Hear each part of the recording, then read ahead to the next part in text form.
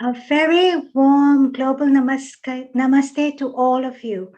Good morning, good afternoon, and good evening from wherever in the globe you're connected to us. Welcome to Healing Our Earth. This is our 97th event. Yes, you heard it right. Just 3 more events to go till our 100th event. Isn't that incredible? We have a wonderful lineup for you today, and the topic of conversations will be inspiration and motivation.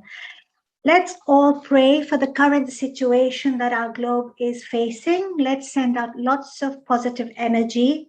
Our platform, Healing Our Earth, has events every Sunday where we spread love, unity, peace, joy, motivation, and inspiration. Now, before we begin, let's just begin with a positive affirmation. You may hold any affirmation you wish within your heart. I'm going to be saying the Gayatri mantra 3 times, and let's really just center ourselves. Let's get in a comfortable position with our eyes closed, taking all that positive energy and spreading it to our world during this current time. Let's all take a deep breath in and slowly breathe out.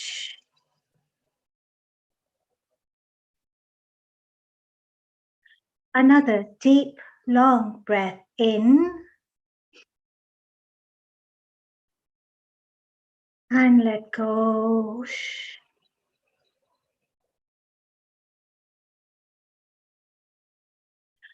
Om Bhurbhuva Swaha Tatsaviturvarenyam Bhargo Devasya Dhimahi Dhiyo Yo Na Prachodayat. Om Bhurbhuva Swaha Tatsaviturvarenyam Bhargo Devasya Dhimahi Dhiyo Yo Na Prachodayat.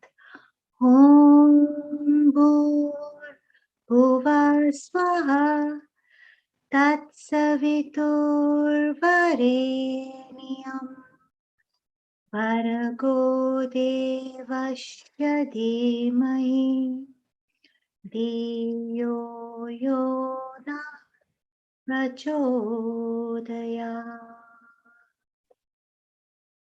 Om Shanti Shanti Shanti. Let's all take a deep, long breath in. And slowly breathe out.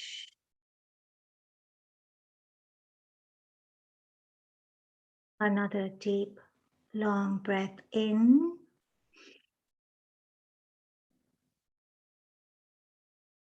And let go.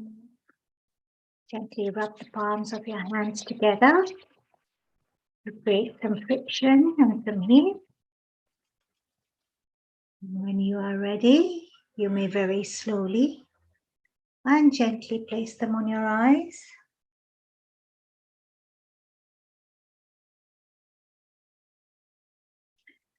Centering yourselves, you may slowly and gradually open your eyes. Welcome back, everyone. On behalf of myself and the whole team of Healing Our Earth, we welcome you for this session, Motivation and Inspiration. And we have a wonderful lineup for you today. And we're going to start with a very lovely, strong woman who's a leader in her own right, Niharika Yadav. Niharika graduated from the Maharishi Dayanand Saraswati University in India in business management. She did her postgraduate diploma from the Force School of Management in New Delhi, and she was appointed to become the President Director of AXA Financial Indonesia since April 30th, 2019. Niharika is responsible in leading AXA Financial Indonesia to have professional and sustainable sales forces via agency and direct marketing channels. She has more than 9 years' experience in insurance and sales and distribution at AXA Regional.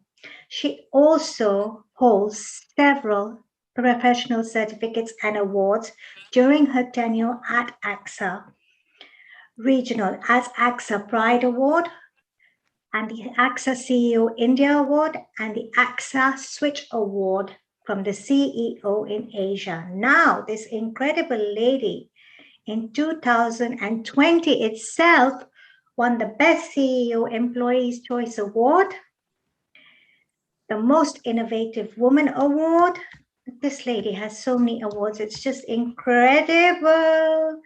The Best Inspiring and Creativity Women's Award and the Best CEO of 2020 in increasing insurance literacy and awareness. Now, in 2021, she won more awards as the Inspirative Women Leader for Product Range Development, the Indonesia Best CEO Award, and the Niharika Yadav Asia Corporate Excellence and Sustainability Award. And if you would like to know more about her, she has her LinkedIn handle as Niharika Yadav. A very warm global namaste to you, Niharika. Welcome global namaste to you, Seema. It's so good to have you here today, and it's so good to see you. Pleasure is all mine. Thank you so much, Seema, for this opportunity. I'm really, really looking forward to our interaction today, and it's so good to see you on the same screen. Absolutely. It's wonderful to see you on the same screen. The global pandemic hasn't allowed many of us to meet, but through Healing Our Earth, we can all just come together and connect through this platform and be together. And like I said, we spread love, unity, joy, inspiration, and motivation. Now, Niharika, you are a very inspirational woman. You're a mother. You have a full-time job, holding a great position. You know, you run a perfect home. You know, you're a woman who wears so many hats. How do you do all this? First of all, Seema, it's very kind of you to say that, but I think there are so many of like me around us who are basically doing their best. And it's really nice and kind of you to say that, you know, I'm doing these jobs properly. But like I said, I'm just trying to be best at each. But if you ask me, the real energy and passion is like people like you who appreciate and who motivates me to give my best. Work is my passion. It's something that's been an integral part of me. Motherhood is natural, Seema. And of course, all the viewers should know that how much respect and regard I have for you as being the perfect mother. In fact, when I was traveling, you've often had my daughter over to your house and you've given her that feeling that, you know, there is still a mother around, even if I was away for my business trip. So I think all of us rallying around each other, the great support from the family, and of course, the integral passion that you have leads us to our own journey. And like I said, all of us are just trying to be, you know, better each day. Such kind words, Niharika. Thank you. I can say the same for you because, of course, we have a connection, a very deep connection from Hong Kong. As you know, I lived there for 20 years of my life. And whenever I would be traveling to Kenya or to India, Radhika would be over at yours and you'd be checking on her and you'd be calling her and you'd be texting me and saying she's fine, the children are fine, don't worry, I live bang opposite you. If there's anything you need, you know, I'm there. And I believe my daughter and you communicate on WhatsApp. Yes, we still do. She's one of my favorite girls, Seema. Of course, Amazing. after you. Amazing, amazing. In fact, she said today, she said, Auntie Niharika is going to be on. How wonderful, Mummy. That's fantastic. Niharika, you've been such an inspiration for me. I used to always look up to you. You handle this full-time job, but yet every Saturday you would ping me and say, I'm taking Radhika and Nikki for a walk.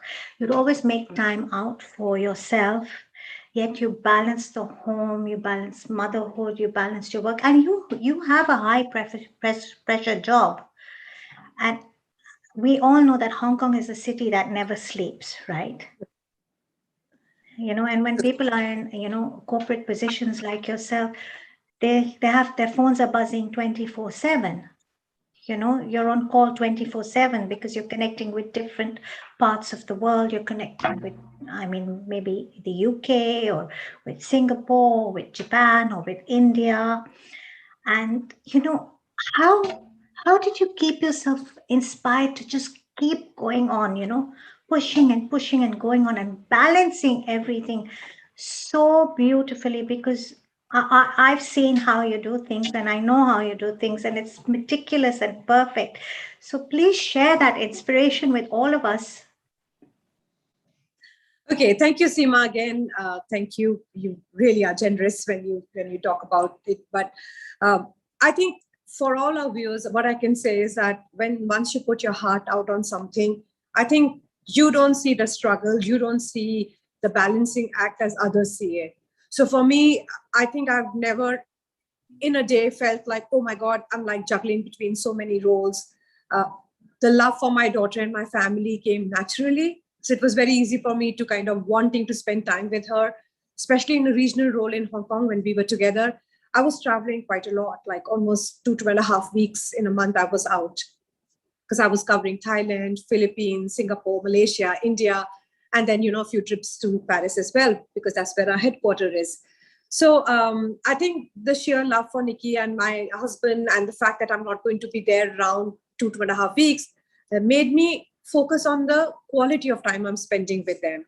And if quality of time meant that, I do things which will help me to connect, and at the same time help me to fulfill some of my goals, that's why I would like push the girls to go for a hike, so that I would get my steps as well. I would get some exercise, plus I would connect with the girls.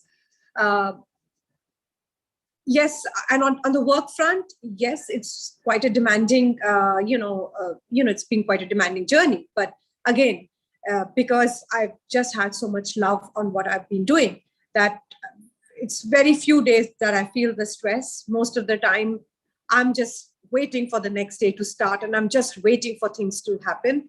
Lena is here, and she would smile when I say this. Sometimes the passion is so much, Seema, that over the weekend, I draft my emails and I don't send them, because I don't want to intrude others' weekend, my employees, my team members' weekend. And then Monday, they get like 6, 7, 8 mails, and they're like, wow, when did she get up and do this? And I'm like, no, the thought process was going on through the weekend. So for me, I'm probably the lucky one that I have such deep love and passion for what I do, that I truly love what I'm doing. That for me, it doesn't feel like work, Seema. It doesn't feel like a stress. It doesn't feel like an extra pressure. Of course, I have my bad days. I'm not trying to say that. I have bad days and I have bad months. But again, just because I want to empower Indonesians to have protection. I want to empower my team to feel very proud in the company that we are working for. I think that zest, that focus that we want to drive gives me so much of motivation and energy to keep going on. That is truly amazing. Now, Niharika, when you speak about inspiring your team and moving together, now I know you personally, and I know that every single person in Hong Kong is missing you. And for those of you in Hong Kong who are watching right now, here's our Niharika. I mean, we had a great set of friends, and they all really say, we wish Niharika was here. My daughter misses your daughter so much. Now, coming to the aspect of team playing, you're a good friend, you're a motivational friend, an inspirational friend, just an inspirational leader. That's how I see you, okay? Now, with your team, during the current pandemic, a lot of you have been forced to work from home.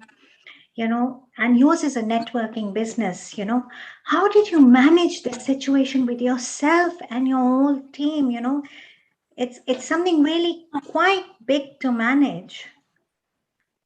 Indeed, Seema, indeed. So I think this pandemic and this stay-at-home enforcements. So for some of you, you'd be surprised to know that we are still working from home. It's been more than 1 year that because of the cases going up and the severity going up, we are still working from home. And in fact, we were on a severe lockdown just a few months back, and only now, past few weeks, things are opening up. So clearly on this side of the world, we are still working from home. And it was a big change. It was a big paradigm shift in the way you manage not the targets and the company. For one, Seema, for all the corporates and more for us, I can say that targets and business sustainability was not that important as the wellness and happiness quotient of the employees was. So for once, I think the real mettle of all corporates was tested during this time, because we weren't thinking about numbers, sales, customers. We were thinking about, wow, are my employees, my partners, my sales force, my telemarketers, are they okay? Can I take care of the health protocol? So the first step that we took, Seema, way back in, I think it was the date was 17th of March, 2020, when the pandemic came over us. The first thing we did was within weeks, we enabled VPN, desktops, laptops on everybody's house. And we were amongst the very few first companies which had 100% work from home. So we prioritized the health and the well-being of our employees over everything else. And we continue to do that. I'm very proud to be working for AXA, because I think AXA till now, because they realize that different parts are going through different evolution of pandemic, they have definitely kept the focus on the wellness, well-being, the health and safety of our employees. See, when you're happy and your team is happy and they're well taken care of, then productivity levels go up naturally. Yes. Because it becomes moving together. Like I said, you become part of one big family, right? Exactly, Seema. Exactly. So it was the first step was to make sure that we can keep them functional at home.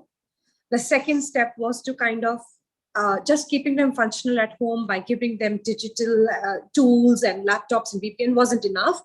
The second challenge, or I would say opportunity, that all of us, all the leaders had, was how to make sure that the motivation and the morale is still there. So the second thing was how to step up the teamwork, the morale, the camaraderie, even when we are not seeing each other.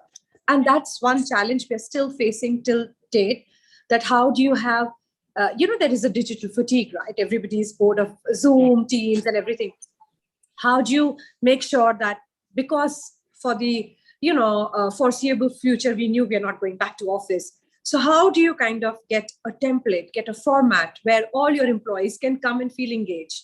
So kudos to my team. They thought of many, many things that we could do together to build the morale, to augment our communication. There was so much of anxiety, right, Seema? So much of unknown that existed in everybody's mind. We made sure that there was more communication. I think I read this really nice, saying from someone that during this time of crisis, there is nothing like over communication. No matter how much you communicate, it's not going to be enough, because you are dealing with people in remote connections. You're dealing with people with different situations and circumstances.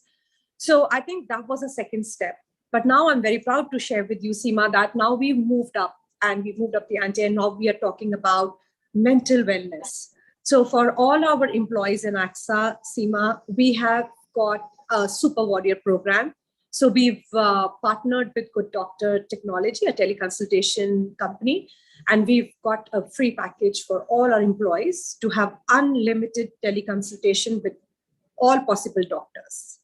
That's not restricted to only physical health, but also enables the mental health, which is our key focus. And then, you have mental well-being webinars, you have online Zumba, yoga classes. So all this package we've enabled for all our employees. This was the investment we made in the well-being and wellness of our employees. And that has resulted in very high scores on engagement of our employees. So our pulse, which tracks how happy are your employees, our pulse score has been going up from 45 to it's now 72. And I think despite the lack of physical, proximity, I think through digital, we've been able to kind of make our employees happy, engaged, and productive. And I do hope we continue to do that, Seema. Sorry That for this is longish answer. No, that is so amazing because you won't believe it. My next question to you was the pandemic and staff mental health issues. You have such a great responsible position, and knowing you on the personal level that I know you and the person that you are, you want you want everyone to be taken care of. You want everyone to be happy. To be positive. To move together, and of course, the pandemic has brought in a lot of these issues. People have been working from home. They've had to juggle things in a different way. They've had to deal with so many other issues. People are living, you know, in a situation where they can't step out of the house. There may be shortages of food in certain areas or delays in food deliveries in certain areas. And, children are at home. So, mothers are not only working from home, but, they're still also, dealing with the children, the husband, and everyone's at home. So all these situations have arisen not only in Indonesia but all over the world. And mental health is such a huge issue now. And you have actually taken that initiative. You have inspired them and said, okay, we're going to arrange for all this for you for free. Be it health issues, mental health issues, so we can pep you up, we can keep you going.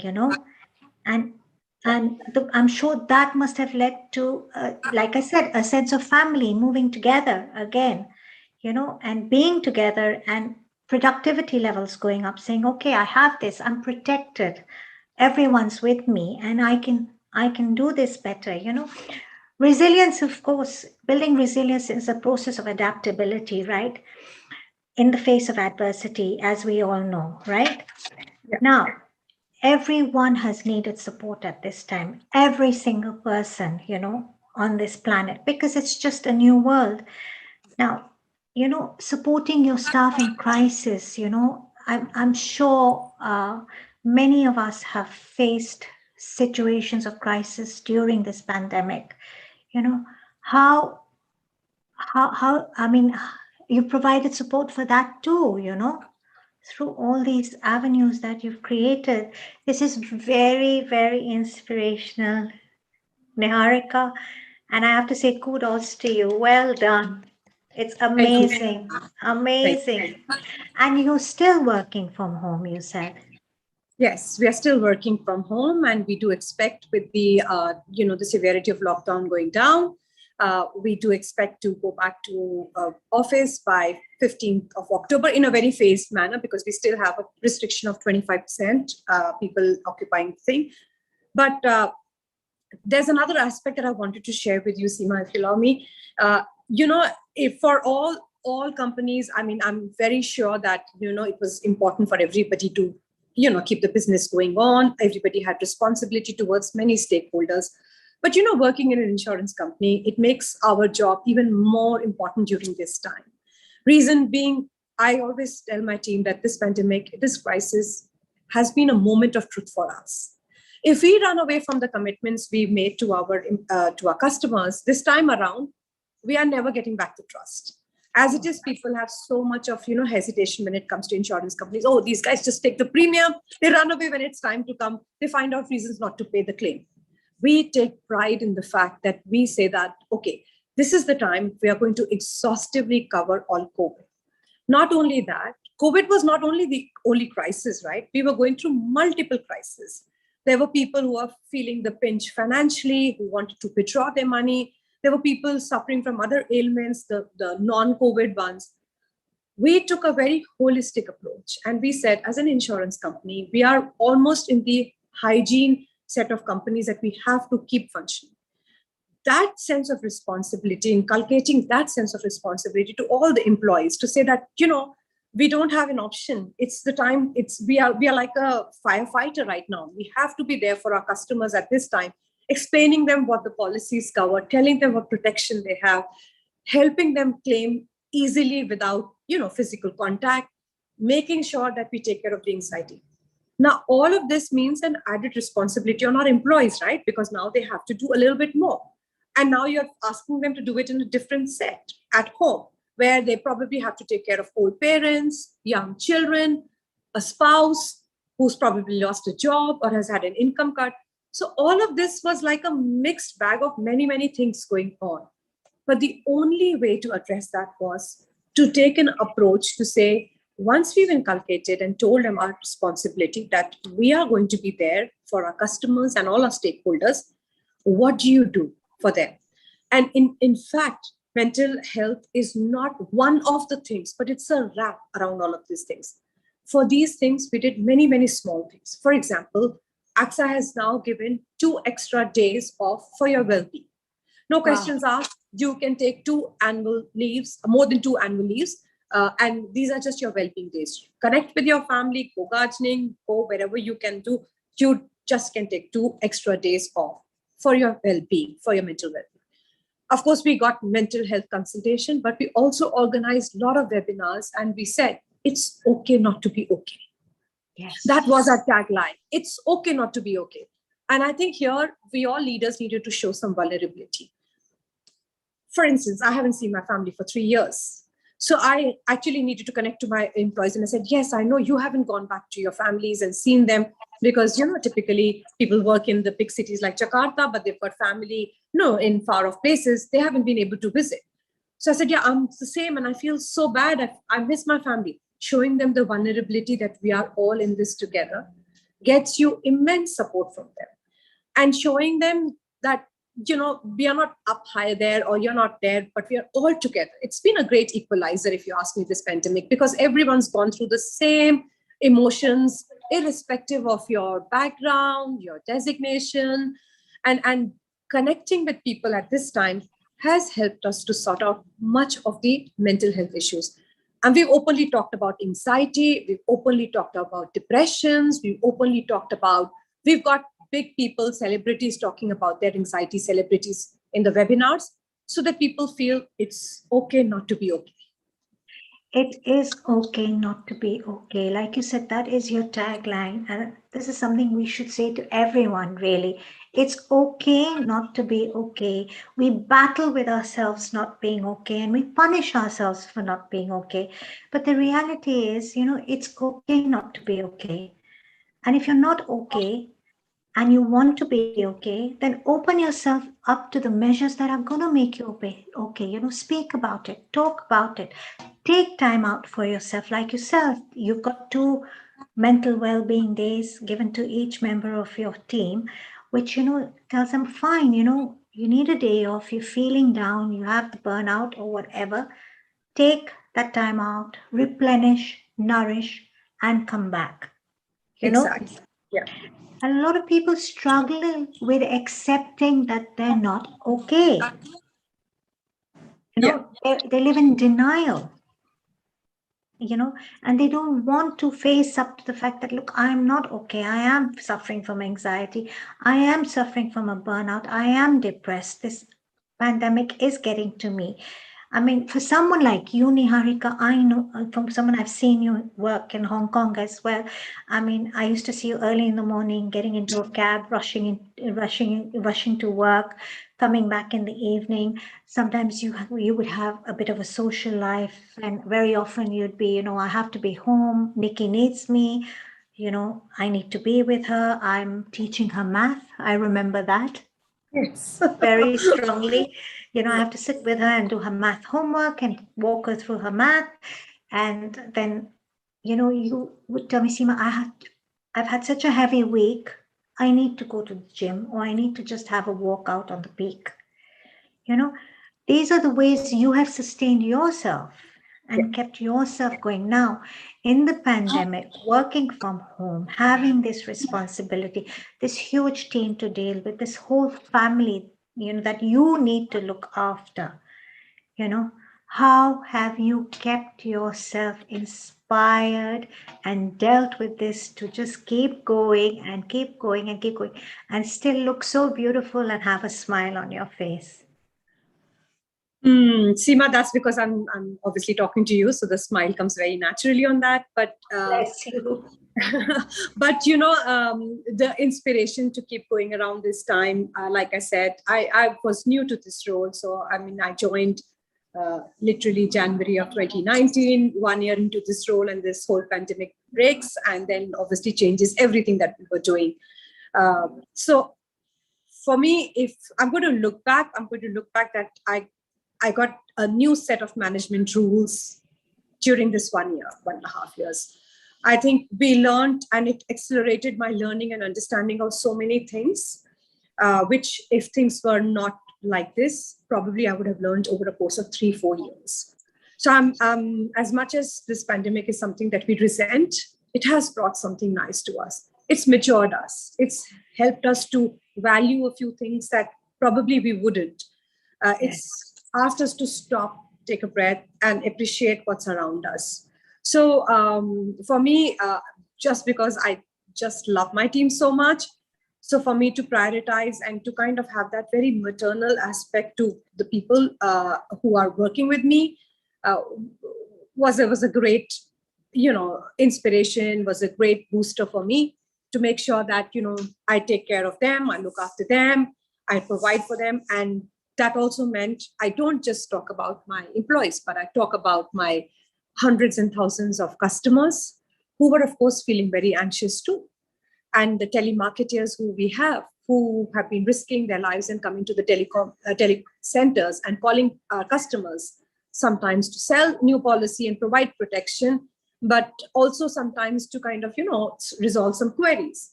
So having such a huge network, which is out and about, and you're responsible for that, matures you overnight, and gives you a very different perspective of what you want to do. So for me, definitely, I would think that this pandemic was a huge management lesson for me. And I did attend a training from BCG, and I really love what one of the CEOs said, that finally we CEOs are doing what we are paid for, managing a crisis. So what we all are paid are not to manage business as usual, because I think our teams are better than us for sure. But I think it's in the moment of such crisis that we actually pay back to the companies for the perks and things that we get. I think it was a very deep sentence from him, and that's always inspired me to say that. Well, I shouldn't say, "Oh my God, where have I landed and what's going on?" I should say, "My God, this is my responsibility. This is what I was interested for leading the team."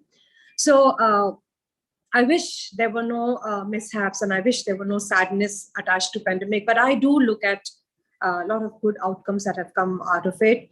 One of the things is also the increased insurance awareness. So insurance awareness, which used to be like lower than 20%. One of the surveys shows that in big cities in Indonesia is, rocketed up to 70, 72%. People now feel the need to have protection. People now feel vulnerable if they don't have an insurance policy, which is great news for us. And now that, coupled with the financial literacy that we do with our teams, means that we could actually change the landscape in the coming years. Means we could actually make sure that every Indonesian has some sort of protection depending on his affordability, but doesn't feel vulnerable in such times, has got health cover, life cover, term cover, something that would take care, if things don't go the way they are planned. So, when your vision board is so clear that this is leading on to bigger things, your team is coming together and being more responsible, then how do you look after them? So I think the vision board just drives you to do wonderful things together. Niharika, you are such an inspirational leader, really. You really are. Just from what you've told me today inspires me as well. It's so important to take care of others. Now, you had this huge move from India to Hong Kong, right? A couple of years ago. And I know you adapted into Hong Kong really easily. You fell into place with the work culture, even though Hong Kong is different from India. It's buzzing. The workload in Hong Kong, Hong Kong is a city that never stops working. You know that, right? And like I said, in your position, your phone will be on all the time, connecting with different parts of the world. And I know your husband moved and your daughter moved as well. And of course, that's how we connected, through our children, actually. It's our children that brought us together because they were in the same school. Now, you had this move into Hong Kong, you settled in, everything was really fantastic, and you moved to Indonesia, right? And I know you were ready, you were all excited, and you had already been visiting Indonesia and you were in the flow of everything. But this was a move for your husband and your daughter. It Yeah. was a big move for them. So how did you inspire them to adjust, and how did you hold all the pieces together? And, now I believe Nikki settled in very well. She's in touch with Radhika and she says, I love my school, and, we do this and we do that. And I know Raja has settled in very well. So how do you, how did you manage all this, Seema, not an easy question, right? Because yes, it wasn't an easy move, especially I think moving from India to Hong Kong was still easy because obviously my daughter was younger, we were younger. It was an first international position that we were taking. So there was a lot of excitement. I think, but when I was moving from Hong Kong after living there for 10 years, right? So we Yes. did build our life there. And moving from Hong Kong to Indonesia wasn't very easy, personally. Professionally, you're right. I was so looking forward to the opportunity that I was being given, I remember but that. wasn't easy. But look, that's the magic of family. That we all look after each other, and then we do this. So it was tough, and I would say pandemic made it even tougher because we couldn't go out as often as we would have liked. We couldn't make as many friends as we would have liked, but I think God's great. You do find, so you do find purpose in what you're doing. Of course, you're not going to office, but then you're working round the clock at home. So work keeps me busy, and our daughters are in final year before they go to the university. They are very busy. So I think God's got a great way of putting things together for you.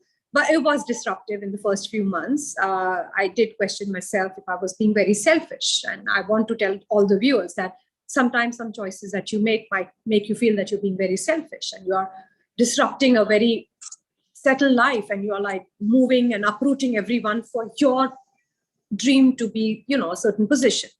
But I want to tell everyone who are listening that don't fear. I mean, selfishness is an act of like a short term, a short gain. Like, you just kind of take somebody else's opportunity.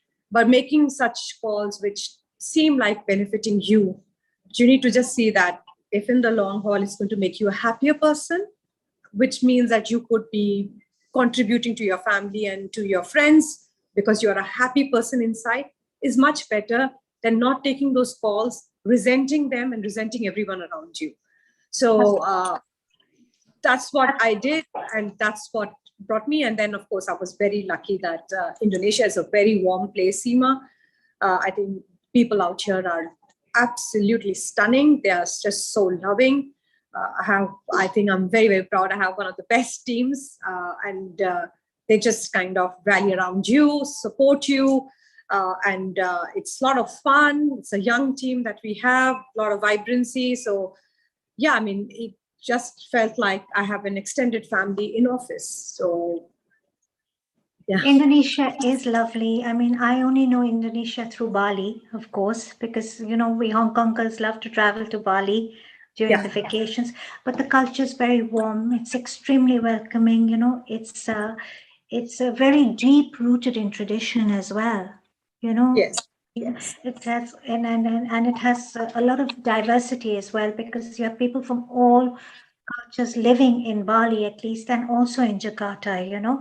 And it's this great celebration of colors and cultures and everything. And like you, I too had to uproot myself in the midst of the pandemic and moved to the UK. Now, I'd lived in the UK before, that I studied here. But, I had left Hong Kong in the midst of the pandemic. My daughter came into the UK, and then we had lockdown, and she was in a new country, with she was just in the midst of making friends, and then the lockdown happened. My elder one's in medical school, and she was studying from home. And my husband obviously had to go back to Hong Kong.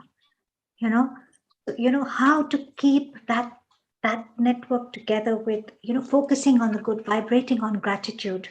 You know, learning from the experience, inspiring yourself, being strong, and saying, okay, this too will pass, and the children, of course, will have meltdowns. Oh, I miss my friends, mommy. When your daughter left, how much my daughter cried, because they would meet every day practically, and what am I going to do? And it's just, holding the unit together and saying, look, you have to make the best of the situation. We can't change it. Yeah, Yeah. but we can make the best out of it. And having spoken of mental health on one hand, and people, facing crisis, having losses. On the other hand, it's also brought a lot of family units together. Now you all moved together and said, okay, we're going to do this as a family. Raja had his work. He's in a position where he can work from anywhere in the world. You have AXA insurance, so you could just do this together. Yeah. As a family, and make the best out of it. Do you feel that has added a lot more deepness into like spending family time together, watching movies together, you know and I know you would go back to India every year to see your dad and your Yes. sisters, and that was something that was a big highlight of your life. And when you tell me, Seema, I haven't been back in 3 years, that's something very big, because from Hong Kong, I know you would go back once or twice a year and you'd say, I have to go and see my dad. So, how have you bridged that distance, and like, you connect on Zoom every day or WhatsApp with your dad, your family, your sisters? Do you have, I know you all have big family conversations, right? Yes, yes. So yes, I think like we talk about digital enablement, I think it's made my 82-year-old father a very pro in all the kind of things. So he connects with us God on bless. WhatsApp video calls. He connects with us on, Zoom calls. So we have birthday celebrations. Of course, we do talk to my dad. All of us have got a group of all my siblings and my dad, and then we chit chat, have some joke. And it's, yes, you're right. We do almost every day. And you're right, Seema. Despite everything, this work from home, stay at home has given you a little bit of an extra time to connect with people. So I've seen myself going and talking to friends that probably I would not have spoken in years, but now I can find time during a walk, during some downtime. I can find time, but uh, yeah, the digital thing has really helped us to stay connected. But I do hope it just stops and we can physically see, because our parents aren't getting younger. So Yes. I do hope that the travel restrictions are eased up a bit, for the right reason, of course. When the numbers go down, the active cases go down, and then I do hope that we are physically able to spend some time with our parents. Yeah. Niharika, I still remember one sentence of yours, and you shared with me once, and you said, we're sister, you're four or five sisters? We are four sisters and two brothers. Four sisters and two brothers. You said we're a large family, and you said my father brought us up as boys to be Yes, very strong, you know, indeed. and to be Yes. very fearless, and that in itself is such an inspirational for all of us out there, as parents, whether we're a father or a daughter, we must bring our children up to be strong. Now, your daughter is fairly bold and she's very strong, but my one question to you is, how do you keep yourself? You're at the head of the team, you're you're also, a mom, and this may be repetitive in this context, but how, on a personal level, Niharika, do you take care of yourself? Because self-care is the best care, you know? And how do you inspire yourself so you can inspire all the others, because it's like it has a ripple effect, right? If you're Yes. inspired, it's addictive, it goes on to the others. So, how do you do that? Because you have to constantly lead by example. Yes, Seema. I think very short answer to your question would be that I try and work out almost 6 times a week, 7 times a week, because I think when I work out, I just get that headspace to think about other things. I feel very, very motivated and happy. Sometimes, if I'm feeling anxious about a particular business issue, I go for a second walk in the day, a second run in the day, because I just feel like, endorphins, when they kick in, you feel a bit better about yourself and life. But to be honest, the pace of activity has been so rapid with managing all the things that I haven't had time to think about, like, oh my God, like, how do I do it? It's just like constantly there's something or the other going on. So this whole, the whole sense of urgency that I've been able to create in the company, this whole thing about being very reactive to things that we do, keeps all the people, all employees, partners working round the clock in a happy, cheerful way, which of course helps me a lot, because, everybody's very driven, everybody's very, result oriented. But for personal things, of course, I would say that working out really helps me to clear my mind. And, that's true from Hong Kong days. I really believe in just getting the whole thing out, running, sweating it out. But to be honest, you'll be happy. In this 2 years, I've basically cooked a lot. Sometimes I just get on and cook. But I'm not going to tell you more about it, Seema, because I'll be embarrassed, because you're such a good cook yourself. So, but I've experimented on that. And then I've just kind of, made sure that I stay connected with my friends, my family, and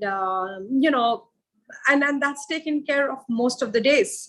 And when you're really having a terrible, terrible day, then of course there is, online shopping that you can do to keep yourself happy. Retail therapy, they say, is the best therapy. Yeah. Now, Mickey, coming to Mickey. There is another element that I would like to share with everyone, is that, apart from employees, and I know we've talked a lot about how we've handled this internally, I'm actually very, very proud of something that we've done for society. So during this time, we've not only said, okay, we're only going to do this, but we've actually reached out to validate and emphasize again that we're a very responsible company. So we have this corporate responsibility week every year. The week just went last week.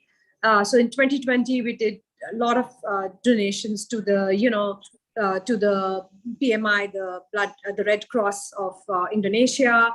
We gave them kits for testing and things. We gave, to the health frontliners, we made huge donation. So there was a walking challenge, and for every kilometer that you walked, there was a voluntary donation that the company did, and that was then used for the health workers. And more than that, this year we are doing something on the, to commemorate the World Cleanup Day. So we are doing like, take the trash out of the house. Everybody's been shopping, but you don't need so much stuff. So we've been doing that. But most importantly, we've been doing a very, very structured and serious program against domestic violence. Amazing. So, yeah. So there was a disturbing trend that we saw, that there were cases on domestic violence which were going up worldwide, and in Indonesia, they were going up. And we took this as one of the social costs that we wanted to deal with. We were one of the only private companies to come up and join hands with the government of Indonesia. Of course, this was my personal project, Seema, and with my team, I made sure that we put this program against domestic violence. It's called Aman Untuk Semua, which in Indonesia means peace for all. So Aman, as in Hindi, is peace. Untuk Semua means for everyone, peace for everyone. So this program we've launched in, I think, just in the wake of the crisis, the pandemic, when we saw this global trend. And the team has put through a very detailed, comprehensive program. First was to kind of make sure that we increase the awareness on all the things that the government has done. Helpline, safe houses, safe vans to take the victims out. You'd be amazed, Seema, that actually the government had done so much, but the awareness was nearly zero. Nobody knew that those facilities exist. So we used our social media account, we used our marketing things to, blast and tell people, these are the helplines, these are the care numbers. these are the safety house numbers, and this is how you could get. Second part of this was prevention and recovery, where we spoke to people about how to prevent. Then we got a lot of victims to come on our webinars who openly came, even when it's a taboo topic. People came and they talked about how they prevented and how they recovered, how they gained strength, how they reached out and did not, because statistics shows that most of the domestic violence victims succumb to it and stay with it because there is this whole social taboo and a financial dependence. And the final part of this Amanuntuk Simwa is a program where we want to empower these victims and potential victims by giving them financial literacy and telling them how they can open small business or be a part of a venture, and how they can break themselves free. Because if they are a slave to someone and going through this physical violence, emotional violence, financial violence, they can break free from it by growing their own income. So that's something that we are doing very, very seriously. And it's something especially we are very proud. So I did want to take that opportunity to talk about it. And Niharika, that is so you, because I know you on a personal level. That is so you. And it's so amazing what you've done. And to be able to join up with the government and use what you have to just blow it out there, create that awareness, is something very big. And it's also very challenging, to bring it all together. It requires a lot of time, team effort, resources, etc. But you have inspired so many, to break out and not suffer in silence, right? Yeah. And to take time out for themselves, have self-care, and grow from their experience. This is the thing. You're teaching people to step out of their fear, step out of their comfort zone, and to say, okay, I can do it, I will do it. Now I am going to come on to a more personal level and say, inspiring your daughter. I mean, what a big move, Hong Kong to Indonesia for her. Okay, I know she's in an international school and she's settled in very beautifully, and she's a gentle child. She's strong, she's brave like her mother, but she's also very gentle because I know her, and she's soft. How have you kept her inspired during the pandemic to, self-school from home? Of course, they have school sessions and there's homework and, there's no social life. Like Hong Kong, our children grew up in a bubble. It was so safe. Yeah. They could cross the road, go out together, go to the club, go for a game of tennis, go for a walk. As long as we had their location services on and they were connecting with us by a phone and they were with each other, we didn't have a problem. Yeah. Yeah. At all. So how have you inspired Nikki to keep, moving on? And, now she's going to be finishing her IB or A levels, and I know moving probably to the United States for education, which is going to be, again, a huge stepping stone for her. So how do you inspire her along her journey? I'm just lucky, Seema. I have a very motivated and driven daughter. I don't have to do much there. But I think just staying at home and working for such a long time, we have a joke that I've spent more time in these 2 years with my daughter than I had spent in the 15 years that she's been here. So definitely we've been able to kind of, because she was, she was taking her classes from home and I was working from here. Apart from little fights where she thinks I'm too loud in the meetings and that disturbs her class, I think more or less it's given a time for us to bond. In Hong Kong, I mean, or in even when we were working, I mean, you're out, right, from 8 o'clock to 8 o'clock in the evening. Right. So barely, and when you come back, you're tired, you don't have that time, barely have any time. Weekends go by and another thing. So I think this period has given us a lot of time together to enjoy some shows together, to cook together, to walk together. So again, like I said, we curse the pandemic for many things, but I do see some positives coming out of it. And this was fun. It really, really brought us together. Surely by being able to spend time with her. For a person like me who's always got, one leg in the house and one leg somewhere else, of course, this was a great period for me, a great opportunity for me to connect with her, be with her, and not do anything special, Seema, but in my case, just be there. For her to always get up and say that, yeah, my mother will be on this chair. She will be always here because there's no other place to go. I think that gave her a lot of that helped her to kind of settle here and to go through the whole thing.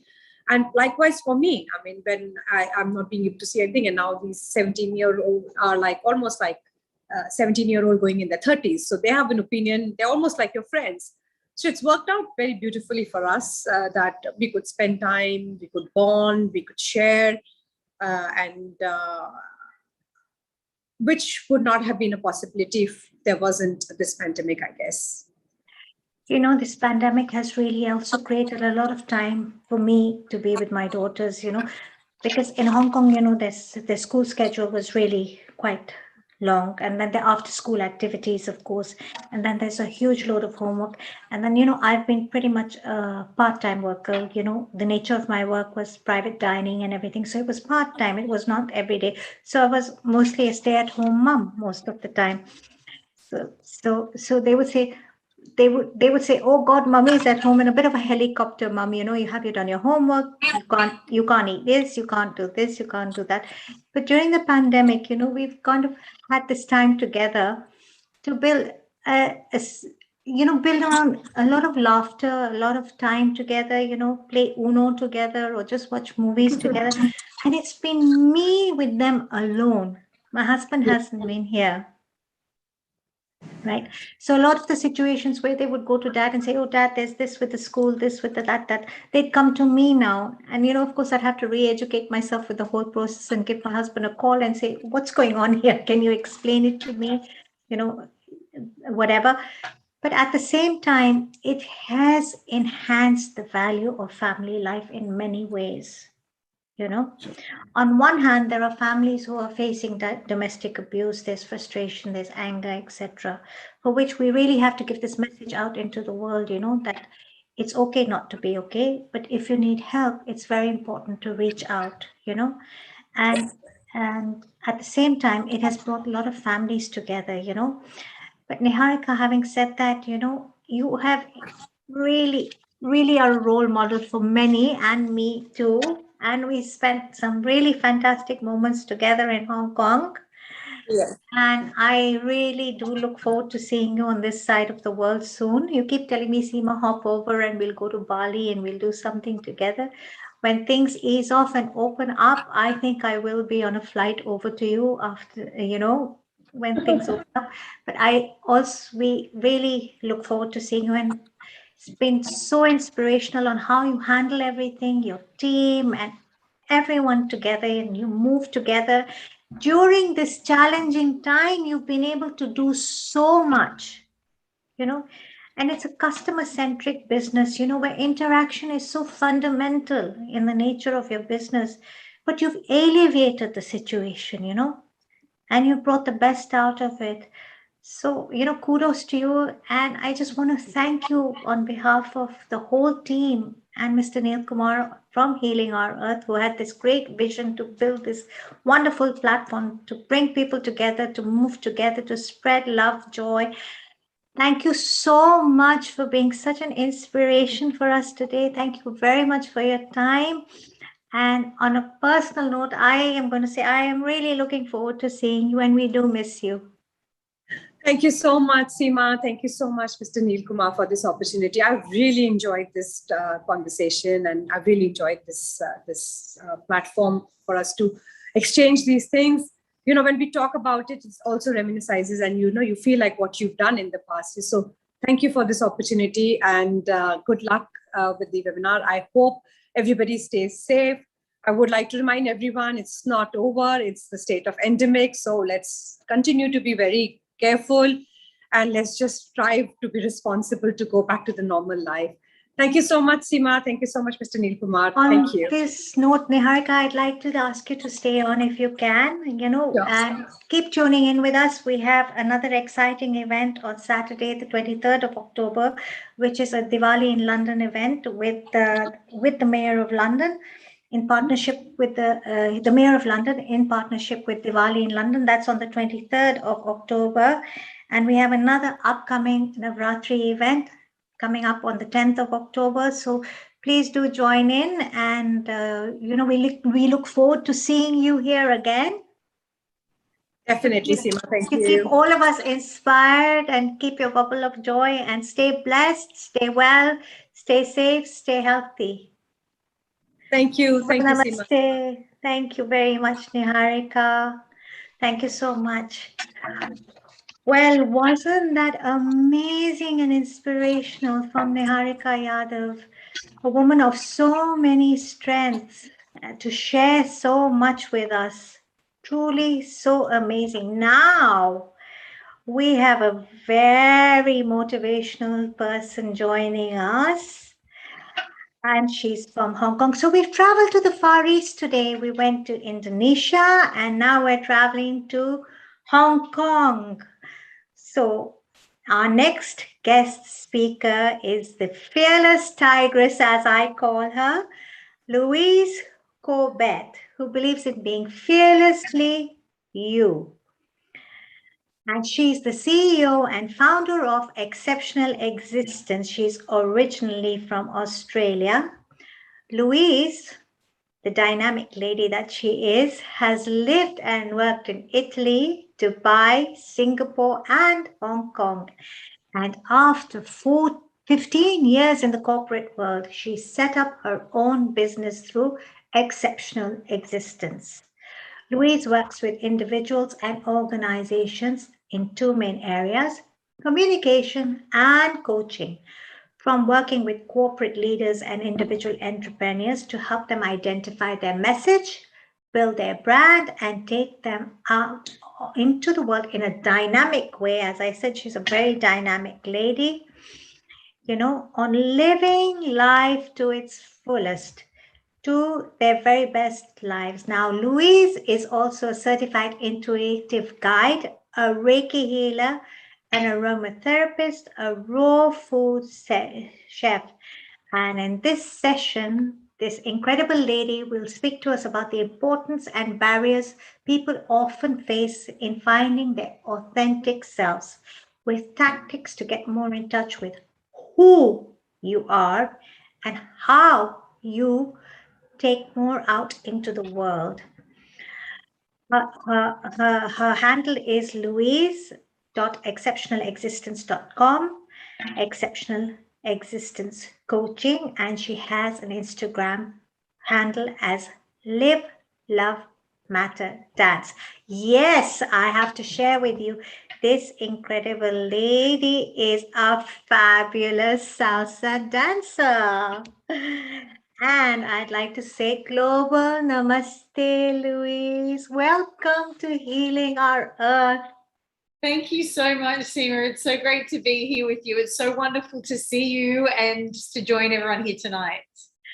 I am seeing you after quite a while, and you're still so radiant and bubbly as ever. It's such a pleasure to have you here. And you start. I think I last met you when you left Hong Kong, and when you were leaving Hong Kong, and you went to Sydney, and you had a stint in Sydney, and then you came back to Hong Kong, and I think we bumped into each other. Yes. Yes. And I left. Yes, and then finally I learned that besides salsa dancing around, which you love to do, I do. And you've established this wonderful business, Exceptional Existence. You've been written about by several platforms, and you're teaching people how to live life to their fullest and their best, and you're motivating people, and the energy that you have is very, very magnetic. I have to say that. And it's so good to see you. And on behalf of the team at Healing Our Earth, I'm going to say thank you once again. I know it's late there in Hong Kong. It is getting late, yes. On a and Sunday you're up night. for us on a Sunday night with your Monday morning full of appointments, I'm sure, because we both lived in a city that never sleeps. Absolutely. Yeah. So tell me more. What inspired you and motivated you to step out of your corporate comfort zone, and head out to live life to its fullest through living exceptionally?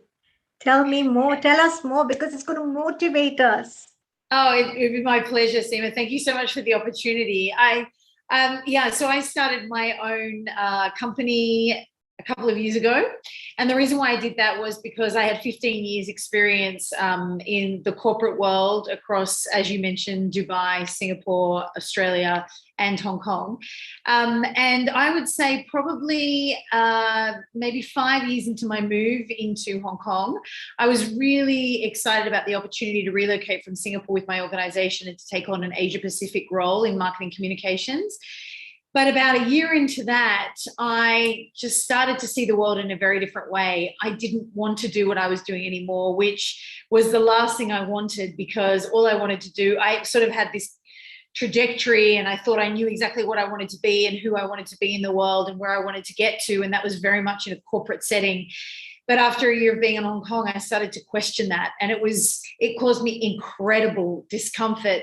But at the same time, I decided my choice there was to go into the discomfort or to feel numb for the rest of my life. And I couldn't do that, even though the choice of leaving the corporate world and walking away from it really caused me a lot of fear. So I wouldn't say, and there may be some people out listening thinking I can relate to that. I didn't just get up and leave. It took me a long time to try and make myself comfortable with the situation I found myself in. I was writing notes to myself around the house, like, it's time to go, you've got to go. And I was trying everything I could to really feel comfortable in the situation. So when I finally left in 2019, I decided it was time to go out and find out a little bit more about who I was. Now, as you mentioned, Seema, I have several certifications, and that was really done with my spare time while I was in the corporate world. So if there are people out there listening who are in a corporate role and they think I can't leave, or there's something I've always wanted to do, but I've never been able to explore it, I always encourage my clients to really explore it while you're in a safe space. So if you've got annual leave, whatever you're doing with your spare time, if you do have spare time outside of family and other obligations, start to investigate who you are in a really safe place. So that's when I did my Reiki certification course, raw food chef course. I became an intuitive guide, a certified coach. And then with that, I had some more tools in my toolbox to go out into the world with, once I realized and decided I could no longer deny who I was, and I needed to break free of my situation and just go out and see the world. So that's what I did. And Seema, one thing that I didn't actually mention in my bio, because I wasn't too sure if it was relevant for the audience, is that I also do a lot around empowering women. That is particularly something I am particularly passionate about, and that is because I lost my mother 5 years ago, and so I set up Women Empowered in her honor. So that's the other thing that I do in Hong Kong now. We do events inside and outside of the corporate world, but also retreats, dance being one of them in the Philippines in 2019. And that's what I first did when I left the corporate world. So I did my first women's dance retreat. We flew into the Philippines and every woman had her own Latin dance instructor. And that was really another thing where I was taking my passion out into the world. So it was something I really loved to do. It was something I started to do just because I enjoyed it so much. And then after a while, this is what I will talk a little bit about. When you do that, I really, really believe that the mantra for exceptional existence is that you are here to do something that no one else can. And if you don't do it, then it will never be done the way that you could have done it. And if you do take the time to find out what that is, then I believe that you will find abundance in all forms. I am a strong, strong believer of that. And that's why at Exceptional Existence, we really believe in every single individual and the fact that every individual has the ability to be great. But what that usually takes is really stopping and listening to yourself. And Seema, I would say I had this realization probably a month ago with one of my clients when I was telling them about my journey. And when I first started to feel incredible discomfort, it was actually after a big transformation in my life. So I was still in the corporate world. And what I started to do was meditate. So I started doing that every day for 15 minutes. And I have done that now for 8 years. And that is actually what changed my life.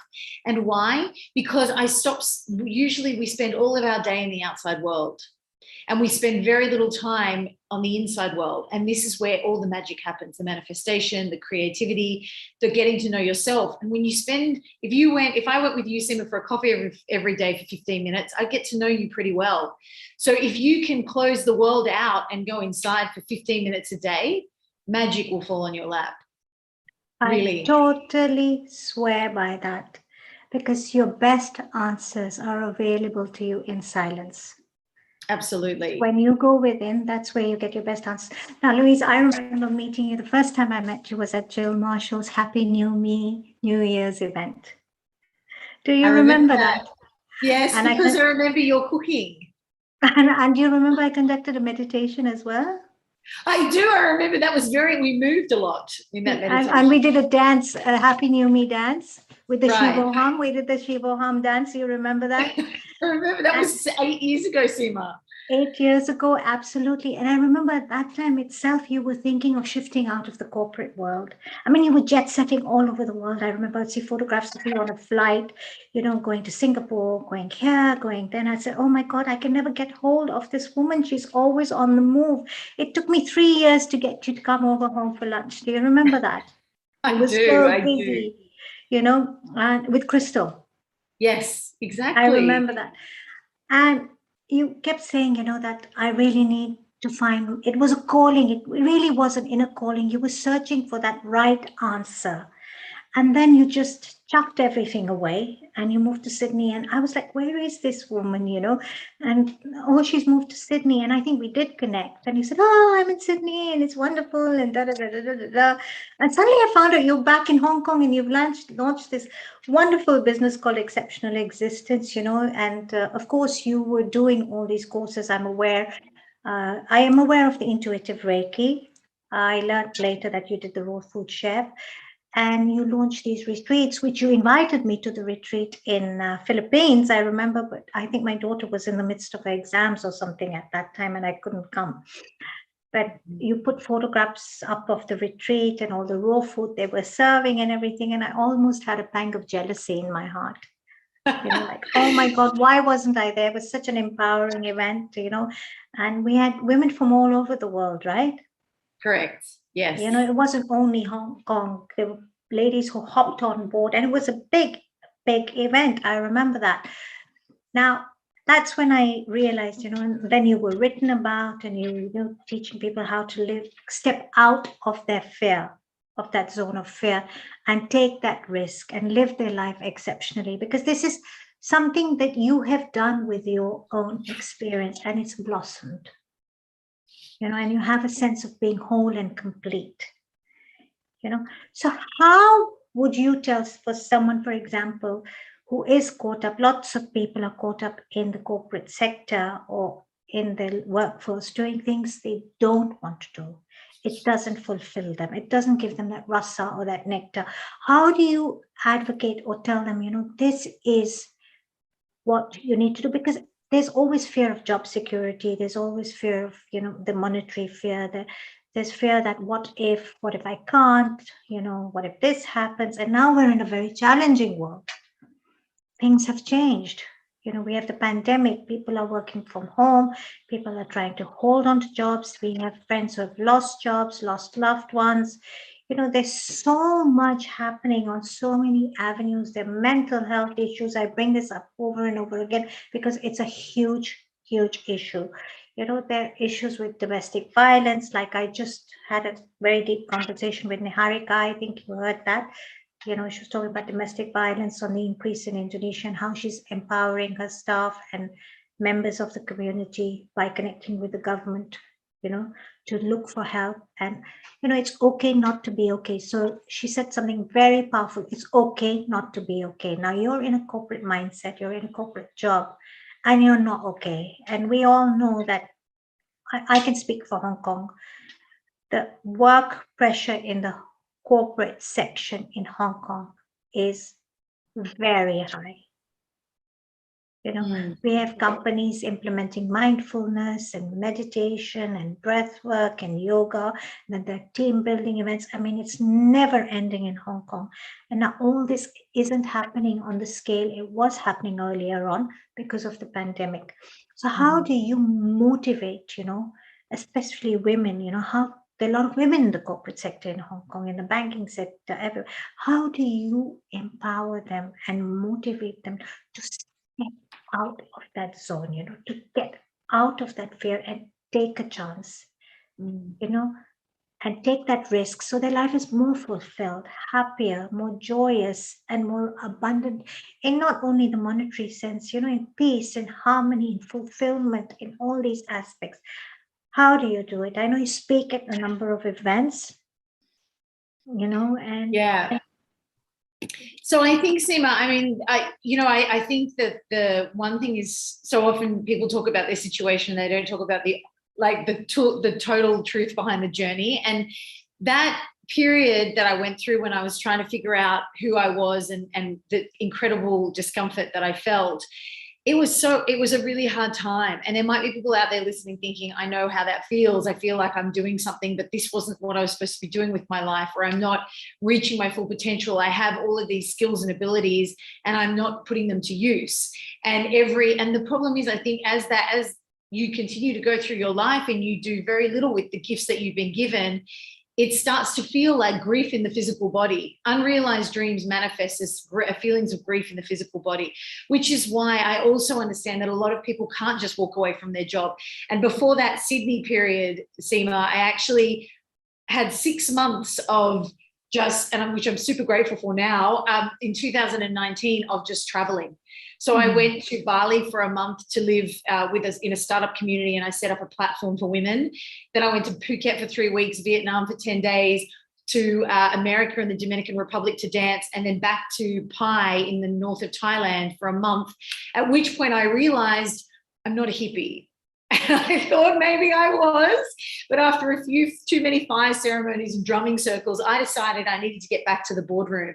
And it's so interesting how you go through that journey, and you need to do that because it's a process of finding out who you are. And I think the other thing to really keep in mind is you are not the same person you were 10 years ago, nor will you be the same person in 10 years. So really be very sensitive to the fact that we are constantly changing, and that's okay as well. And I think sometimes in life, when things used to feed us no longer feed us, we feel like there's something wrong with us, but actually that's okay as well. So change is okay. I would say if there are people out there listening that find themselves in the corporate world and they feel like they're not finding their authentic self, but they also maybe are too afraid to leave, or perhaps the circumstances don't allow for them to leave, I would say there is no reason you can't start to investigate who you are from where you are. So really starting to ask yourself some questions. And I was thinking about this after we had a chat last night, Seema, really starting to ask yourself some questions, and some of them I've written down. So I would say things like, ask yourself, am I happy with my life? Do I feel happy? Feelings are so important. So often as children, we just follow our feelings. We want to play all night. We do until we pass out on the floor. Whereas adults are like, oh, I should leave the party early because I've got the meeting tomorrow. And children just think this playing feels fun. I'm going to keep going with this. And we should do more of that as adults, but we lose that because we get so in touch with and in tune with obligation that we forget how we feel, and we just hope that bad feelings will pass. But our feelings are like a compass. When you're doing something that you feel and you feel good doing it, do more of that, because that is the way that the universe tells you you're doing exactly what you should be doing right now. Do more of that. Is there something that you've always wanted to do? If you knew you couldn't fail, what would you do? If you didn't need an income, what would you do? How are you pushing yourself to grow and change? Because on the other side of that is great happiness, even though there's some discomfort in the growth and the change. Am I living the fullest version of myself in this life? How am I limiting thoughts getting in my way? That is huge. And I hope we have time to talk about that tonight as well. And what am I doing every day to get a little closer to my dreams? And I would say those questions are really powerful to sit down and just ask yourself. And the other thing that I would say, Seema, is in the process of taking these steps to leave the corporate world and to go and explore who I was, and then to come back in some capacity to the corporate world, because I work in that, I'm within the corporate world, but in my own consulting business. I would say so much discomfort. Days when I would sit and look out the window and think, what am I doing? But I felt more alive than I ever have. And I think the one thing no one can do for you is go through that incredible discomfort. But when you get to the other side of that, you are so incredibly proud of the journey. You feel so strong. You have learnt so much. And the only other thing that I would say on this point, Seema, is that when you are going through that incredible discomfort, but you're following your heart, and as you walk this path that you really probably can't see clearly, but as you take those steps, angels start falling on your path. All of these things seem to fall into place. People support you that you never thought would support you. Then at that point, you know that you're doing exactly what you should be doing, but no one can go through the incredible discomfort for you. That is your journey to take and to travel. And you have to embrace it at that time.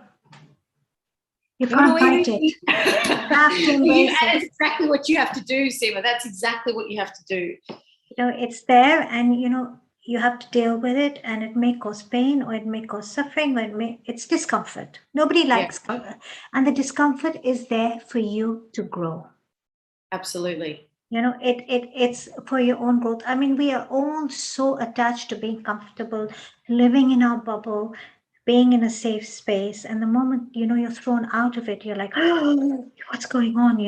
But you say, okay, I accept what is happening with me right now, and I accept this is for my own personal growth, and you trust the process. And when you spoke of angels, I know you're very spiritual in your own right, and I do believe that there is an invisible hand above, looking after you. You just have to trust it, and that whatever we call invisible hand on the outside is actually your inner voice, which we don't tend to listen. We like shut it off and say, no, it's my imagination. It's, I'm fooling myself, or I'm just giving myself answers that aren't going to happen. But you have to trust that inner voice, because all of us embedded within us, we do have a sixth sense. Absolutely. We all do have this sixth sense. We have to know how to, again, trust it. I remember at Happy New Me, when I met you, you told me, I'm so sick of my corporate job. I want to get out of it. I remember really we had a long discussion, and you found and I find you very motivating in the context that you do take steps to look after yourself. Like you said, you explored meditation, you explored dancing. I think you do salsa and samba, if I'm not mistaken. Salsa, bachata, and kizomba. Ah, yes, kizomba. That's right, because I saw pictures of you, and there's this great video on your Facebook handle, on your Facebook page, where you're doing this kizomba at the African Cafe in Hong Kong. Yeah. Amazing. Everybody, if you want to see Louise's video, you can go onto her Facebook page. She's dancing kizomba beautifully at the African Cafe. It's called the African Cafe, or what is, I forget the name. I mean, there's a lot of dance videos. I've seen there's at the Madrid airport. There's the oh yes, that might have been the one with the Angolan, the Consul General of Angola. Absolutely right. Yes, Africa, I think that was a beautiful dance you did, and I know you've always been very kind to yourself in that context, that you've taken time out to nourish yourself, and I know dance is your medium of expression and freedom. It's also meditation for you, and it enriches your life, Yeah, it does seem. I think that actually I would say also, because dance was something I always had in me, and every time I heard the music, I would come alive. I could feel my soul come alive, and I stopped myself from doing it because I was nervous. I thought, oh my God, I'm not good enough. Oh, that was terrible. And I decided one day, in honor of my mother, actually, who was unwell, and she loved dancing and she couldn't. And I thought to myself, the only reason I'm not dancing is because I don't believe in myself. And so at that point, I did it for her. I was dancing in her honor. And then what I realized is, after those years of Cuba, all that dancing all around, I had done it for me. But sometimes we need to dedicate, and I really encourage the listeners also, if there's something you've wanted to do for yourself, but you haven't, sometimes, unfortunately, ourselves aren't enough of a motivation or an inspiration. Unfortunately, it's the reality. So sometimes when you can dedicate something to somebody else and do it in their honor, it can give you that extra motivation to actually see it through. And then in the long run, you'll realize that you've done it for yourself. And I would say also, Seema, to that point, because and it doesn't matter what it is, it could be knitting, it could be whatever it is that brings you to life, whatever it is. And for those listeners out there that don't know what that is yet, maybe you don't feel like you know what that is. And with a lot of my clients and a lot of the women that I do events with, I ask them what it is that they love to do for themselves. And so often, especially the women, will cry. They'll start crying because they think for a minute and they can't think of anything. And then they realize how sad that is. So I would say it's never too late to find out what that is if the one thing isn't coming to your mind right now. But also I would really encourage you, if you don't know what it is, to go to your parents, if you still have them with you, and to say, what did I used to do as a child? What was the one thing you couldn't pull me away from? Because that is probably what it is that you need to be doing right now. I think you've hit the nail on the head there. You really have. Go to your parents and ask them, what is it that you loved doing as a child? So very much like you, I love dancing. Whenever I'm stressed or anything, I'll just blast the music in the house and I'll dance to myself. And it's a form of expression. It's a form of freedom and a way of release too. It's a great way of release, dancing, And So I know you lean very heavily towards salsa. Tell us more. How many years have you been salsa dancing now? So I see it must be about, I can't believe it, but it's about 7, although I haven't really danced much in the last 2 years because of COVID. It's not really a COVID-friendly activity. No. So I would say, yeah, when I decided to, it would have been actually, 2015. So at that point, I was like, I had a serious conversation with myself and I said, no more, we're doing this. And so I went to Cuba for 2 weeks intensive class. Joined a program and I just danced every day and night. And when I came back, something was planted then that I couldn't stop. And so then since 2015 until about 2020, I basically just traveled the world. I couldn't get enough. I went everywhere, Spain. If there was a Congress in Asia, I would be leaving the office on a Friday after work and I would be at that Congress. No doubt. And I think also, Seema, the other thing that I say is that when you follow your heart and you do what you're so passionate about, it's not just about the dancing. It's not just about the knitting. It's not just about the cooking. Whatever it is that you love to do, I really believe that when you go and you explore more of that, then at that point, when you're doing that activity, you feel amazing. Your frequency is high. And it's a scientific fact that if you're on a certain frequency, you can only attract that frequency. So when you're on that high frequency, you're going to meet people in that environment that can change your life. And it's not just about the fact that they'll give you a good dance on the dance floor. They might have a business opportunity for you. They might teach you something that will change your life because you are putting yourself into a high frequency vibration environment. And so because of that, only magic can happen. It's interesting you said that because, we're both Facebook friends, right? And you put up your photos and I'm always liking them or commenting on them.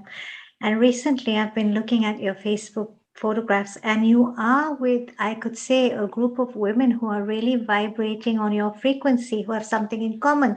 They're very spiritual. They do believe in the angelic realm. They believe in the universe. Because I know them on a personal level, I can say this, and many of them are my friends, and we share one very, very special friend in common, you know that, Diane. Yes. And you know how spiritual she is, right? She's wonderful. She was with me in Africa. She came to Kenya. Yes, she mentioned some time with me. And I was just looking and I was saying, Louise is with this group of women and they all have one thing in common. They're all floating on the angelic realm. There's Kona again, and it's like I said, you attract that frequency. You are vibrating in that frequency. And when people of that same frequency come together, then dynamism happens, magic happens.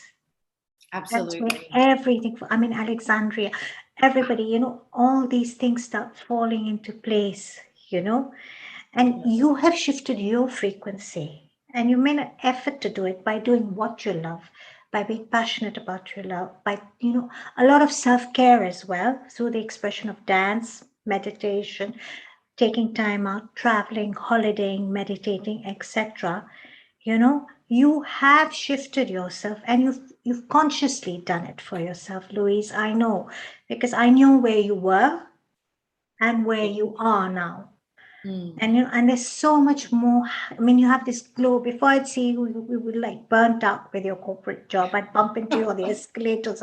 You'd be like, the first thing, oh, I'm so sick of my job. I need a change. I'm traveling on Friday. I'm going here. I'm doing that. But you took that conscious effort to step out of the comfort zone, be fearless, live your life exceptionally. And now, because you've done it and you've tasted the nectar after it, you're able to show others how to do it. That is so motivational, and you hold their hands and you keep them motivated. Now with your clients, you're working with, corporates and individuals and many people, in and around the world. I know your business is not only Hong Kong centric, but it's reaching out to people all globally. And that's the beauty of Hong Kong. Well, actually, the whole world now can reach out globally, but Hong Kong has been a great platform to reach out to people globally for a very, very long time. Now, you are working along their hours, Yes. with different time zones, which is something you probably did in your corporate job as well. That's You're setting up meetings, you're setting up one-to-ones, you're working with groups of people. And of course, in the pandemic, in this trying time, you're doing a lot of Zoom, etc. How do you hold their hand and keep them motivated through the process? Because fear always sets in at some point. Fear will always set in at some point. So how do you really give them that push and say, okay, no, you can do it, but these are not just mere words speaking. This is experience telling you, how do you do that?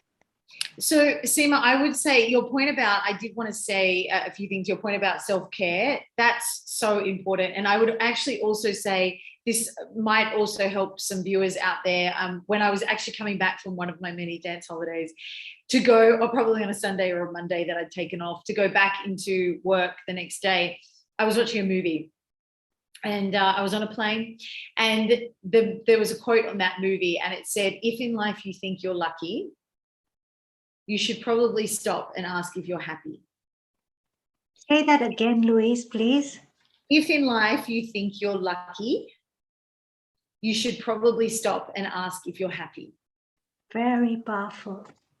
And that was a really life-changing moment for me. And again, when I was coming back from a dance holiday. So at that point, I was like, that's exactly how I feel. I feel so lucky to be in this role. I feel so lucky to have the position that I have. I feel so lucky, but I'm not happy. And the reason why I couldn't leave, or it took me so long to leave, is because I felt lucky. And sometimes when we do feel like that, we tend to stay where we are. But the problem is also, Seema, something you'd also said, I think when we do that, and I see that a lot with my clients as well, so they won't do things. So, and when we don't, and I'd like the viewers to really tune into this emotion. So if there's something that you need to get done, or somewhere you need to go, you should go to, maybe you want to network more, maybe you want to make new friends, maybe you need to do something to grow your business, and you need to do it, and you should do it, but you don't. And when you just make that decision to not go to that event tonight, not do that thing this afternoon, there is a temporary moment of comfort, because it's like, oh, I don't have to do that anymore. But the problem is that is only short term. If you actually go out and do the thing that needs to be done so that you can bring the change into your life, then while there's a discomfort in making it happen, the feeling on the other side is incredible. It's growth.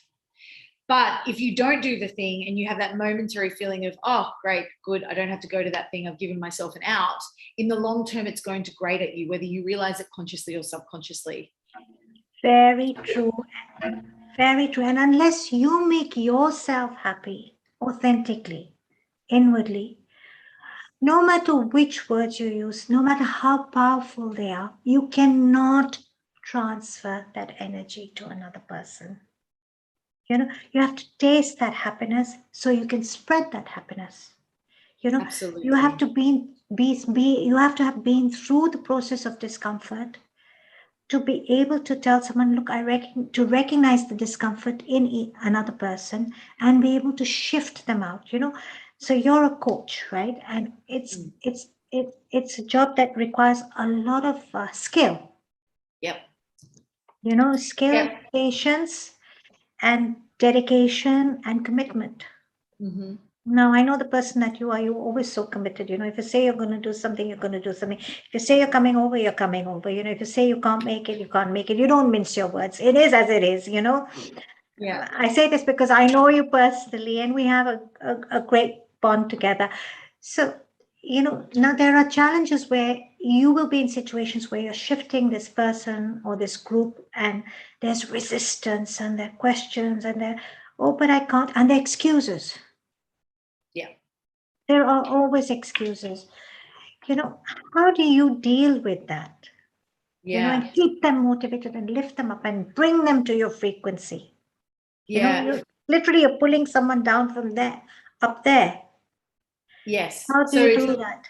Yeah. So wow, there's a lot in that, Seema. So I would say, firstly, the whole idea of self-care and self-love.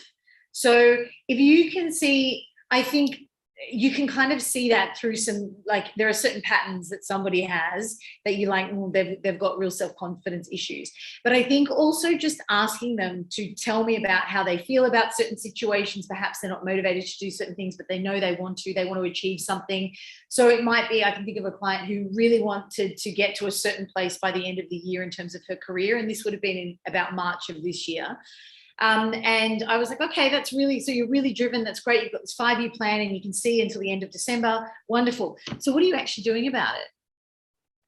And there was no plan. So while she knew where she wanted to be, there were no steps she was taking to actually get there. And I think sometimes that's an indication of a block in your progress.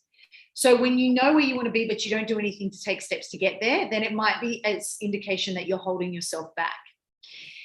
Sometimes, generally when people talk to me, there's a lot of questions. I ask a lot of questions, like, why do you think that? And and then I'll use the evidence that they've given me. That's usually an indication of not that.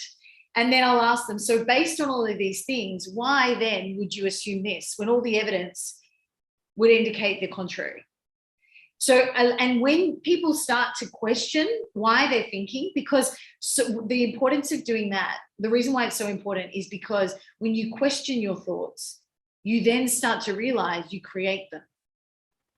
And when you realize you create them, you then realize you have the power to change them because you chose to think what you're thinking and you can choose to think something else.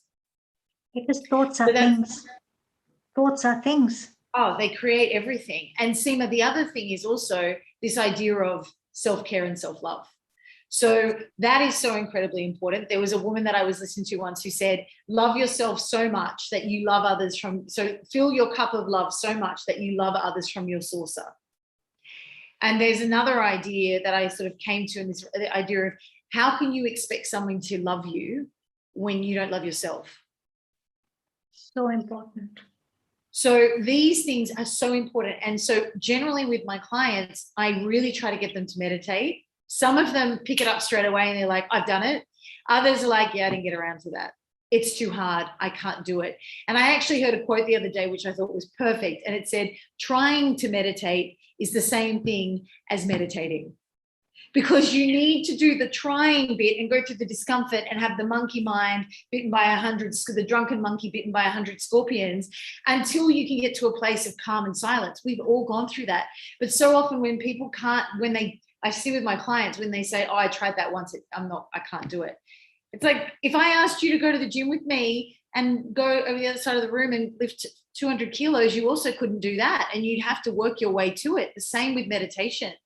So there's certain things that I really encourage my clients to do. Meditation every day. Start with 5 minutes and then get up to 15. And then I give them certain tools and crutches because when I started, there was no Calm app or there was nothing. And then also the other thing is gratitude.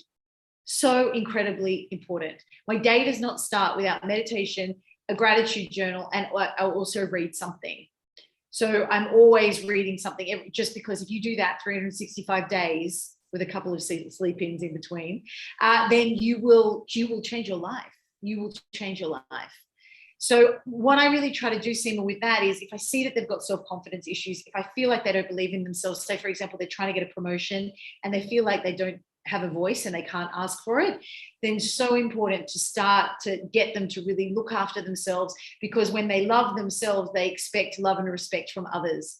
And the last thing I'd say on that, Seema, is also just being super kind and understanding. So if they're not ready to have that conversation with their boss, I had a client that comes to mind, was trying to encourage her to have, she hadn't had a promotion in 5.5 years. She was clearly an asset for the organization.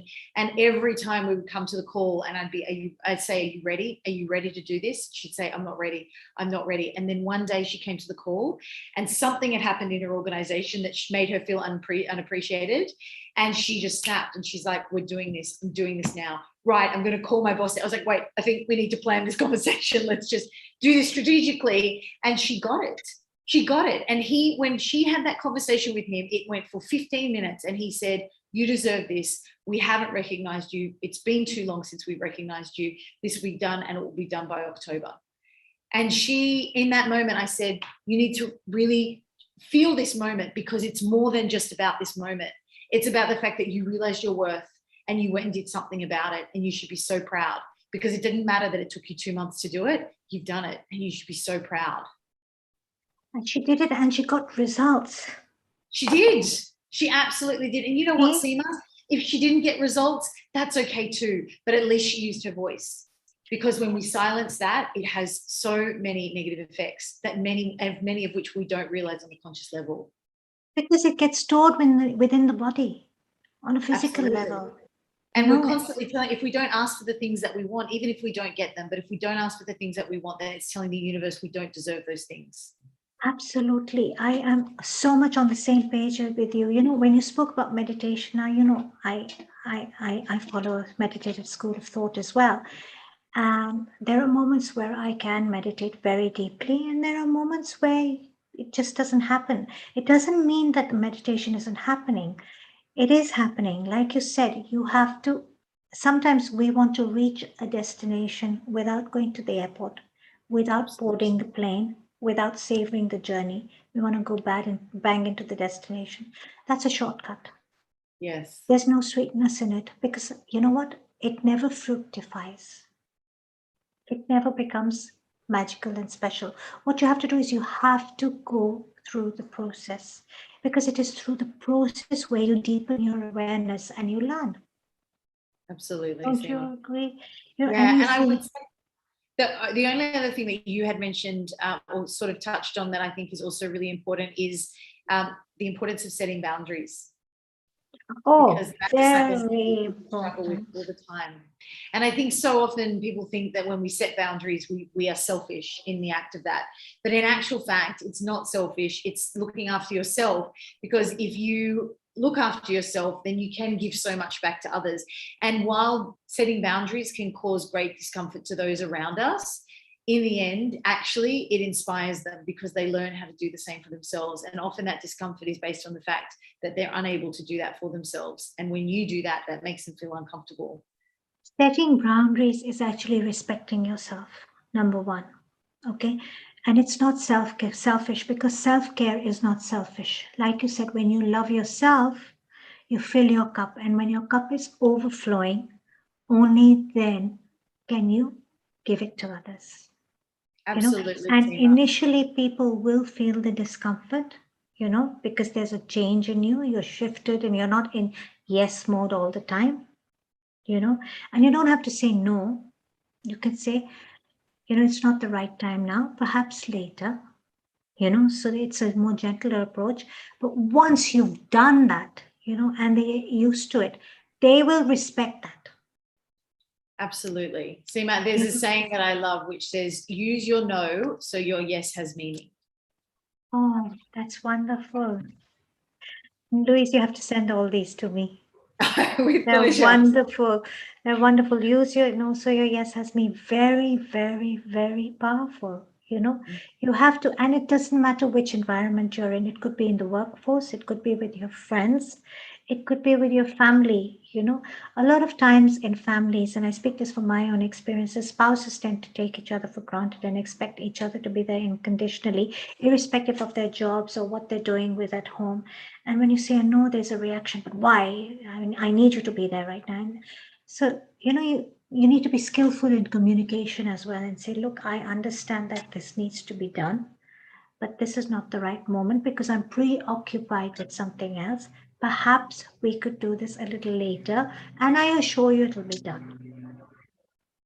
Seema, I think communication, So it's one of those important. things. I remember I was at a retreat at Tao Garden in Chiang Mai, and there was a woman who was doing the night exercise classes, but she also does couples retreats. And I went up to her and I asked her what she sees as the greatest problem that couples face. And she said, it's one thing. But the problem is that by the time they come here, it's too late usually. And it's just that they stop communicating. And I think I see that when I do workshops with women, we talk a lot about communication and the importance of using your words and allowing for your partner to understand and appreciate and just to know what it is that you need. Because so often, especially women, tend to not be clear on that. We assume that those around us know what we need, but we actually, if we could just sit down and be super clear about it, it would help everybody out, I'm sure. But the other thing that I see is with my clients in the workplace, it's not about how they do their job. It's not about their skill set. It's communication that is over and over again such a huge issue for people, communicating down to their teams and up to their management. It is something that I have not yet seen a client who doesn't have that issue. Some more than others, but it comes up again and again, Seema. It's everywhere. And I think the other part of my business is working with C-suite leaders to build them into thought leaders. And that's another form of, all I do is communications with them. So it was what I did in my job, but now it's what I do across all aspects of my work. And it's everything. When you communicate, you tell the world when you communicate effectively, you tell the world who you are. And it is so incredibly important, but so often people don't do that. And when they don't, it's what I call, they get caught in the web. They get caught in the web and they get overwhelmed by other people's words and opinions, and they don't communicate themselves out of it in a really respectful way where both parties are respected, but at the same time, they are very clear about what they need and what they think is fair. They just get caught in a web. And when they're caught in the web, the frequency goes down and it's just a downward spiral from there. And the body language changes as well. Everything is affected. Everything Absolutely. clamps up because there's no sense of freedom, because there's no sense of expression. You need to really express yourself fully, get the message out there respectfully and fully, so you have that freedom that it's off your chest. You've said what you had to say and it's over and done with. Now, how the other person reacts to it is really up to them. It's not your problem at the end of the day. It's about Absolutely. you. And I think also when you communicate better, you actually become a better listener. Oh, yes. Because you allow other people the space to communicate as well. And when you become a listener, then you provide space for others to listen to you, because they honor that. Now, in Asia, I won't say Hong Kong itself, in Asia, because we both have something in common, and that's the Far East and Hong Kong. But I'm going to take a very general view and say in Asia, there's this element of face. Okay, now in the position that you're in, dealing with so many people in so many sectors, it must be quite a challenge for you to break through that space of face, number one, because so people are so caught up with, sometimes people are saying yes, but inside they're saying no, and you don't know it. You know what I'm saying, right? We've lived in Asia, so we know, because it's disrespectful to say no. It's wrong to say no. All these elements are there. And then, you're trying to get them to be expressive and not have that element of face and break through it. Breaking barriers, as we say, barriers of social that are implemented socially, culturally, whatever. Now, your job is to break through those barriers, and get into that person and say, okay, I'm going to motivate you and I'm going to get you where I want to get you. This is my job and that's why you're here. How do you do that? I mean, how do you cope with those challenges? It gets frustration. We all think being a life coach and being a corporate coach is hunky-dory, it's easy. It's not. Because you want results. Yeah. It's a result-oriented profession. And you will only be fulfilled when you see those results, because that is what gives you true joy and bliss and happiness. You have all these blocks to work through, one through the other, and chip away, and it's hard work. It absolutely is. It is. I think, yeah. I mean, there's a lot in that question too, Seema. I think with the face thing, I would say, looking at cultures, for some of the clients that kind of call in, so I do corporate coaching as well. So it's through a large multinational organization, and the staff just book in. So they'll come on screen, and I don't actually even know where they're dialing in from across Asia Pacific. So that's a really interesting experience. And I find that's often those that are like almost to the point where they'll dial in and they are so lost and so deflated. There's a lot of this expectation around what they should do for the family, the pressure family are putting on them to do certain things, to be in a certain place, to be in a certain place in their career, to be in a certain place in their relationships, to be married, and it just puts all of this incredible pressure on them. So what I find is that they are trying to please, they're so busy trying to please everybody else. And that really often comes from this subconscious programming that we have between the ages of 0 and 6. So that is such an incredibly powerful time for a child, but also one where that can be incredibly damaging. Yeah. And the problem is that often when I speak to women, they're like, oh my God, what did I do to my child during those years? Because I do a lot of work with women. So, but the thing is, it's not only what you did, it's not what you said, it's what your child absorbed. They're like a sponge. So they're looking around, they're interpreting their environment, they're seeing how people are acting, they're hearing what people are saying, and they grow, and they then build the expectations of themselves and their communities through that, which is why so often we have people that come from the same country acting in the same way. And I think, Seema, it's about understanding and being sensitive to those requirements for, different obligations and family things, and also, different communication styles. So if I've got somebody in one country that's looking to speak to their manager, it's probably going to be a very different conversation in Indonesia than it is in Australia. In Australia, they might even they might not even book an appointment. They might just walk into their manager's office. But in Indonesia, that may be a very different thing.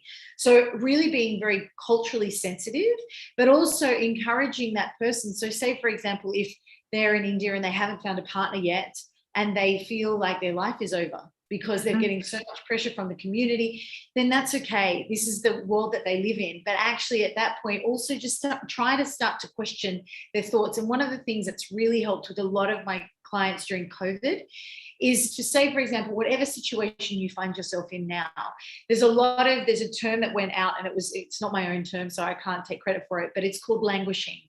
And it's that feeling of not feeling super depressed, but also just not feeling really high on life. It's this kind of beige feeling. And the article, the person that wrote the article said, actually, we should be more worried about this because there's treatment for that end. And this is a great place to be. But who's looking after these people in the middle that are just kind of numb? So really looking at that whole idea of languishing, really looking at how they feel, and starting to just ask themselves, if in 10 years' time, where COVID hopefully will no longer be a thing, I look back at this time here in my life, how would I want to remember these moments that I've spent? Would it be worrying about my children at home in homeschooling environments?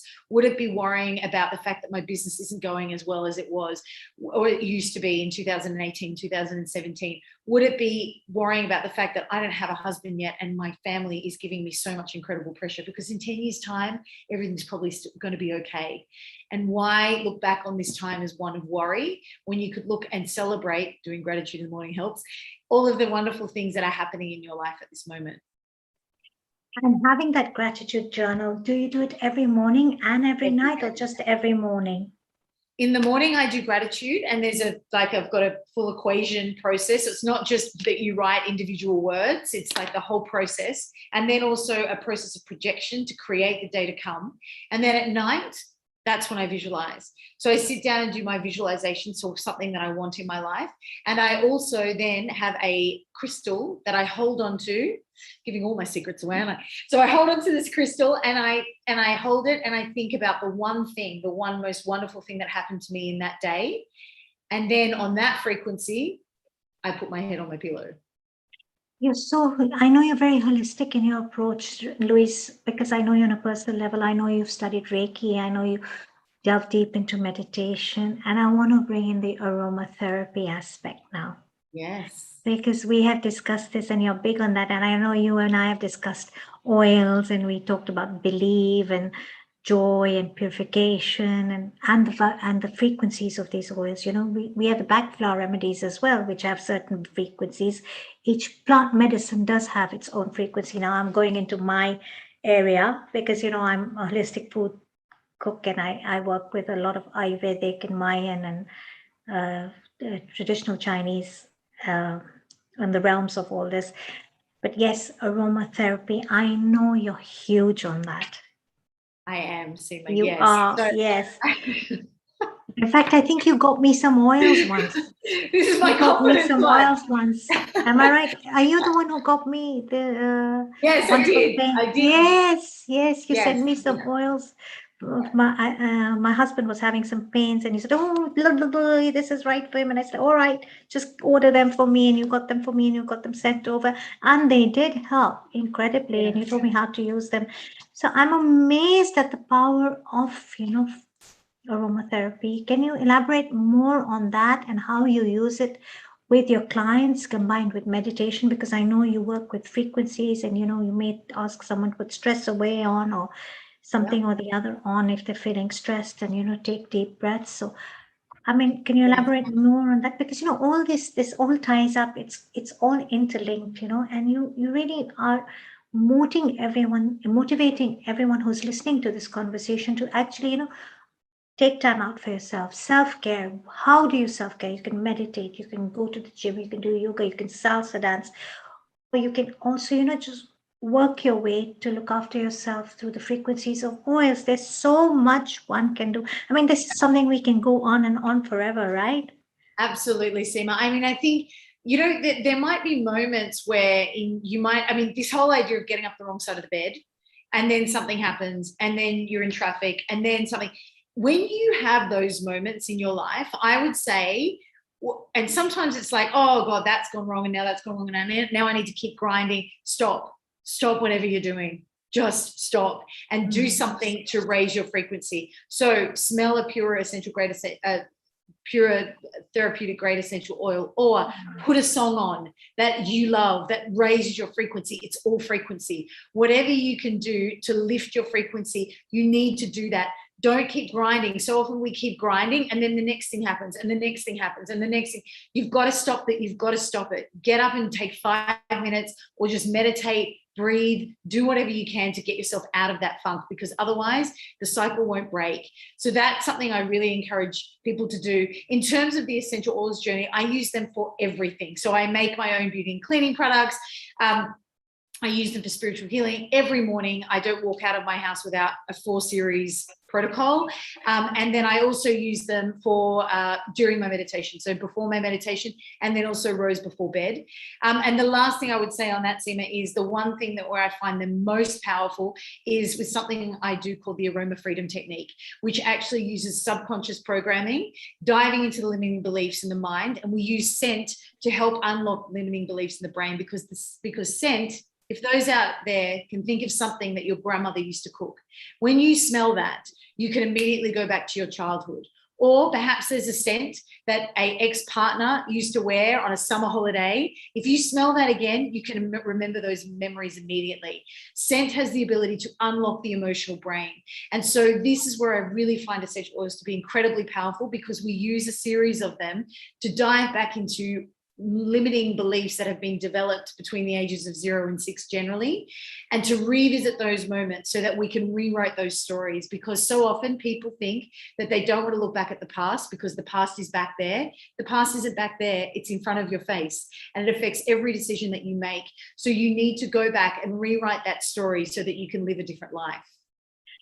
Louise, this has been wonderful. You've given us so many techniques and you're so motivational, you know, and I mean, everybody deserves to live their life exceptionally, you know, and you're providing tools for us through exceptional existence. It's truly been very motivational, and I really want to thank you on behalf of the whole team and Mr. Neil Kumar at Healing Our Earth for coming on board, keeping yourself up at a late hour of this night in Hong Kong for us.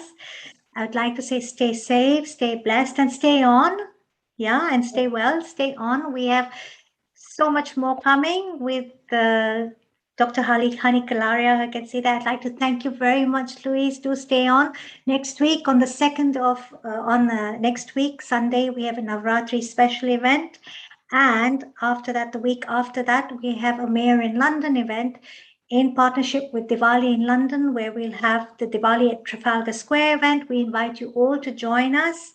Yeah, and I'd like to take this opportunity to thank the founder and director and a great visionary, Mr. Neil Kumar, who set up this platform during the pandemic so everybody can move together, share love, peace, joy, happiness, and have a safe space to share what they're feeling. Do follow us on our Instagram, Twitter, and Facebook handles. We're on YouTube too. And now, Louise, thank you. Thank you Lovely to so see much, you. Seema.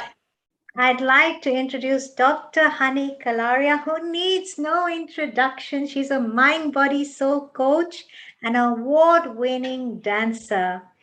Okay, and she's a creative dance expert with over 35 years of experience in the field of art, culture, and entertainment. She's born into a Hindu family. Hani was guided by her mother to start reciting mantras and prayers from the age of 3. Her father has been regularly reciting a sacred Hindu text, the Hanuman Chalisa, for many years. In her spiritual quest and journey, Hani has been blessed to have traveled to India to not only learn Indian classical dance, but also to study and how to conduct yagnas, which are sacred fire ceremonies, by reciting powerful mantras. She's got an opportunity to get educated on the science behind these powerful prayers, how they cleanse, purify one's aura, spread peace, and offer positive benefits to the environment. Hani is going to take over now while I sign off and say a very warm global namaste and thank you. She's traveling to my country of birth with someone very dynamic, special, a lady who's touched many lives. I'm handing you all over to Hani. Thank you so much. And a global namaste to you, dear Seema. And of course, the rest of our Healing Our Earth family who have tuned in are being completely inspired by all your wonderful guests who you've been discussing things with. What wonderful questions you were asking, Seema. I was having a chance to learn and also grow myself with these wonderful tips that Louise was sharing with, of course, the rest of the world out here. But before I go, Seema, I know that, you gave me such a wonderful, introduction. I think I should do a bit of an introduction for you too, Seema. Oh, yeah. Thank you. Actually, Thank I wanted to just let the rest of the world know, of course, Seema Bhatia is one of our wonderful family members here on Healing Our Earth, an amazing host and an even more amazing soul, I should say. She's a beautiful soul. She was born and raised in Nairobi, Kenya, and her culinary interests developed at an early age, founded on a family food business. She extensively traveled in Africa, India, Southeast Asia, and that has allowed her to not only follow her culinary passion and grow her knowledge on the effects of food on the mind and body, but she has also explored several yogic schools of thought, which I think is very interesting because I'm also very interested in that area. And as a breath, water, and sound teacher with the esteemed Art of Living School of Thought, her philosophy is simple. You are what you eat. You become what you do, feel, and think. And that is absolutely spot on. Such short words, but so powerful. And watching your thought process, she believes, and of course, including immense self-care prescriptions, breath work, meditation, and of course, connecting with the realms of nature, she believes are the best tools to positively impact your mental and physical health. So what a wonderful, I can see that very wise Seema we have here. And combining all these techniques into a whole will lead one into a journey of greater well-being, allowing one to live their life to their fullest potential, she believes. Now, Seema has also successfully shared her skills and knowledge with corporates, individuals, all over the world for many years, especially in Hong Kong, Singapore, and she's now based in Oxford. Isn't that right, Seema? What a wonderful plethora of wonderful talents that you have, and the way you've been able to really transform lives through your knowledge. So Seema, how has it been today? Did you get a chance to celebrate the wonderful Mahatma Gandhi ji's birthday yesterday? Yes, it's actually my nephew's birthday as well. He shares the same day, so it's a very special day for us. And I didn't get to go down to London, but we did have a family call with him, so that was quite special. And I was really looking forward to today's session with, traveling to Indonesia with Niharika, and of course to my own Hong Kong with Louise. And now you are going to be traveling to my country of birth with an enigmatic, fearless, I call her a tigress, beautiful lady. And I'm so looking forward to your session. She's done so much good and she's touched so many lives. So I'm really looking forward to watching your session. Me too. I'm super excited because we're going to travel all the way, fasten your seatbelts, get on the plane, and we're moving on to Kenya to meet this amazing woman, a very, very beautiful one too. Seema, thank you very much. And a global namaste to you. Do stay behind if you can and enjoy the rest of the afternoon. And of course, a very big global namaste once again to our wonderful Healing Our Earth audience members who I know have tuned in from many, many countries around the world. And thank you, as always, for always supporting us. We're growing. Our family's growing each and every single day. And we are now moving on to Kenya, where we have this really beautiful woman called Pinky Galani, who's going to be speaking to us a little bit about self-love. Now, before I introduce her, let me first of all say global namaste. Hello, Pinky, are you there? I am here. Namaste. Global namaste, as you say. Global namaste. What a beautiful smile. It's like $1 million smile that you have. Oh, wow. Thank you so much. As I've gotten older, I've got crow's feet, so I don't smile as much. But you guys have really made me smile today. Look, I would say to you that the warmth comes through, through the aura. But before we move on and discuss a little bit about your wonderful topic called self-love, let me do a bit of an introduction to dear Pinky Galani. Now, Pinky Galani is from Kenya. And she's a trained media professional with over 15 years of media engagement as a radio and TV personality.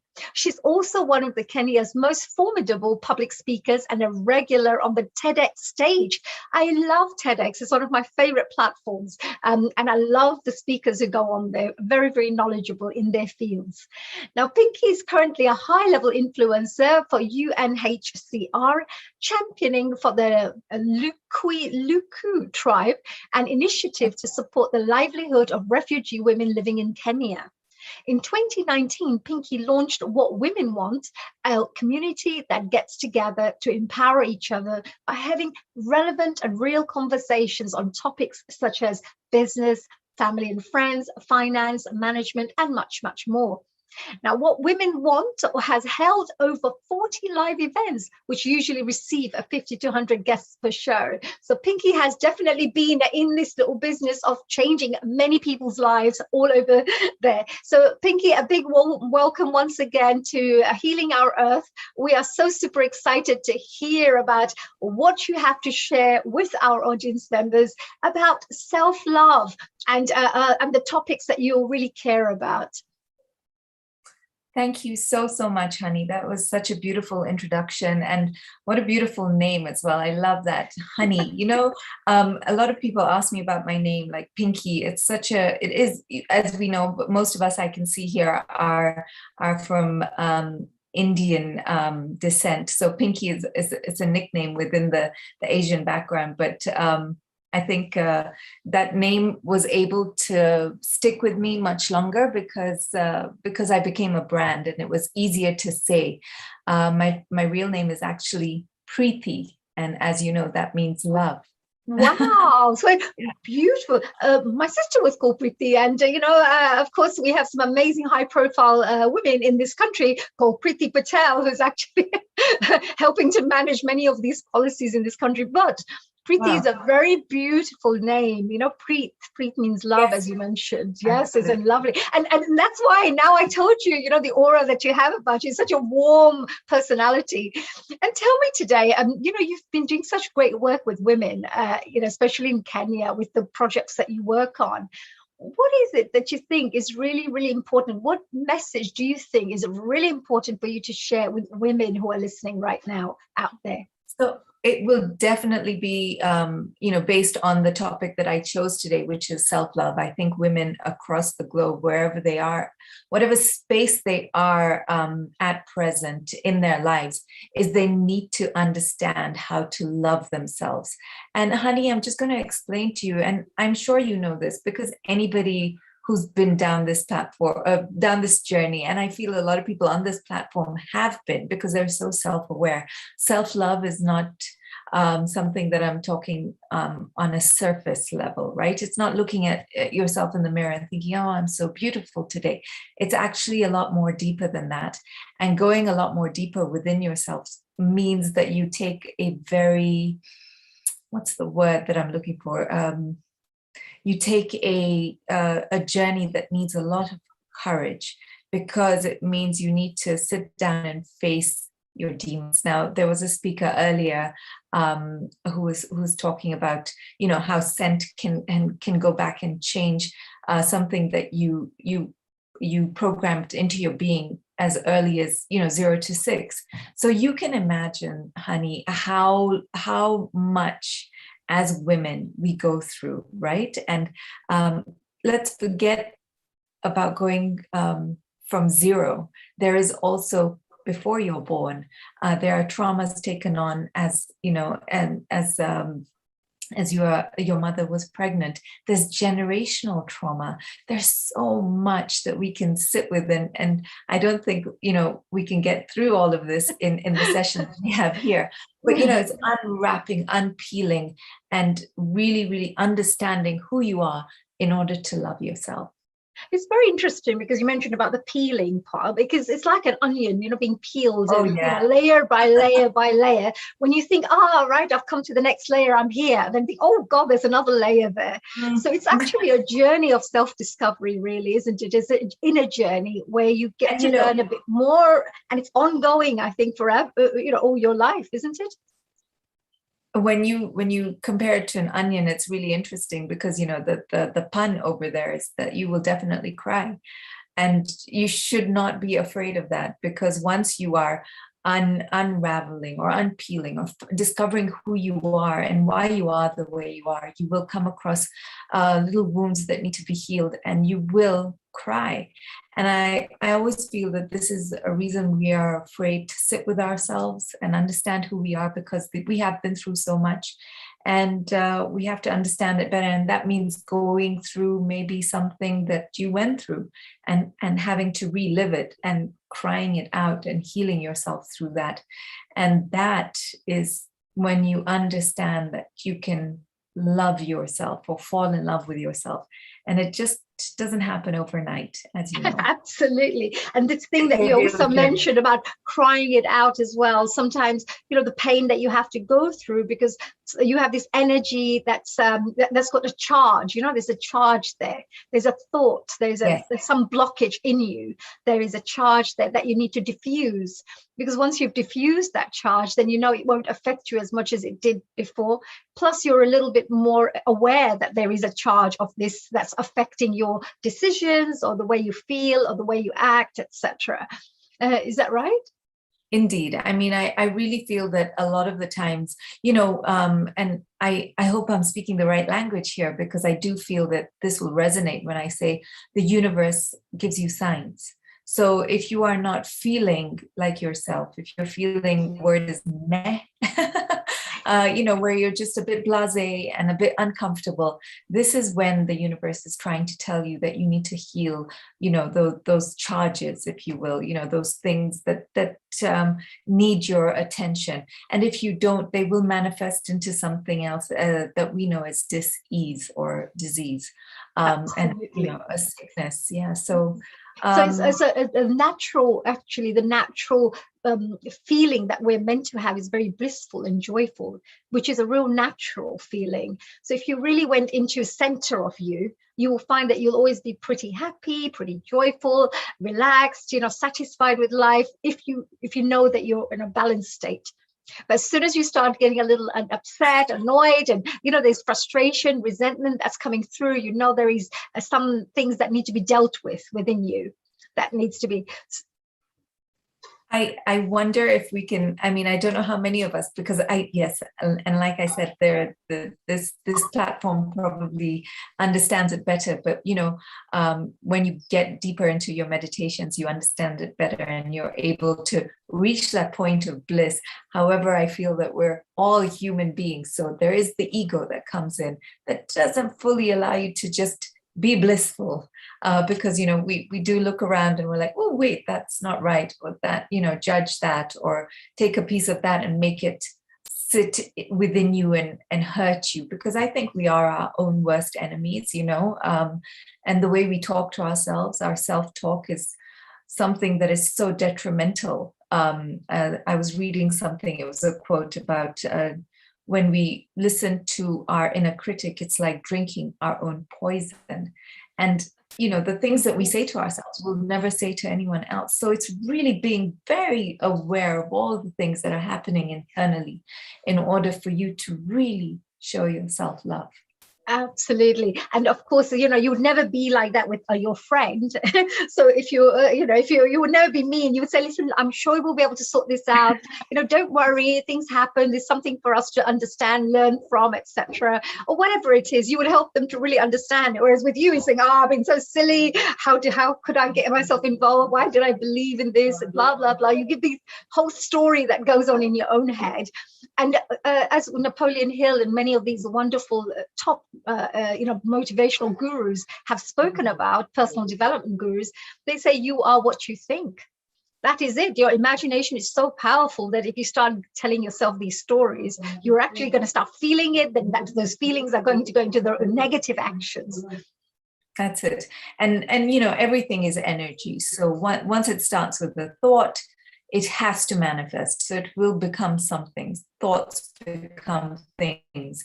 So it's really being, again, aware of where you're sending your energy and where you're sending your thoughts, and where, and a bad feeling thought is, of course, going to become something negative in your life. So, and there is nothing wrong, that's another thing. This is how we have to learn to love ourselves, is be kind to ourselves. It's okay to have bad thoughts. It's okay to go through things that you feel, okay, let's give you the example. It's okay to put on a bit of weight. We judge ourselves so harshly, and oh my God, look at me, I'm fat and I'm this. And like you said, honey, that we would never be able to talk like this to somebody else, our friends. Can you ever call your friend fat? But you can say, don't worry, you've been through a tough time. It's okay, it may be, so don't worry, maybe we can get you starting to maybe walk a little bit. Let's get together. You encourage them, right? Yes. And you need to encourage yourself as well, to be able to and inspire yourself, motivate yourself to take right actions. And sometimes I believe, Pinky, that people, sometimes the motivation is not there, like the discipline or the motivation. When you need to do something for yourself, but you just don't do it. How do you find that with some of the women, that they know they have to do this, but they just can't get themselves to do it? And that's the thing, that's that inner voice inside you that you need to really hone in on and make shut up, pardon for saying that, but you really need to quiet that voice down, because it can get into you and sort of like, what you need to do that's right for you. That eating well will make you feel better, drinking more water will make you feel better, getting up and meditating will make you feel better, saying good things will make you feel better. But there is something inside of us, and like I said, we are, after all, just human beings. Okay, so we're just having a human experience, and this is why we don't need to judge ourselves too harshly. So that voice, it's in all of us, and we just need to quiet her down. We need to sort of just tell her, simmer down. And yeah, we get it. We're feeling a bit uncomfortable right now, but be on top of it and not let her always control what we're saying, doing, thinking, feeling. You mentioned about meditation as well, because that's a really important area, because if you start meditating on a regular basis, you will find that your consciousness levels start rising. And as soon as your consciousness level starts rising, you will see things in a much clearer way. As soon as, normally, instead of you thinking this way, you'll start thinking more that way and finding many more solutions. So the meditation you mentioned was a very powerful method for people to be able to get a bit more clarity in their lives, and sitting quietly, their inner intuition, as we say, their inner guide or higher soul will guide them that this is the right thing to do, or here's a solution that you need to follow. But many people do not follow those little messages that they get within them either, right? Oh, yeah, absolutely. I mean, sometimes we do get those gut feelings. Sometimes we do have our intuition speaking to us. But again, that voice, and I always say that voice is very close to our ego, makes us doubt ourselves. So there's a lot of self-doubt. No, maybe that's my imagination. No, maybe my gut is not completely right. But that is absolutely our higher self, the universe, source energy, whatever you'd like to call it, speaking directly to us. And we are that powerful, we are that magical that we can connect directly. And it does take, a little bit of time, honey, just quietening down, silencing the mind a little bit. However, even when we try and do that, sometimes you're thinking, okay, I'm quiet now. My mind is quiet. Am I meditating? Is this a meditation? Am I breathing right? So, the mind. The monkey mind. Exactly. The monkey mind. chatter. But one thing that I found that's really helped me, because especially during, this last year, I found it very hard to quiet the mind, is breath work. And that that sort of just makes it go silent. And, I've just been finding different ways to sort of help myself heal myself, because that's very important. Nobody else is going to come and do it for us. We do have healers, we do have people who pray for us, etc., and they send good energy. But until the vibration is not correct within, until there's no alignment, until there's no peace inside, there's no huge shift that's going to have to happen. So we have to be able to help ourselves. And this is why I'm saying the meditation was not working for me. It was working fine up until, the whole world was turned upside down. But then I had to find a way to be able to say, all right, let's find a way where we can quiet this mind again. And breath work really came in and helped me there. Some people find journaling. Is this pranayam? Is this pranayam that you're talking about? Or is it like is there a particular exercise that you tend to follow? Or is it generally any kind of breath work?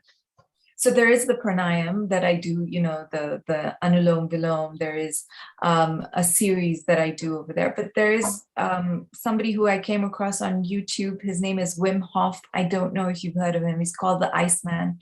He's the one who tells you about really controlling your breath so that you face your fears. And rather, what he says is one thing. Don't worry about your fears come to you. Go and face them. And that way, you're looking at your fear and saying, okay, what are you going to do to me? And, if you have time, please go ahead and look for him on YouTube. He has a series of 3 rounds of breath, and it takes from 6 to 11 minutes. If you want it to be the 6 minutes, you can choose that.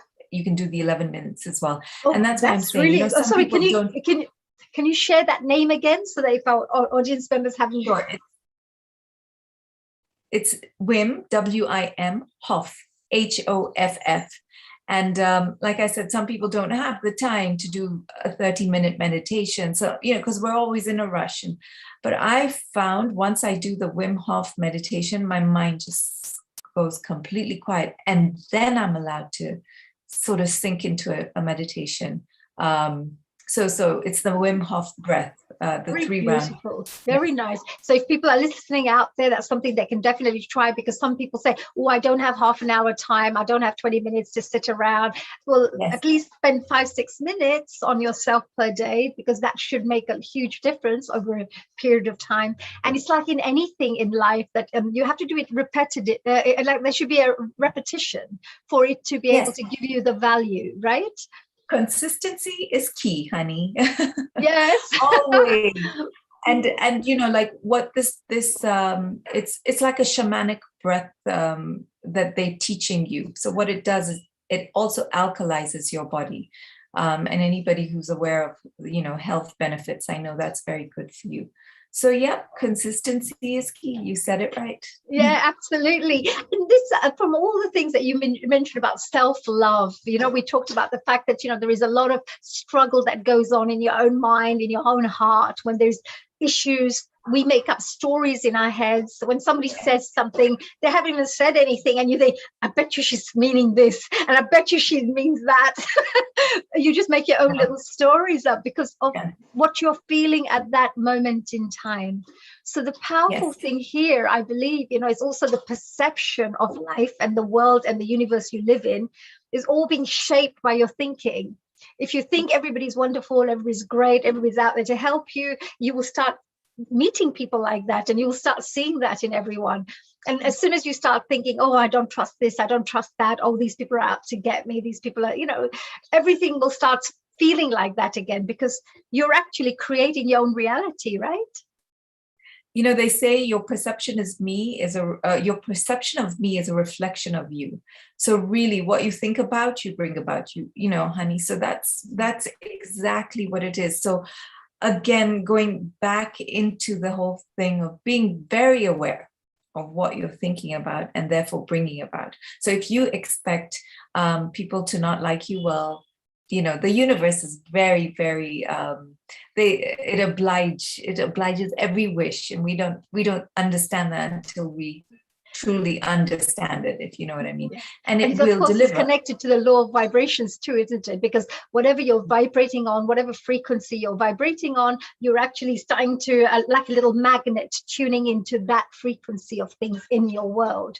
So if you find that you're always full of love and full of laughter and full of joy and, you know, trust and courage and whatever, you start meeting those kinds of opportunities, those kinds of people that you can hang out with. So you find peaceful people will always kind of get attracted to other peaceful people. Or you find that, animal lovers will get connected to other animal lovers. You know, it's just like, you tend to attract. And if you're complaining all the time and there's things are just terrible in your life, you're suddenly talking to everybody else who has problems in their lives. And you see, this is where self-love comes in, becoming so super aware of what you're actually saying, and stopping yourself from complaining or speaking negatively about someone. I mean, it's so easy to get involved in gossip. It's so easy. It's the easiest thing to do. But to be able to refrain from saying something callous or nasty about somebody, I mean, that's when you start showing yourself some discipline, some love. And another way of showing yourself love is keeping promises to yourself. So if you tell yourself, I'm not going to do this tomorrow, I'm not going to gossip about, you know, XYZ, whether it's colleague or sister-in-law, mother-in-law, I'm not going to do that. Keep that promise to yourself and watch your world change. Yeah, that's a very powerful one as well, because by you keeping promises to yourself, you also see the value of you. Because if you were talking to, let's say, an important person and you say, oh, we're meeting tomorrow, you're going to be there, right? And you think, well, I'm meeting Boris Johnson, you know, or somebody like the Prime Minister, I better be there on time, right? But if it's you think, it's just me, you know, it's not really important, right? So in a way, go work out because, you know, although I promised myself I would do 30 minutes on the treadmill, it's not that important. Keep your promises to yourself. Yourself, absolutely. And then when you really think about it, I know that as women as well, we go through various different issues. Let's say one of the issues is putting on weight, let's say. And then, you know, people don't feel very confident afterwards, etc., but they don't go to the gym or they don't do any of the activities. And it took them probably 5 years to put on all that weight, bit at a time. So you can't expect that in 1 week you're going to lose it all, right? So they have to understand that, look at the way we're thinking, the way we are, the way we're being, that's all built up over a period of time with the kind of experiences you've had, the kind of memories you're storing, the kind of environment that you're living in. All those things are affecting you as a whole. And so you need to be able to understand that if this has been there for this many years, it's going to take a little while to understand, be a little bit more caring with yourself, be a bit more understanding. Is that true? Yeah. So you need to just like it takes you so many years to be where you are, it may take a little while to undo all this as well. Exactly. And it goes back to one, keeping a promise to yourself, two, being consistent, and also three, being very kind in your words. So today you promised, that you're going to go on a diet and you had a bar of chocolate. It's okay. Tomorrow's a different day. Just don't beat yourself up about it. Again, honey, talking about what we say to ourselves. I always say, talk to yourself like you were, 10 years old again, or a younger version of you, and be kind and compassionate. Because what would you tell your daughter if she came and said to you, oh mom, I didn't go to the gym today, or I had a big bar of chocolate when I told myself I'm going to go on a diet? What would you say? You wouldn't be like, oh, you're useless, you're rubbish, you're never going to lose this weight. You would never say that. So talk to yourself with a lot of kindness and compassion, and understand that it's okay. But again, just go back to keeping a promise to yourself, because I can't tell you the value that you feel once you've kept that promise to yourself, and you've seen it through. Suddenly you felt better within, and you've shown yourself, I love you and you're worth it, and we're going to do it. Absolutely. And we also, when we come back to women again, women are also actually in charge of their families, because they're raising children, and they have a lot of things to get on with, unpaid people, I feel. Washing up and cooking and cleaning and looking after kids. And if you paid childcare and you've paid a chef and you paid a cleaner, people don't appreciate how much work these women do. But I really go out, but at the same time they're also role models, because they're bringing up the future generation as well. They're the ones who probably spend most of their times with the children, bringing them up, etc. So being very balanced yourself, being very encouraging with your words, etc., are also very important qualities to have to bring up a very secure, confident children. What do you say? I think this is why self-love is so important. We must resolve our issues within ourselves so that we do not pass on our traumas to our children. There is a beautiful, I don't know, there is a debate on how to say his name. Is it Khalil Gibran or Khalil Gibran, the poet, who said our children come through us, but they are not for us. And this is what we have to understand as mothers. These children are not our mini-me's. So, you're molding the future generation, as you said, honey. We're sending them out into the world. We don't want to send out tormented, traumatized human beings who will now, be what the world is going to look like 10, 20 years from now. So this is why we must resolve our own issues and have enough love for ourselves to be able to say, okay, I'm going to completely heal myself, or heal myself to an extent that I am going to be able to step away from the person I birthed and understand that that person is a separate human being from me, and they have their own journey and they have their own lives, and I'm just but a guide.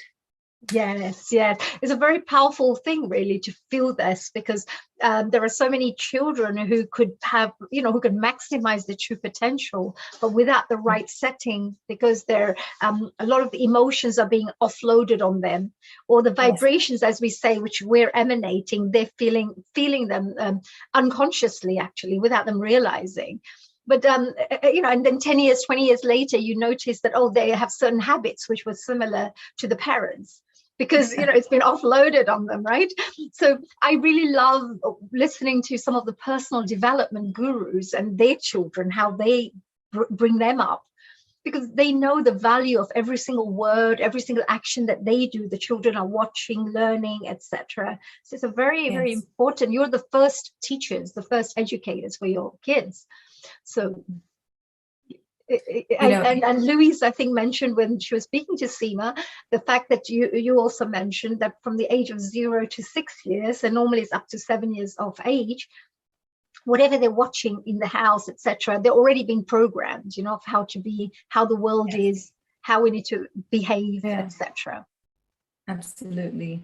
And, I always say to my children, I wish, my mom had taught me more, or had given me more, had told me to have more faith in myself. And please don't get me wrong, I'm not at all saying that I'm angry with my mother or trying to put her down. She only did what she knew best. However, we have so much more information available now. We have communities like this where we can speak and engage and learn more. So we're able to pass that knowledge down. And I keep on instilling in my children that they are magic and they are capable of doing everything that they think that they want to do, but they need to be kind. Kindness is key. And I am also teaching them to love themselves.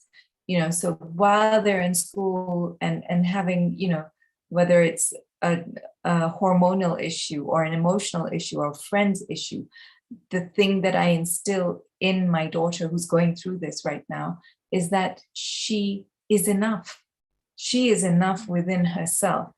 And, she should love herself first and then look for it outside, externally, whether it's friends or teachers, etc.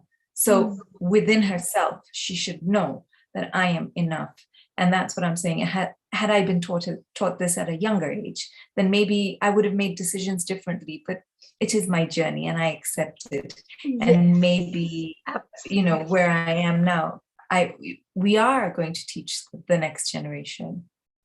Yes, and what you just said just now, you let them have their own journey, because we're all evolving here, really. There is never a time that you have to be perfect. I believe this. I believe that you don't ever have to be perfect, because at this moment in time, what you've experienced, the resources you have available, the people and support you have available, you will do the best you can at that moment in time.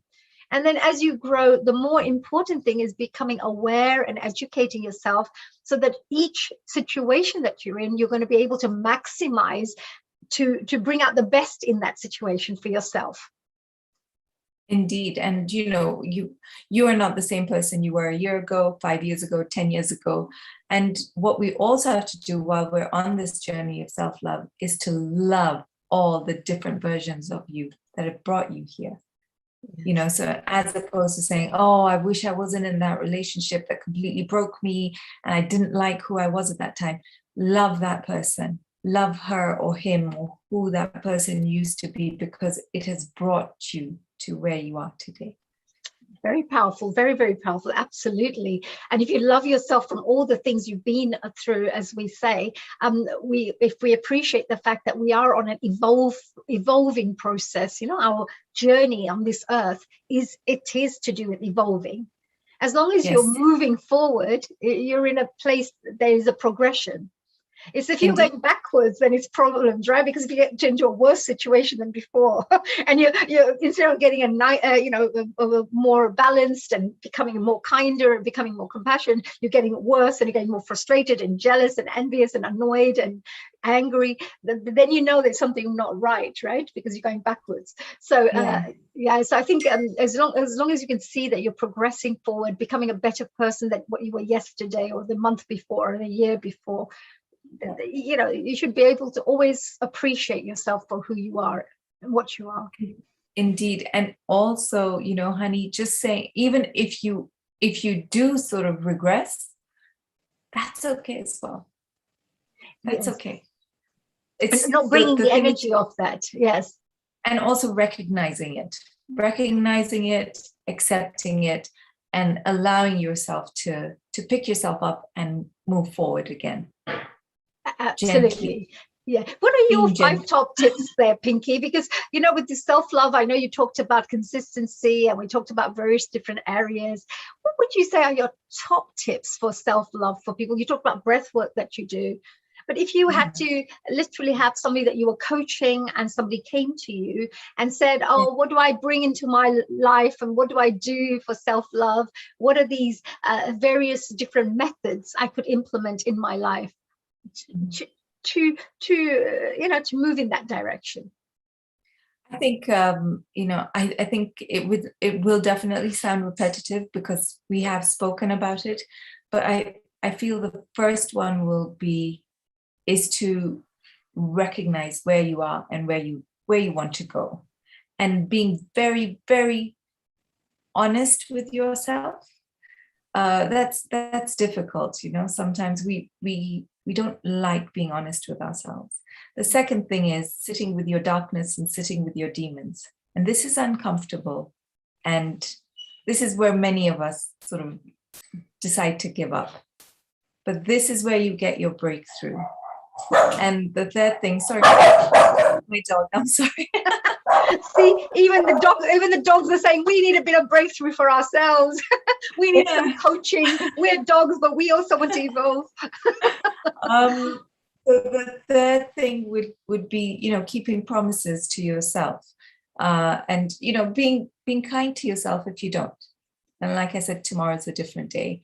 Number 4 is watching how you speak to yourself, because that's really important. And the 5th thing that we've not spoken about is self-love equals self-respect, because I think once you respect yourself, you're able to, 1, draw boundaries, 2, understand that what you're consuming, whether watching, eating, friends around you, all these things, you respect yourself enough to say enough with the toxicity, enough with things that are not good enough, good for me. So number 5 will definitely be self-respect, because self-respect is when you're able to step into your power and fall in love with your entire being. Wow, that is very powerful, Pinky. That is really powerful, that last one you mentioned, because self-respect, because some people say there's a bit of a fine line between ego and the self-respect. But I believe that, some people think, oh, you are being very selfish to think of yourself or to say this or to do that.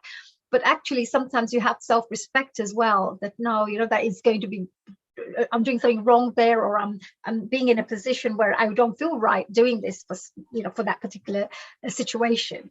So sometimes you have to have self-respect to say, no, that's not something I believe in. I don't value that. It's not part of my value system, and I'm not going to get involved in that. I'm sorry, a lot of the things that we need to do, honey, is unlearn our conditioning, unlearn our education, our upbringing, because we even society, sort of everything, even when we're spending our money, everything is about pleasing other people, and we forget about ourselves, and we forget about that our feelings are valid, and we are also somebody, and we feel things, etc. So whether it's the guilt that comes in, that you have to attend a wedding and the whole family is going to be there, and that there are people who you don't like, who are not good for your mental health, who are going to be there, and you have to just be able to say, no, I'm not going to be there. Let the guilt not take you through, oh, but auntie so-and-so is going to do this, and this cha-cha or that mama, and all of them are going to really judge you. Hold yourself still and in your space of love and say, I am doing what is best for you, and I owe nobody an explanation. So, it's that guilt as well. That's a very powerful word. What you just, sorry, that was a very powerful thing you just said. I don't owe anybody any explanation. I mean, that is a very powerful message. Yes. Because really, you don't have to justify yourself with your, when you make certain decisions. You don't have to go and explain things to everybody. Oh, I did it because of, because da. You don't need to explain anything, because it's what you want to do, and you're allowed to do what you wish to do. It's a you're a free spirit within you. Your soul is there only to evolve, to love, to care, to, you know, to keep doing good for others. You know, it's a humanitarian. Your soul is very humanitarian. It's our physical being that becomes me, you know, with the ego things.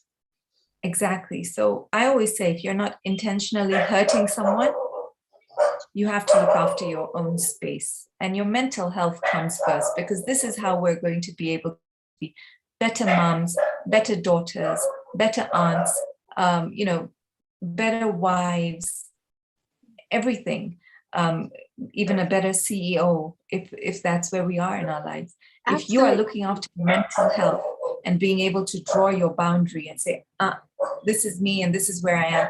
And the other thing that I want to say is, no is a complete answer, is a complete sentence. No is a complete sentence. So it goes back to that, I don't need to explain it. Would you like to come for the wedding? No, thank you. End of discussion. So very assertive, you know, in the way, because sometimes people, when they have a communication skills, it may be very passive, and sometimes it's very aggressive. And there is also assertive, you know, just being, not going round and round in circles, and being able to tell people how it is. Yes, absolutely. Well, diplomats are normally different, because they'll go round, and then make sure you know this. But you know, but it's very important, actually. You're very right there. So tell me, Piggy, you know, being a married woman, having children, how does having this kind of self-love and shaping yourself in this manner impact your relationships and the people who are close to you? How do they appreciate who you are as a person, because you have been able to go through this process of self-loving and caring for yourself too? I'll just give you a little bit of a background as to why I was very purposeful on my journey on self-love. About 5.5 years ago, I physically watched my mother have a stroke. My mother has been my backbone for my entire life. She brought me up. I lost my father when I was 6 years old. We lost my brother. No, I'm really not saying this in order for, you know, I just want you to have some context when I'm saying why I'm saying what I'm saying, and why I think it's important that we all fall in love with ourselves.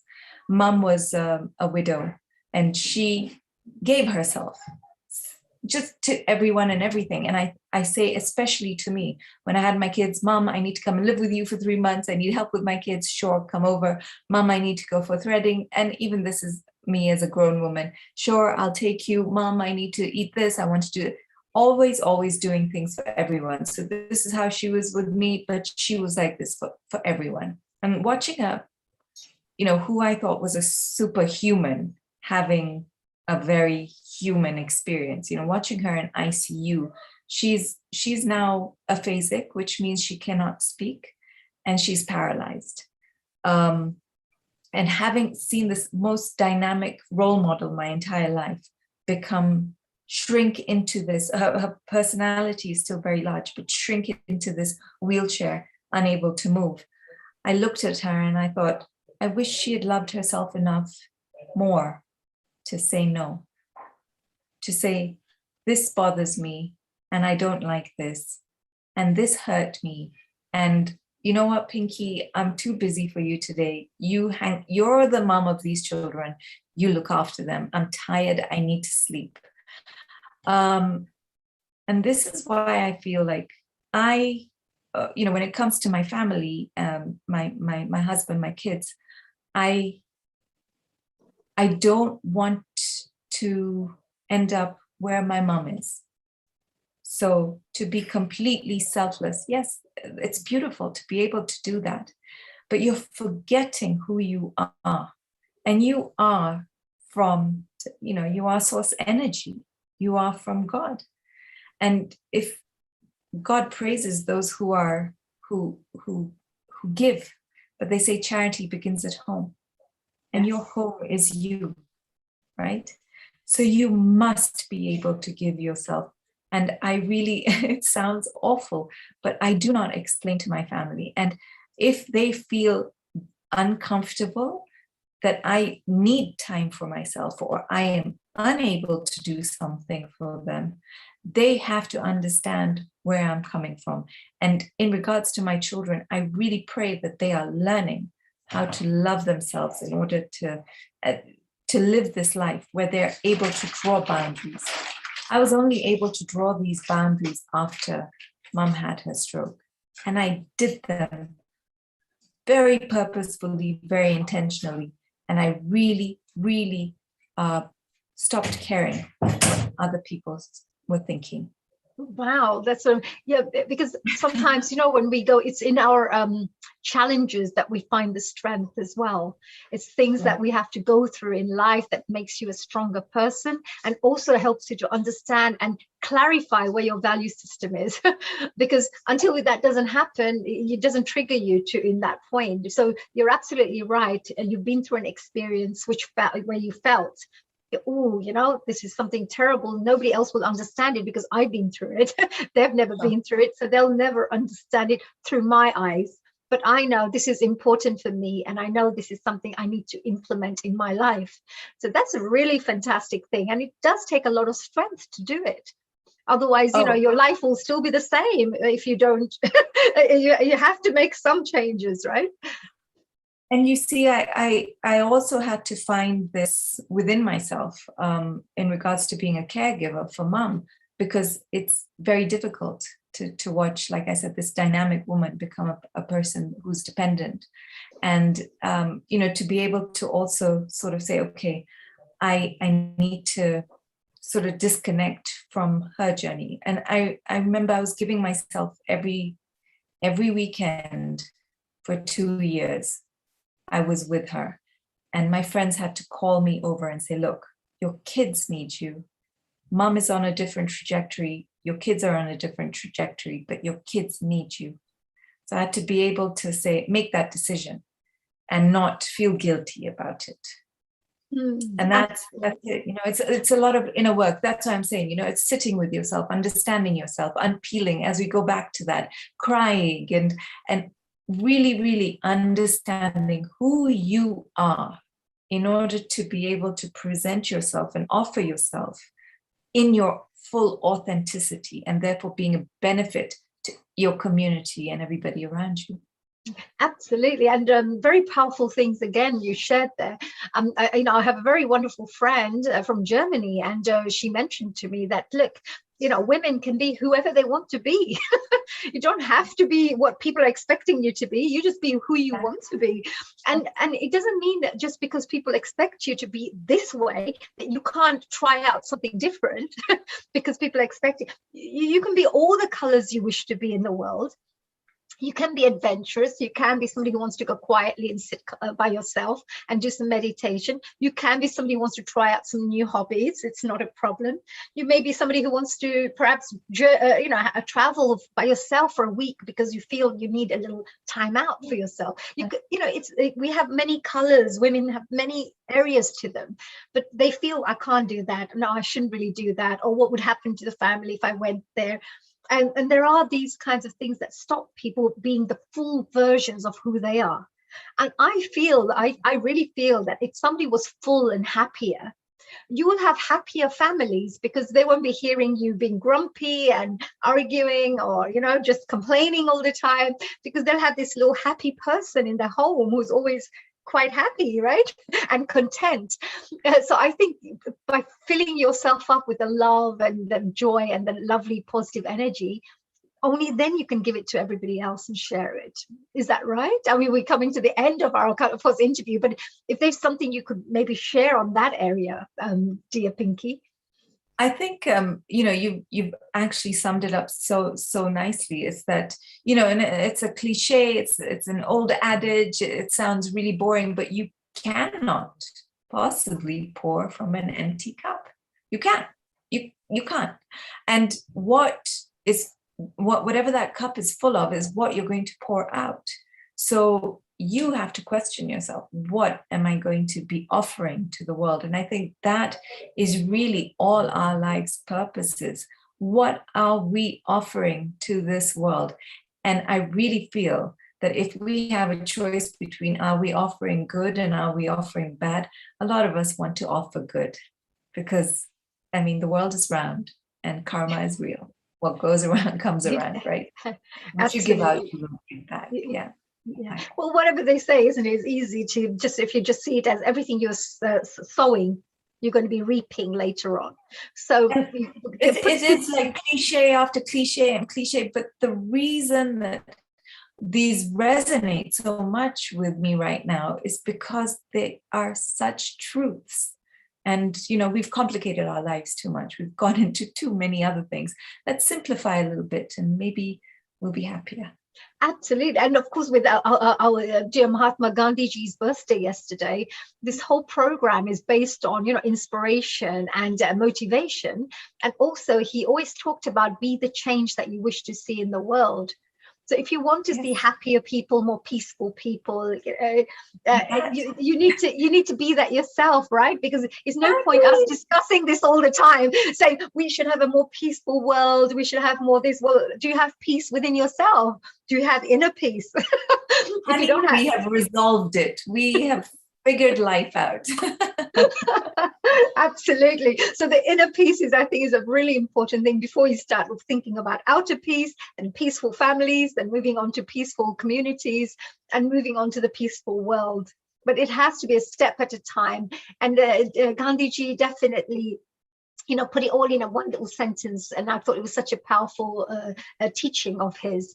So are there any particular final messages that you'd like to share with our wonderful audiences? Because I'm sure they're loving this. Your background is journalism, right? Your background is media. Can you tell us a little bit about, what do you do yourself, and how do you bring this wonderful qualities, the feminine qualities in all the work that you do? Okay, so very quickly, I'll just let you know my background. As you said, honey, it's media, so radio, television, print media, which I did for a very long time, and then I sort of gave it a break as I tried to create my family. I had 4 miscarriages in between, you know, my 2 babies. So I am a mom of 6, and I have fur babies as well. But right now, with the world the way it is, it's a digital world. So there's so many platforms. There's TikTok, there's Instagram, there's YouTube, there's Facebook.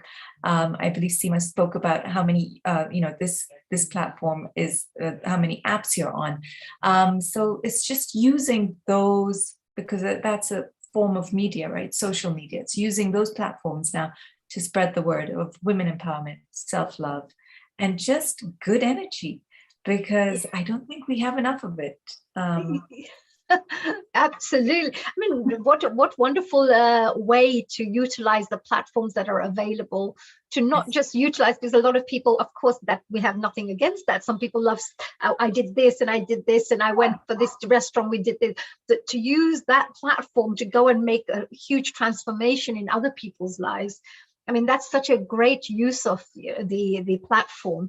I mean, we have Seema here as well. I mean, she's amazing as well. Let me see if I can get her in there. Hello, Seema. Have you been listening to our little conversation here? I have, yes. And Pinky, I've been following you for a couple of years now. And I know. We've been communicating. I never get to see you when I'm in Nairobi because life just gobbles me up when I'm there. And I think on my next trip, we really need to meet. We've discussed everything from recipes to meditation to what you do and how you've touched so many lives. You are so inspirational and motivational, Pinky. At such a young age, you've achieved so much. I've watched your journey. I knew your late brother. He was a sweetheart. And your mom, of course. We share a very special story, by the way, honey, and I'm going to share this. It's something very close to my heart. Our home, my dad's lucky home, we bought from Pinky's grandmother. Oh, wow. You know that. Yes. Did you know that, Pinky? Oh, my God, there's all these connections around the world, right? So you're living in a home at this moment, which used to belong to Pinky's grandparents. Well, we moved away from that home, but we lived I spent many happy childhood playing in the gardens in that home in Second Parklands and on the balconies. And your grandmother was Leela Dosaj, right? Yes, that's my Yes, mom's mom. your mom's mom, yes. And so, and our parents knew each other, and our parents knew each other. So, very inspirational So with there's what a women lovely want. connection. Yeah. Seema, What tell me, what did you find about Pinky that you find very inspirational? You mentioned that she's very inspirational. What is the things that you love about our Pinky? emphasis on self-love and self-care. So powerful, so important. Now, for a girl who wears so many hats like Pinky, she's with the UNHCR and she's a very recognized personality in Kenya. She runs a show called What Women Want Kenya. And I've been following that as well. And she speaks to all these inspirational women in all different positions. And she brings the best out of people. Let me tell you, you have a knack for it, Pinky, to bring the best out of people, sweetie. It's And it's so She sounds like you, dear Seema. yeah. You're I just the like to same. say this. I have to say this. We Kenyans are special. Well, I'm a Malawian, by the way. Just wanted to let you know. I'm from All of Africa us from too. So no, you've got another everyone is African here. special. Everyone is special, but Kenya is very special in our hearts because it's home, and of course, as is Malawi. So I'd say Africa has a heartbeat that touches everyone's soul. Absolutely. No, that's true. No, thank you, Seema, so much. And of course, Pinky, Thank I'm you. very shortly, we're going to move on to our Thank next guest, Ritu Sharma. But, I just wanted to say, if you have any last questions, Seema, to share with Pinky before we say a goodbye. And I just wanted to maybe share one thing with Pinky. We're also working on a wonderful organization that we're setting up with some other hosts, the Healing Our Earth hosts, all women. It's a women organization called Divine Goddesses. And we would love to, in the future, get you involved in something like that. Of course, with Seema, too. Of course. Yes. No We look questions forward asked. I'm there. women power. But thank you so much, Pinky. Any final messages before we move on to Ritu Sharma? Pinky, For thank you. me, sorry. Thank you, Seema. Thank you very much.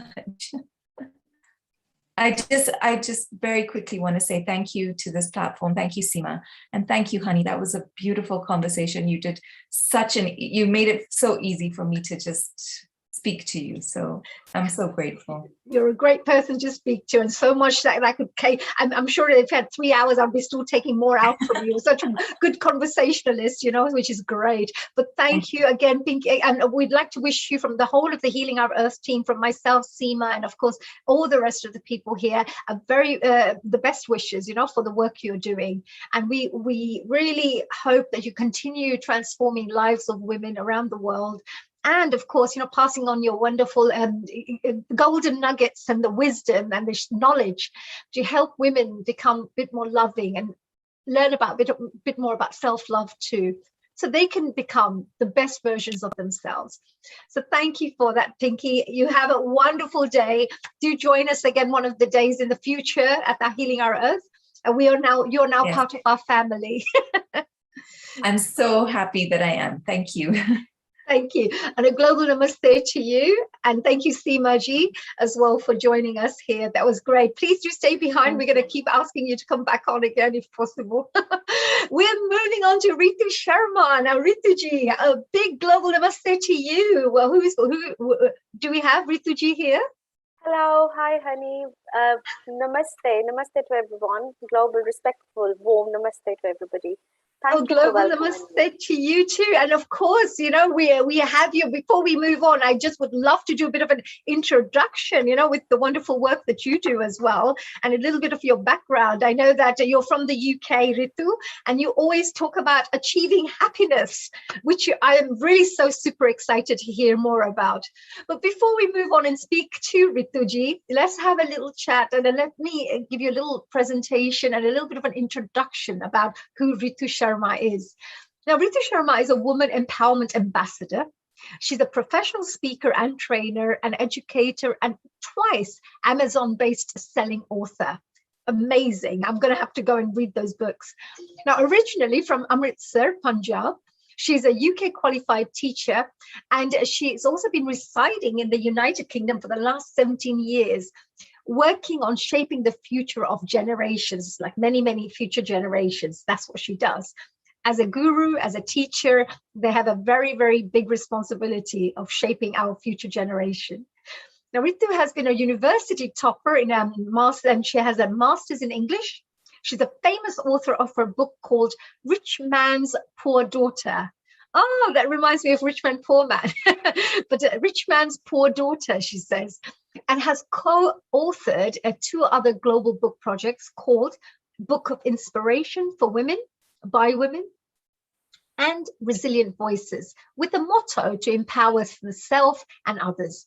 She's an anthologist, and her most recent anthology it was The New Woman.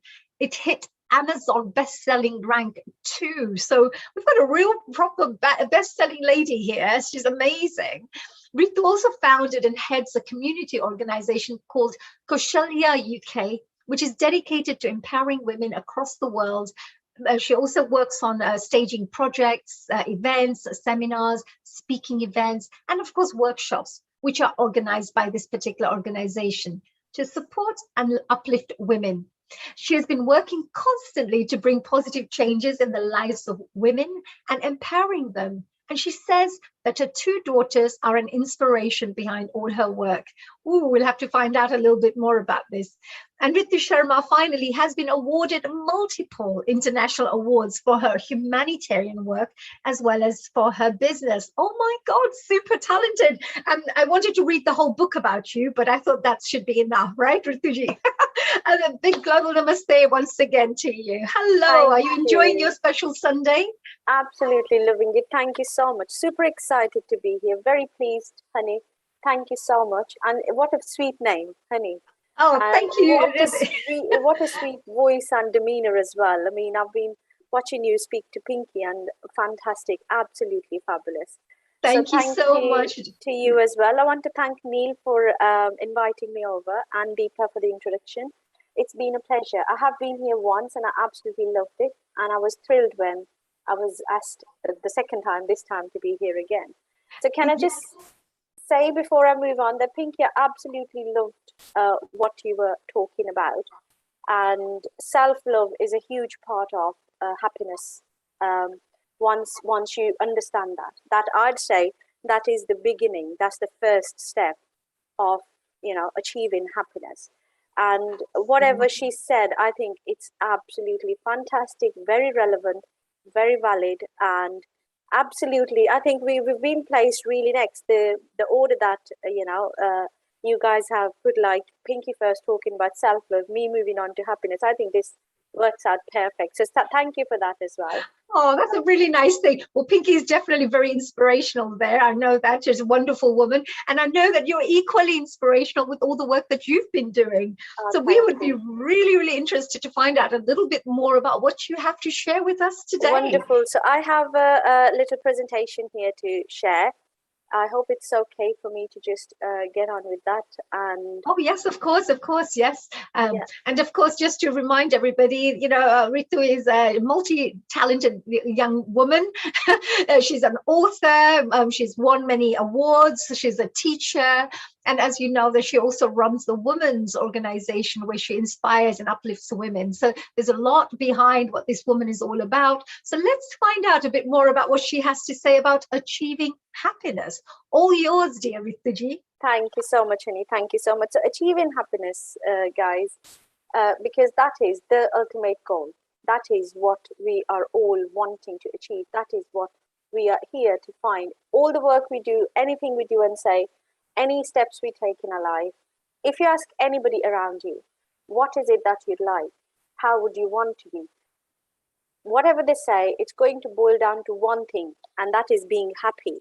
All of us want to be happy. All of us strive to be happy.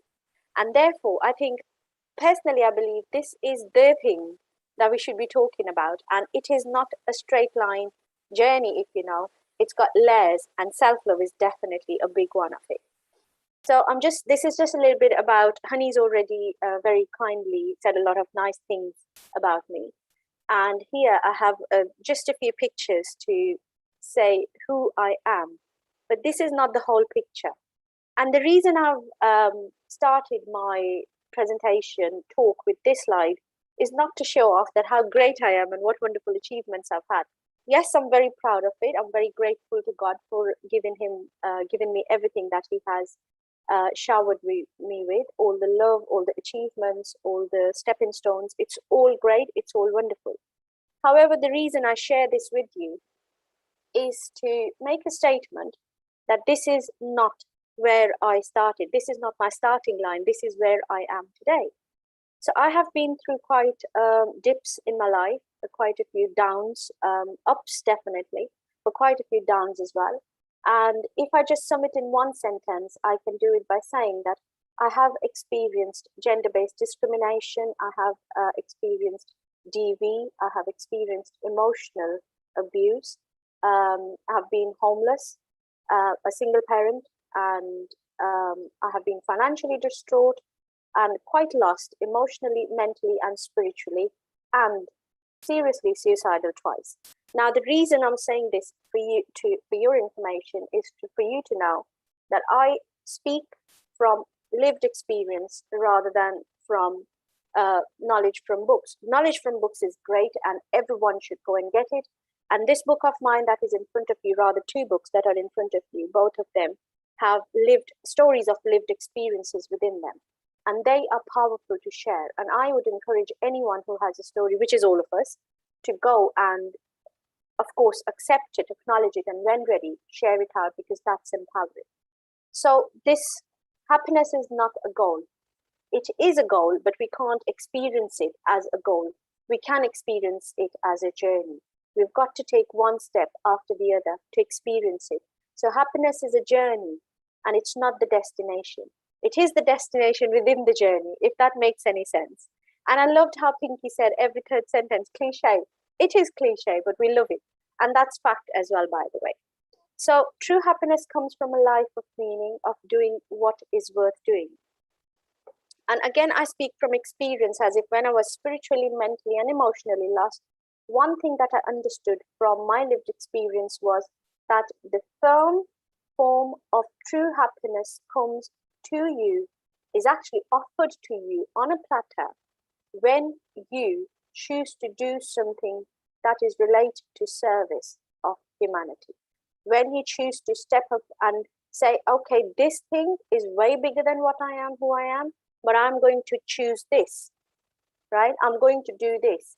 And this Kushila UK here is my purpose of doing, of being, let's say. So I found myself and I found my perfect true happiness when I understood this bottom line, that true happiness comes from not serving yourself. You will be served when you serve others regardless, but it shouldn't be the goal. The goal should be, the purpose should be, the idea should be to serve others. And that is exactly what Aristotle is saying. And we will talk about this in a little more while as well. So happy people. We all want to be happy. So the research shows that the happier people live longer lives, and they have lesser disabilities. They enjoy their jobs more. They have rich and fulfilling social lives.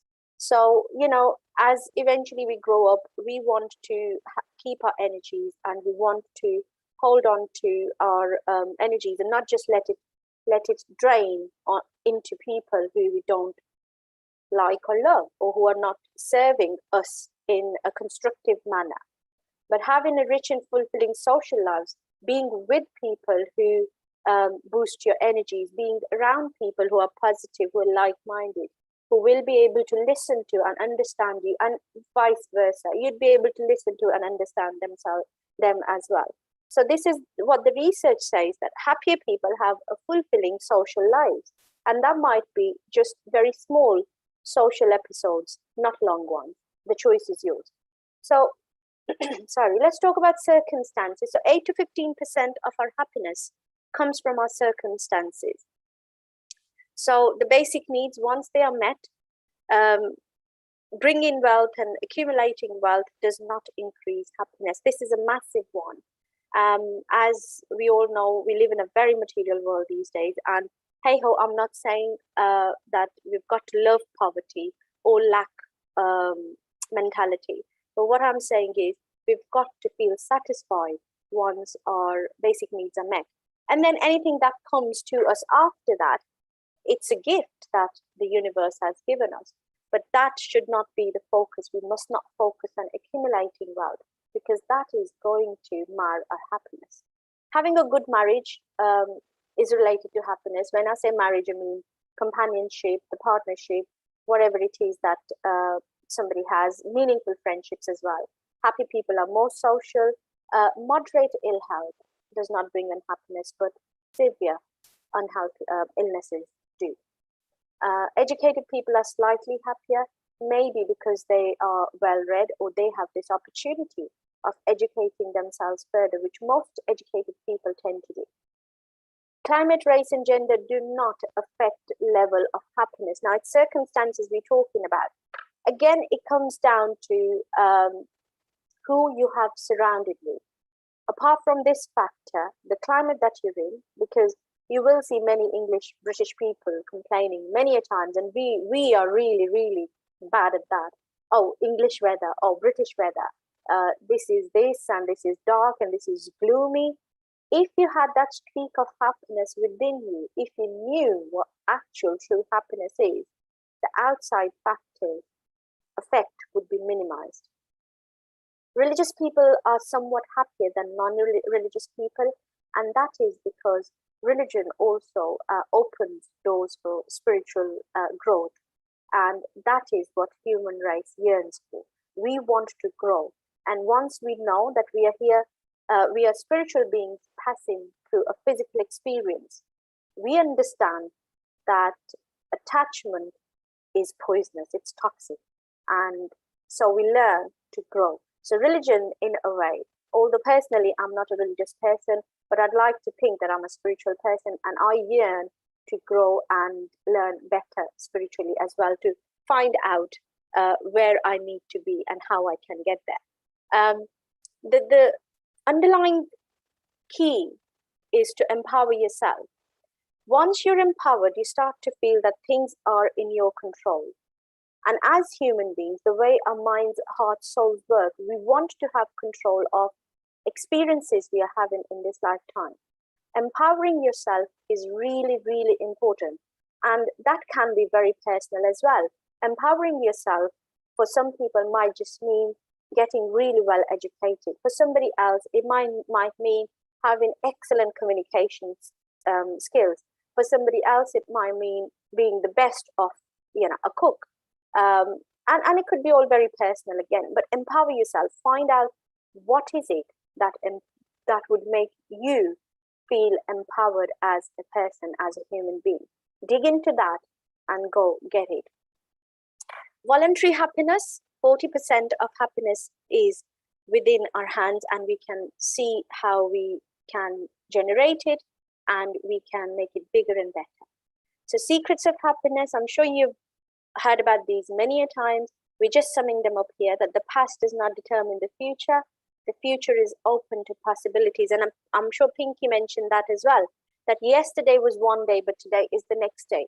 So yesterday does not have to continue into today, especially if it's not been that great, especially if it's not been positive, especially if it's not served the purpose. We can just leave that behind, see today as the next new possibility, very fresh, and we can pick ourselves from here, today, the now. Be grateful, forgive and forget. And we're going to talk a little bit more about these things. Be optimistic, engage in activities that make you happy. Take the time to savor happy times. Now, I'm going to take a little pause here and talk about this. Taking time to savor the happy times. Sometimes you're in such an auto mode that we continue to do things, and I'll put up my hand and say I have been guilty of this for years, until I was stopped and told by one of my coaches that the reason I feel that I have to keep going and I feel tired and exhausted is because I don't take time to celebrate my successes. And it's only then that I personally understood that why do I feel the need to carry on? One thing after the other, one achievement after another, and then even then feel that I have not done enough.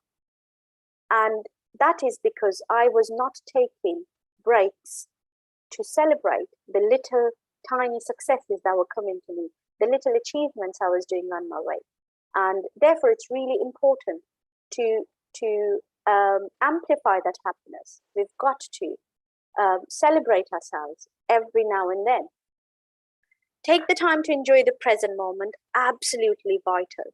Build more flow into your life. Flow is the state of gratification we feel when totally absorbed in an activity that matches our strengths. It's very impregnated sentence this is, and I definitely would like to talk about this in a minute. So there are 12 happiness activities I decided I want to share with you.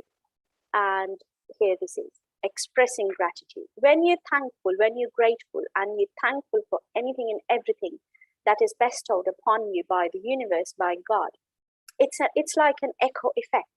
When you say thank you, when you say, oh, thank you, God, thank you, universe, thank you, the higher being, thank you. It's beautiful what you've given me. I absolutely appreciate it. And what goes on is when we are living our lives, especially what I understood is from, when you're young adults to when you're fully grown adults, by the time you hit your 35, 40, between 35 and 40, you go through quite a few things that will shape you as a person, that will shape your value system, that will shape your purpose. Most of the most important things will be shaped between these years. And that is because you're out to experience what life is about. And yes, life is meant to throw challenges at you. Life is meant to give you lemons, and you decide what you want to do with it. But when life gives you lemons, it's then that we also need to say, thank you for giving me this. And I'll tell you that because when life gives you lemons, it's actually asking you to be innovative. It's actually giving you an opportunity to tap into your untapped potential and see what is the lesson in there. What can I learn from this situation where I've got nothing else but lemons? Maybe you don't even have a knife, so you don't know how you can make lemonade out of it. But that is the beauty of expressing gratitude, because when you send out a vibe of gratitude, thankfulness, it will come back to you, and it will bring more things to you, more situations, more experiences to you that you will be grateful for. And hand on my heart, I just want to add, I talk from lived experience. So gratitude is just a sense of wonder, thankfulness, appreciation. So these are all the words that come with gratitude, and this is what it is about. Antidote for negative emotions such as envy, avarice, hostility, worry, and irritation. So whenever now, you have to train your mind. I'm not saying it's possible to just get into a state of gratitude all of a sudden. You can, but you have to train your mind so you don't lose this sense of gratitude, sense of thankfulness as and when the next adventure/challenge hits you. So there's a little exercise if you'd like to practice this for yourself. So 5 things in your life that you're grateful for. Start with yourself. Let's practice some self-love. Start with yourself. Yes, your breath is a blessing in itself. You're breathing, you're living, your health is definitely a big blessing. And believe me, when you start to get older, you appreciate that even more, right? So it could be anything. It could be children, it could be a pet, it could be a house. It could be the money you have in the bank that you're going to pay your bills with, buy food with. It could be anything. It could be a partner. It could be your parents. It could be your siblings. It could be your friends. And when you start looking into this, you will see there are not just 5 things that you're grateful for. And I promise you that when you actually get into that energy of finding reasons to be thankful for, you will find hundreds of reasons to be thankful for. And then you'll see what a miracle your own personal life is. You might not have appreciated it to that level up till now.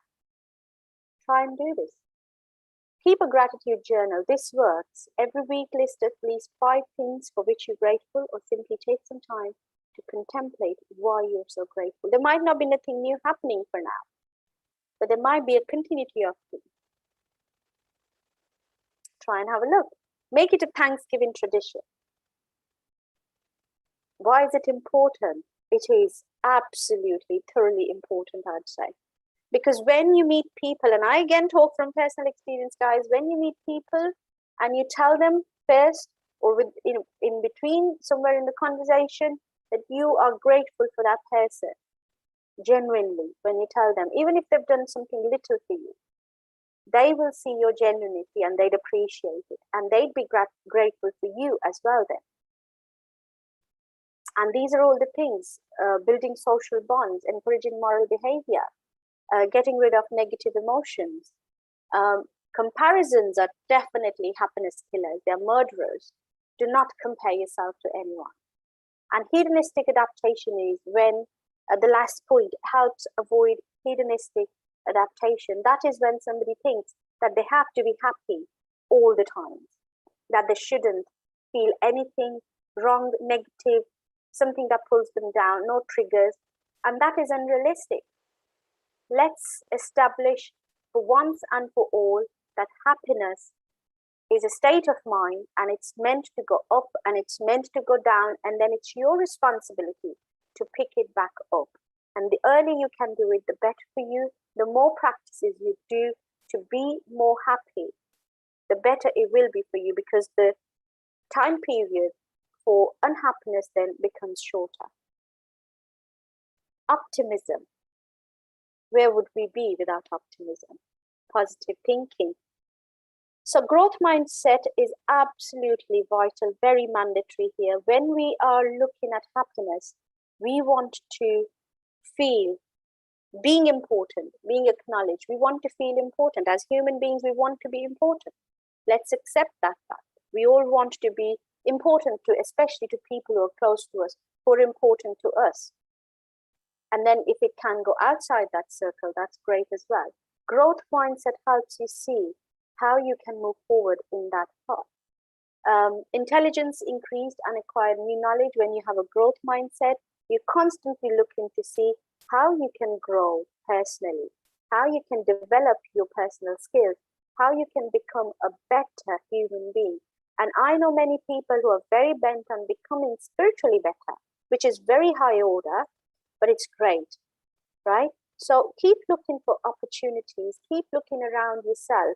Where can I go to tap into knowledge, information that can help me grow personally or professionally, that can help me become a happier person, that can help me become a better human being? Fixed mindset is something like intelligence is fixed at birth, and so I am who I am, and I've not been able to achieve anything up till now, or I have achieved what I needed to achieve up till now, and now I don't need to go any further. Bad idea. Increased effort does not lead to success. Roadblocks are an excuse to be absent. So fixed mindset will have that kind of things going on, which we want to avoid. This is a great exercise we can do to remind ourselves of how we can have a positive mindset, how we can have an optimistic approach to our own personal growth. What are the 3 things that went well last week? It's a great exercise. If you look back, reflect, evaluate, learn from your lessons, it is an ongoing growth process. So that's that.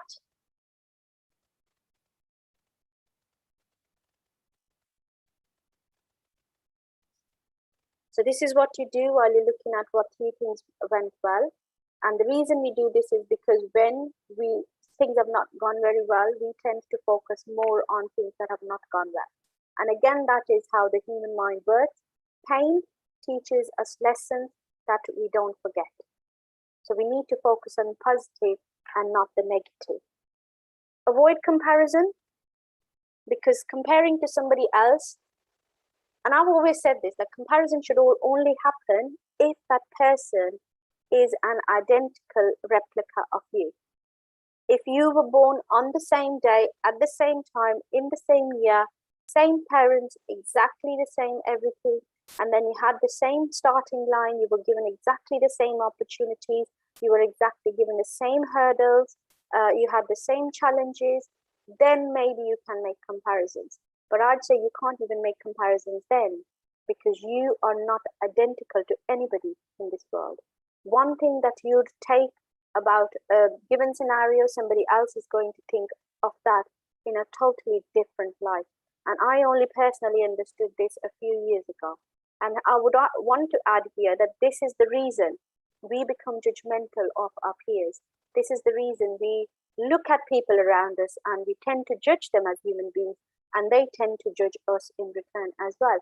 And that is because we fail to understand that we're not meant to be same. We are not same people. We're not exactly same people. We all have a different perceptions. We all have different experiences. We all have different thought processes. We're all at a place in our own personal journeys. So there cannot be a comparison at all there. So, and there is a consequence when we do that. So it increases our sadness, brings negative thinking in, impairs the ability to solve problems. Because when we're looking at ourselves from somebody else's judgment, we're not going to make good decisions. Let's face it. Oh, I can't do this because people are going to say this. Let's try and avoid that, or at least mild it down as much possibly as we can. It interferes with your concentration and decreases motivation. So this is what social comparison is. And what you can do is you can try and stop overthinking. What I personally use for myself is when this thought starts to interfere with my thinking, I just tell myself, it's all good, it's their interpretation of what I'm doing. I know that my intentions are good. And whatever it is between me and the God, and me and the Creator and God. And whatever I get in return, that's going to be my reward, be it good, bad, whatever it is, that would be my lesson, my reward for it. So whatever people have to say, they can continue to say that or feel that about it, but that's their perception. It's got nothing to do with me. And I promise you, it has nothing to do with you at all.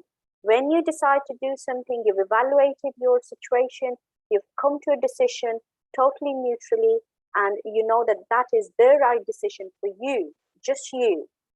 Go ahead with it. And when it turns out to be right, people are going to come back and appreciate you. Acts of kindness, absolutely important for happiness. We are happy when we have an opportunity to share whatever we can with other people, when we can be kind to them. That gives us a feeling, a sense of greatness. And that is, again, very human to feel.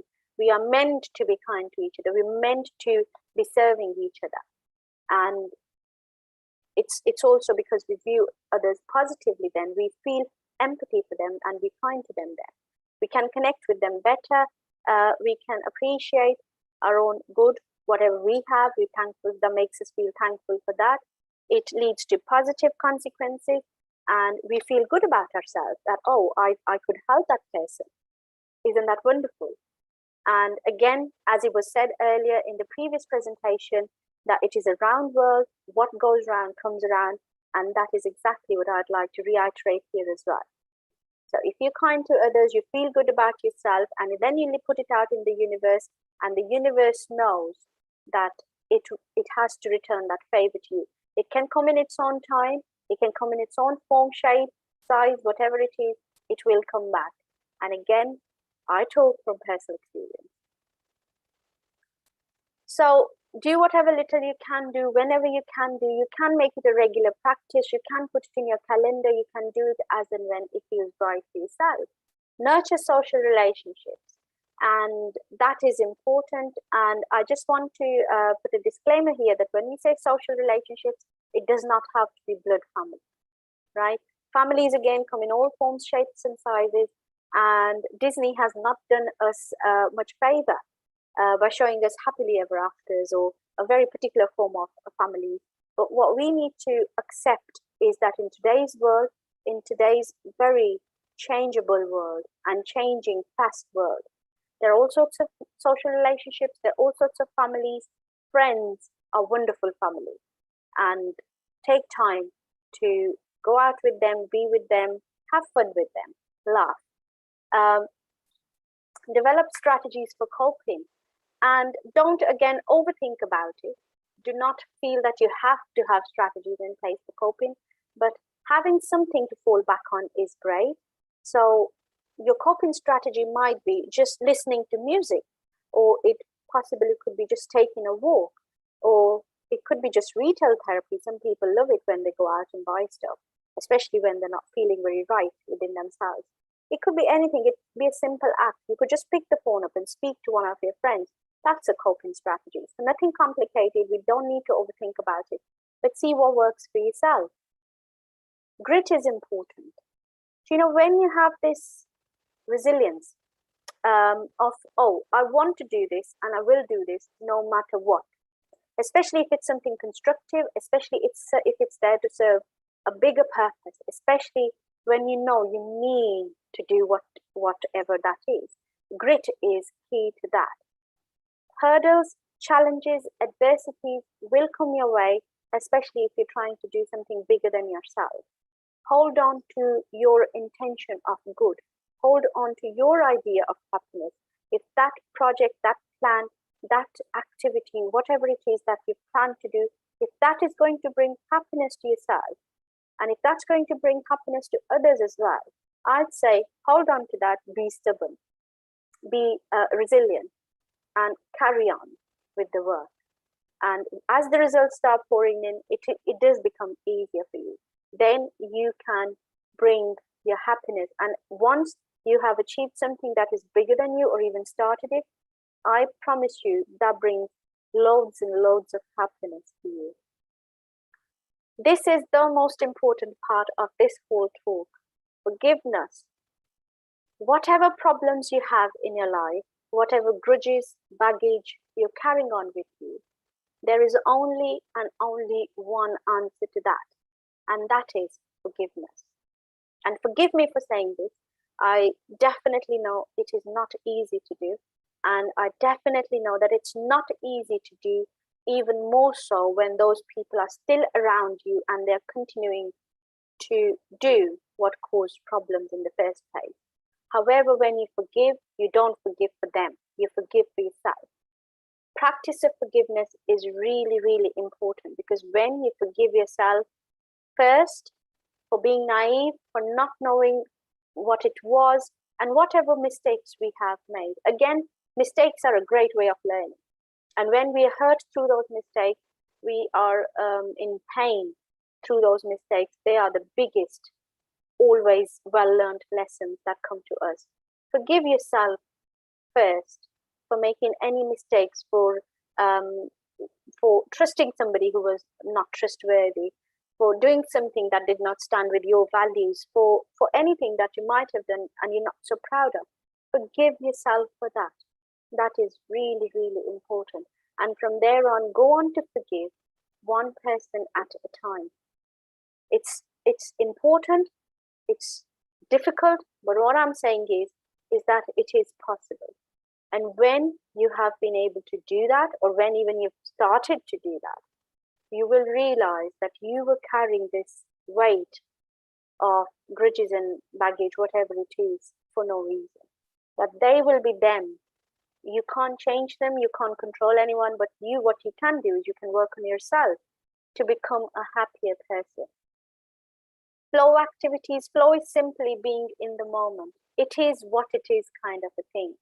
Again, talking about forgiveness, talking about kindness, serving purpose, being in a space of love, compassion, kindness. Flow is what it all takes. Right now is the fact of who is the fact about my existence. What it is now is what it is. I am not my past. I don't know what the future holds, but what I am now, I can make best use of that to be calm, to be peaceful, to be happy within myself. And the key to creating flow is to establish a balance between skills and challenges, and you can always upgrade your skills. And once you learn to do that, the challenges become weaker. Flow and grit are related. You can only keep going forward when you accept, yes, the challenges are there, everything's there, but I have to keep going, right? It is what it is. It's a beautiful phrase. I don't know whoever discovered that, whoever said it the first time. I want to bow down to that person. It is what it is. It is exactly what it is. And I'm going to go forward. Yes, you don't like it or whatever not. Or I have all this baggage. Yes, I have it. Accept it, acknowledge it, become aware of it, and see what actions you can take to turn that around, to change it for yourself.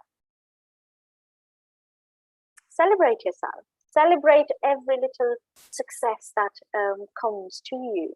Enjoy yourself. Have fun. Have lots and lots of fun. I try and tell my children that there is no goal to this life, right? Yes, you've got to be educated. You'll grow up. You'll find a job. You'll have a house. You'll have partners. You'll have children. But focus on having fun. Have joy in your life. Whatever gives you joy, do that. Things that bring smile to your face. It could be painting, it could be dancing. I absolutely love Bhangra dancing, and for years I could not do that because I come from a social strata where it's not considered very honorable for girls to dance. And now, any given chance, I'm up on the dance floor, and you can see me in almost all of the events that I put up. That I'm dancing at the end of the event, so wherever it is possible. So get up and do what makes you happy. If it's painting, if it's singing, learn a new skill. What is it that would make you happy personally? Ask yourself. You'll get the answer. Listen to the answer and do that. And once you start on that, don't forget, tell yourself, well done, you're great, you're doing a fab job of it. That is happiness. So there it is. Commit to your goals, and they don't have to be something fancy. They don't have to be huge. They can be anything. Having a goal is good because it's good for your well-being. When you know you're trying to do something, and it could be very much for your own personal growth, for your own business, or it could be something bigger for the community. You might want to go out and serve a particular strand of community, particular part of community. For example, my work is all around women, and so sorry, I chose to serve women through my experiences. Whatever I've learned, I wanted to share it out to them. So maybe we can create happier women through that. Maybe it will change a few lives. It's not, if not hundreds and thousands, even if it's tens, even if it's one, it still is worth the while. So when you're committed to your goal, you have a life of purpose. And when you have life of purpose, you don't have time for feeling bad or sad about yourself or your past. Yes, you may still feel it. And I'm going to be very open here, and I'm going to be very honest here. And I'm going to say this, that after almost 10 years of personal work that I've done on myself, of self-development, or personal growth, professional growth, I still get times when I feel really down and low about my past experiences, and I sit down and I give myself time to feel bad about that and experience that pain. But then the ultimate thing is, it is what it is. I tell myself that, and I get up and I show my gratitude to the universe for giving me whatever it has given me, and for choosing me for this life of purpose. And I get back on my track, and I get back on my road of happiness. And that is that. So spirituality, as I said, religion opens our doors to spirituality. If we're religious, prayer is a beautiful means of bringing that calmness and peace to yourself. So see if you want to read what religion tells you, whatever it is that you believe in. If you want to do some spiritual practices, meditation, mindfulness meditation does magic. It does wonders. And platforms like this bring wonderful people together, where they share all these beautiful practices and experiences and show people how we can become better human beings. This is one big deal. Take care of your body, because the body is the medium through which we can do everything that we are supposed to do on this planet, whatever that is. So looking after yourself is a great way of being happy, of creating that sense of happiness. Happiness is possible, guys. That's the message that is this whole thing is about. It is possible. It can look and feel difficult at times, even impossible at times when you're facing really hard times. But remember, nothing lasts forever. Another beautiful mantra that can bring you happiness is, this too shall pass. Everything passes. So our life is like crescent troughs. Like we go up, we come down, we go up, we come down. And our mind needs to be trained to see the good in the bad. Good in the good and good in the bad as well. Positive and negative. And then we need to train our mind to see possibilities when we're not going through very good phases. What's the lesson in that? So you have to believe that you can do this. And remember, no one controls your happiness, only you do. And once you realize that, once you get to believe that, it's going to be a beautiful journey for yourself. So that is my presentation for you. Thank you so much. That was wonderful, Ritu. And also, going through such a largest subject, such an in-depth subject in such a short time, well done. And you. great summary as well. I picked up certain things. Actually, whilst I was thinking and watching, listening to this presentation, I was thinking about what about all those people, who are going through challenges in life, like real deep challenges. For example, just recently, of course, we've had the cyclone Shaheen taking place in the Gulf region. And, there are so many people, who have been affected by this particular cyclone. So I just wondered, how do we, when tough things happen such as this, whilst I'm saying this, of course, I'd like to pray for all those people who are out there in that region. And I'm sure every single person in the Healing Our Earth team here and the audience members are sending, their prayers to this particular region. But what would you say? How do we deal with real tough situations to keep this happiness? Situations like that are totally they're huge, obviously, and they're totally beyond, we can't comprehend them. We don't want to think about them. They're natural disasters, let's say. But even the man-made disasters, like the one that was recent in Afghanistan, right? Even that kind of disasters, and nobody wants to face them. Let's be honest. I would not want to be in Afghanistan when that was happening. I don't want to be in the Gulf when a cyclone came. I don't want to be anywhere close to them. Nobody wants to be close to them. But if that hits, of course, as human beings, we're not going to see positive in it. Let's be honest, we won't, right? We will focus on the loss. And that goes the same for our day-to-day challenges as well. We do not focus on what is the learning in that. We focus on, that was taken away from me during this time. And I am so sad right now, and I'm so hurt and upset. So the resilient people who'll come out of that storm or that situation, that dire situation, they will find a way of creating a better, happier life for themselves. And that is the only way of looking at it, right? There is no answer to this, to be honest. So they're too huge for a human. So sorry, it was a tough question there, but I just thought, there's so many people go through this. Just a little question, just that there are tough things that people go through. And just to understand, that I see that happiness is something that comes from within, as you know, it's a state of mind. So even if you're in a situation like that, it's like, well, at least our home is safe. At least our family's okay. At least, like you would find something positive in every situation to uplift your mind so that you can deal with the situation in a more resilient manner. Absolutely.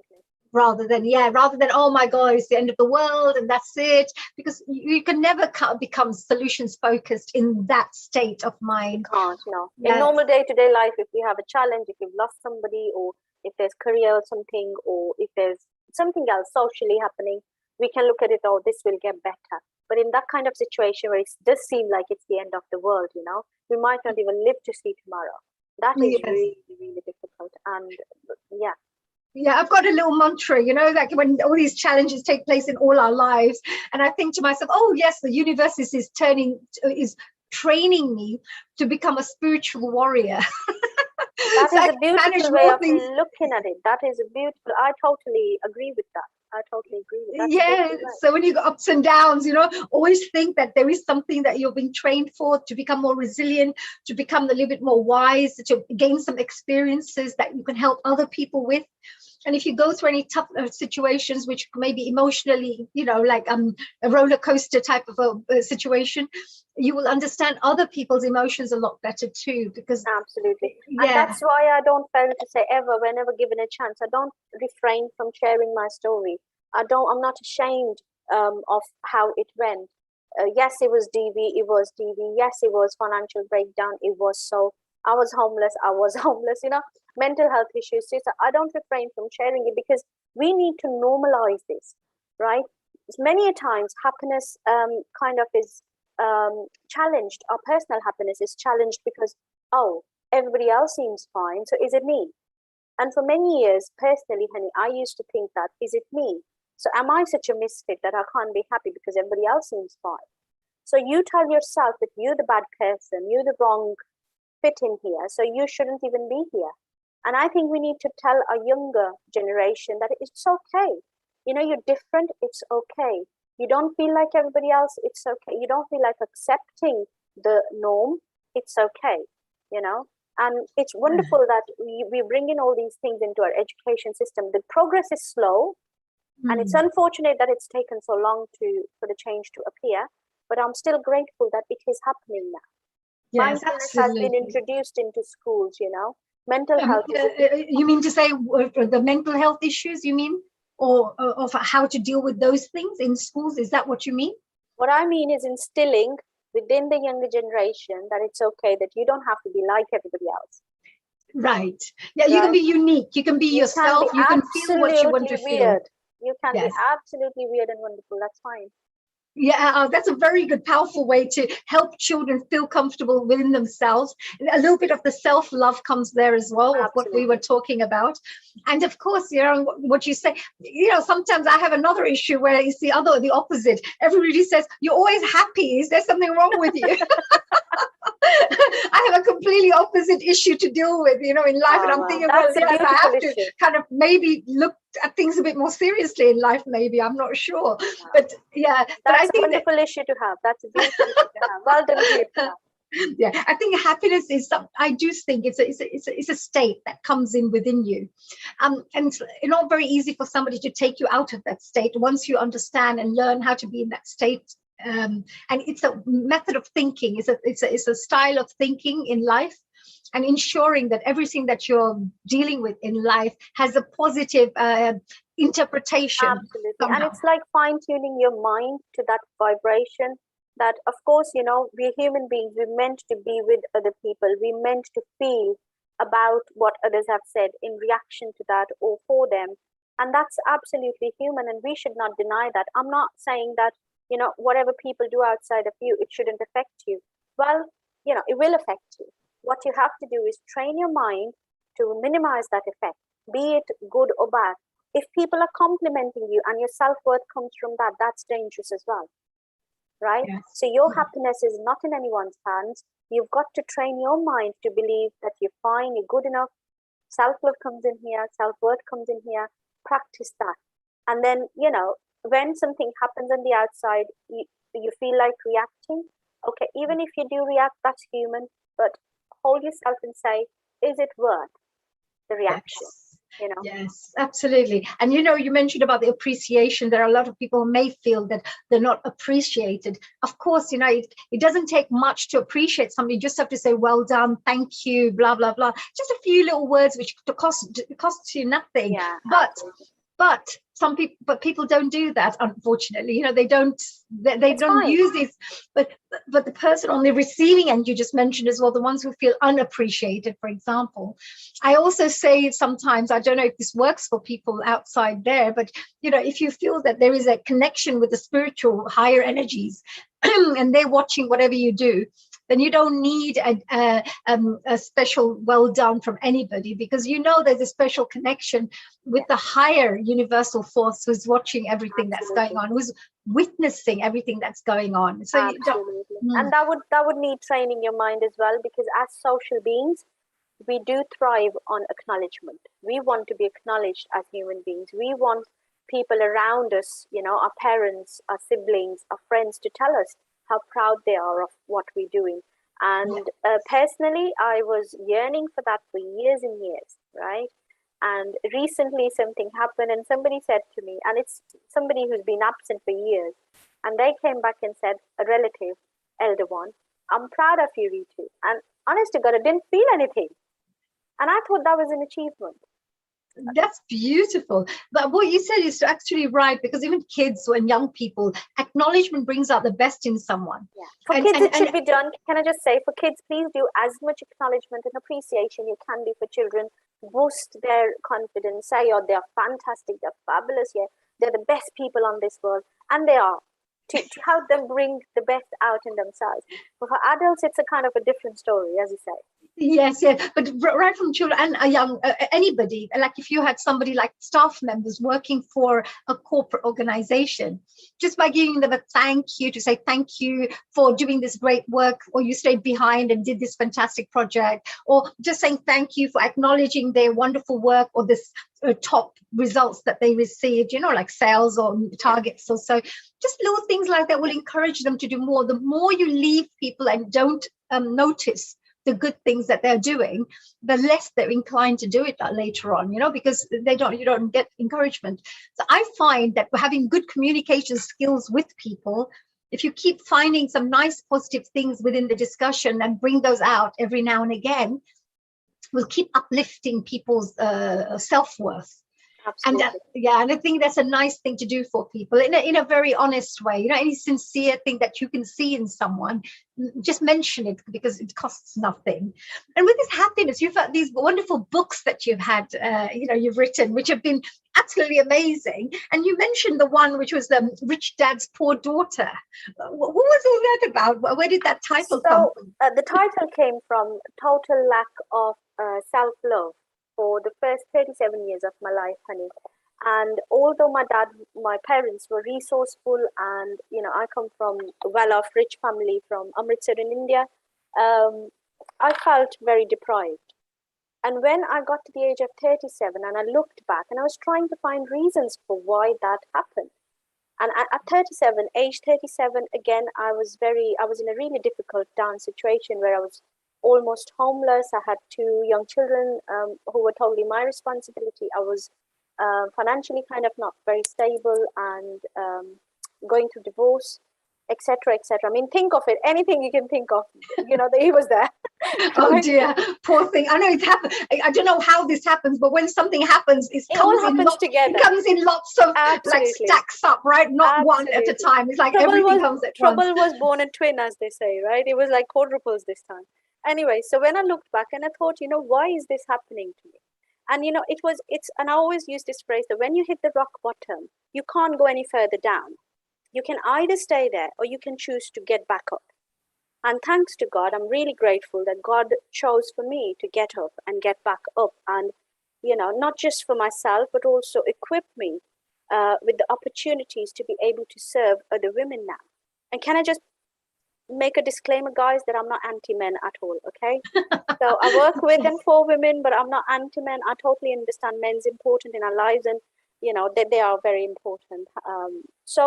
In everything we do, there's always Shiv Shakti. We always talk about Shiv Shakti. We talk about yin yang. We talk about male female energies. Everything needs both energies, to work well, in life, etc. And it's just a matter of chance that I happened to experience, with the male energy. I didn't have many good experiences by that age, and therefore I kind of became anti-men for a little while. But then I realized it's not just women who go through these challenges. Men face these challenges, similar challenges as well. And it's not a matter of a man or a woman. It's a matter of a human being, dealing with another human being, and that's how it goes. So the title, or a soul, as we say, because a soul is not a male or a female, right? That you could be in a male body previous life, then a female. So if you look at it as a soul, then it won't really matter. Yes, absolutely. So therefore, the title "Rich Man's Poor Daughter," because I felt that although I was very resourceful and my surroundings were really good, rich, I felt really poor because I felt deprived. And that again comes down to not being acknowledged at a younger age and not being appreciated for the talents I had, but being labeled a problem child because I was good at theatre and absolutely loved it. And there are lots of stories, and I thought I want to write that down because especially in Asian culture, honey, and you'd agree with me, we kind of tend to brush it under the carpet rather than talk about it openly. And when I realized that so many women go through this, similar journeys that I've been on, and people were even saying, so much so that people would say to me, "What is so special about your story?" It's the story of any other Asian girl. I think that's a slap across her face, really tight slap. I mean, if that is the case, why aren't we changing the narrative? Why aren't we getting up and doing something to create a different story so that if somebody pops up and say, "This has happened to me," we should be ashamed of that? Why is it such a common thing in our culture? So I wrote it down because I wanted to say that, hey, it is still happening, right? I'm an educated woman looking really confident and as if I've got everything under control. I'm employed, I'm earning my own money, I'm financially independent, I'm a mother, I have a house, I drive, I'm good. But on the outside, inside the narrative is still the same. Inside, I'm still the second citizen. Inside, I still have very limited rights. Inside, I can't voice my opinions. And it's, my parents, bless them, they educated me to the best quality. I was sent to the best colleges and universities. And I'm so grateful to God for that. I'm so grateful to my father for that. But it was almost as if they gave me a mind and they restricted me from using it. That is frustrating. All right. So whatever you have shared is, of course, all the experiences you've been through, understanding that this is a similar kind of a human interest area that most people go through. And Absolutely. You wanted to ensure that, people are actually aware of this, and you're trying to eliminate that this should not be the case. People should be happier people. That's why I mentioned it's a lived experience. Yes, it's all in the book, but it's possible, guys. You can create your own reality. You can turn the narrative around. You can be happy. You just have to start with the journey. Oh, let me introduce you to another happy person, right? Let me introduce you to dear Seema. Hello, dear Seema ji. How are we again? I know that you have this wonderful background in personal development as well yourself. What did you feel about what Ritu has spoken about with her? The beautiful presentation she's done with her happiness, with lots of wonderful tips and advice and good exercises, as well as what she had to say about her book. Well, I think her book is going to be very powerful to read, and I'm looking forward to it. Is it available on Amazon? It was, Seema. It's been taken down recently because I'm going to relaunch it in January 2022. And the reason is because it was Rich Man's Poor Daughter who's turned rich now. So we're going to relaunch it with the next parts of the journey, including the happier part as well, saying that it is possible. So it will be available very soon. Is it a different title, or have you kept the same title? So I'm going to share. This is the first time I'm going to share this, by the way. So the title is going to be the same. What we're going to do is we're going to cross poor and we're going to write rich next to it. So it was poor, but that was wrong. It's Rich Man's Rich Daughter. Very nice. Sorry, Seema, please go ahead. Rituji, you've had a very powerful journey and one of great transformation. I would say after having gone through all that you have been through, reaching, like you said, you can hit rock bottom. And when you've hit rock bottom, you can't even go down further because you're at the end, right, of the tunnel. So the only way there is, what I found very inspirational was what you said, the only way is up. You can either choose to stay rock bottom. Yeah, none of us want to do that. And the only way is up. And you talked about implementing several techniques. I'm quite big on meditation. We had a very motivational speaker today from Hong Kong, Louise Corbett. And she spoke about her journey. It's of course a different journey. And I know her personally, so she was caught up in this corporate job. And every time I would see her, I'd bump into her on the escalator. We lived in a similar, and I'd say, "Hey, Louise, how are you?" "I'm so tired. I'm exhausted. This job is, taking the living daylights out of me." And it was very empowering to hear her, how she said how she shifted,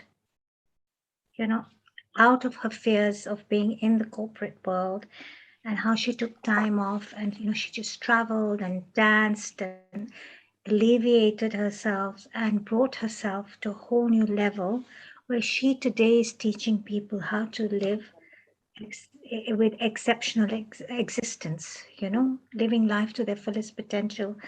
Now, what you've had to say with your presentation and everything is happiness. Happiness, I believe, is actually our birthright. As babies, we're born happy. We're gurgling, we're carefree. It's all these layers that are implemented on us, through our social structures, through culture. Now you grew up in Amritsar, a city I'm very familiar with. And you spoke of your dad giving you a fantastic education, and this is something I find that's very prominent in India, that nothing personal. We will educate our daughters, we will teach them how to be independent, but yet the social structure, it has changed incredibly now. Thanks, The social structure will implement, that, you must be a homemaker, and it doesn't matter if you've had an education. I'm just generally, I'm not speaking, I'm speaking about many years ago, you have to do this.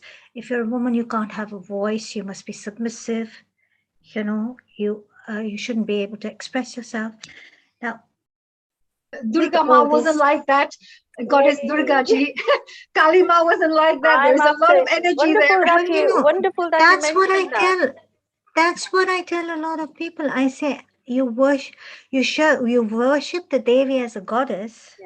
And you do everything, as the Kundalini energy, or as the all-pervasive Chitti Shakti of the universe. But yet you have these double standards. Now, I may be a bit of a feminist in my own right. I'm not against men. I think men are very essential in our life, like you very rightfully said. But at the same time, very soon we're going to have Dhruv ji, right? So he'll probably have his own side here. But yeah, carry on, Seema. Everybody has to have a voice. And everybody has to have a voice. Everybody has to, like Pinky said, have self-respect. Everybody has to implement the tools that you spoke of, the powerful tools that you presented, to bring yourself out of your state of misery or unhappiness and shift yourself towards a happier state of mind. And it begins with you. Wow. I love that, Seema. And I also love that it's happiness is everybody's right. Everybody has a right to be happy. And if somebody tries to take that away or try to limit it as well, that's also very wrong, when people do it by purpose sometimes around you because they cannot see you happy, unfortunately. So one more very valuable point I want to bring in, because I think all the men are out there saying, she's a bit of a feminist. As you said that, happiness is essential for not only women, but it's also there for men. I truly do believe that the emotions we feel as women, men feel the same. And I actually feel that men are taught by society to bottle it up. Absolutely. Not to express. So finding happiness for them is actually an even harder challenge. Well, I'm really glad we got, a little discussion with this happiness thing. Thank you, Ritu. You've created this happiness monster within little Seema. She's got this amazing wealth of talent, like knowledge and so much wisdom that she loves sharing, and I love that as well. Thank you so much, Seema ji. I love listening to you every time you come back with these wonderful things. And Ritu as well, thank you so much, to really share this wonderful presentation. It was so wonderful to see all the lovely tips. We hope to see you, of course, again, joining us. And thank you and congratulations, for this wonderful journey you have been through, and through the experience, helping to transform other people and passing on all the wonderful lessons you have learned so that others do not have to go through that same thing as well. So I really, really appreciate that. Thank you so much. Thank you so much. Thank you. And a global namaste to you. And please do stay tuned in if you'd like. We've got this wonderful Dhruv ji joining us, Dhruv Chatralia, who's going to be joining us. And you will find him absolutely fascinating. We talked about the feminine side. Now we're going to talk a bit more about the spiritual side, which includes both the male and the feminine, of course. So, which will be great. Global namaste to you, Dhruv ji. Global namaste to you too, Honey G, and namaste to all our viewers as well. And thank you for the kind introduction. Always such well, a I haven't even introduced you yet, so I'm going to do a quick little introduction before we go straight into our discussions. So here you see our dear Dhruv Chatralia. He's from the UK. He's a really amazing yoga teacher, spiritual master. He actually is an author of an amazingly 21 books on Hinduism, and he has given over 325 public talks of over 350 hours between them on spirituality, which includes topics on the Bhagavad Gita, Hanuman Chalisa, Ramayana, Srimad Bhagavad, Sri Suktam, Devi Mahatmya, the Upanishads, the Vedas, the yoga, meditation, and so many other wonderful related subjects, which were watched in over 161 countries around the world. Amazing. And Dhruvji has also was included, if you're not aware of this, was included in Her Majesty the Queen's 2020 New Year Honours List for the award of a BEM for voluntary service to Hinduism and also developing young people. And this talk today will cover simple teachings of inspiration through yoga that every person can practice and apply to enjoy peace of mind, freedom from stress, a healthy body, mental clarity, and of course, a multiplied intellectual capacity and capability, improved performance at work, and of course, a very important point, improved relationships and inner well-being. So you're doing so much, Dhruvji. It's amazing. I congratulate you for all the really amazing work you're doing. Thank you so much, Honey G, and absolutely delighted to be here and to have that opportunity to speak with you all. Thank my brother Neil Bai and all the organizers for bringing back together so many like-minded individuals. So as you said, I'm going to be speaking about a topic very close to my heart, which is how to inspire your life through yoga. May I ask, before, you were tuned in just now listening to us, or females talking about the world of happiness. Yes. Before we move on to your presentation, what did you feel? Was there any comments from your side that you'd like to share, perhaps? Yes, it was a really interesting comments made on obviously the topic of happiness, and it's linked to inspiration because we have two words. We have inspiration and we have aspiration. So inspiration comes from the outside. We need someone to motivate us, someone to drive us, someone to pick us up. There's something even deeper than that, which is aspiration, which comes from within. No one can empower you. No one can inspire you as much as your own self. When you're fallen down, no one can pick you up like your own self. And so inspiration is something that comes from the outside, but aspiration is something that comes from the inside. And that is very much linked to yoga. And also on the theme of the women's empowerment, I'm going to actually touch on that in my presentation. So that's very fitting. And it's really interesting when you study the history of the feminist movement in the West. It all started because of when colonialism happened, when Indian scriptures and so on being transported to the West, they saw the concept of the divine feminine, as you said, Ma Durga, Ma Lakshmi. And when they saw the divine on that pedestal, which is completely unknown in the West, they began seeing that as a source of inspiration. So the entire feminist movement in the West was inspired by the female forms in India. And if you look at the Indian culture in ancient times, the women had a very prominent part to play. When you look at the first hymns of the Vedas, they were written by female sages. There were great female warriors like Rani Durgavati, many others as well. So there was always a prominent role to play in our life. And you see it in modern times as well. If you look at the ISRO, which is the Indian Space Research Organization, which sent the kind of the space shuttle to Mars within a fraction of the cost of NASA. It was traditional Indian women who had designed that project.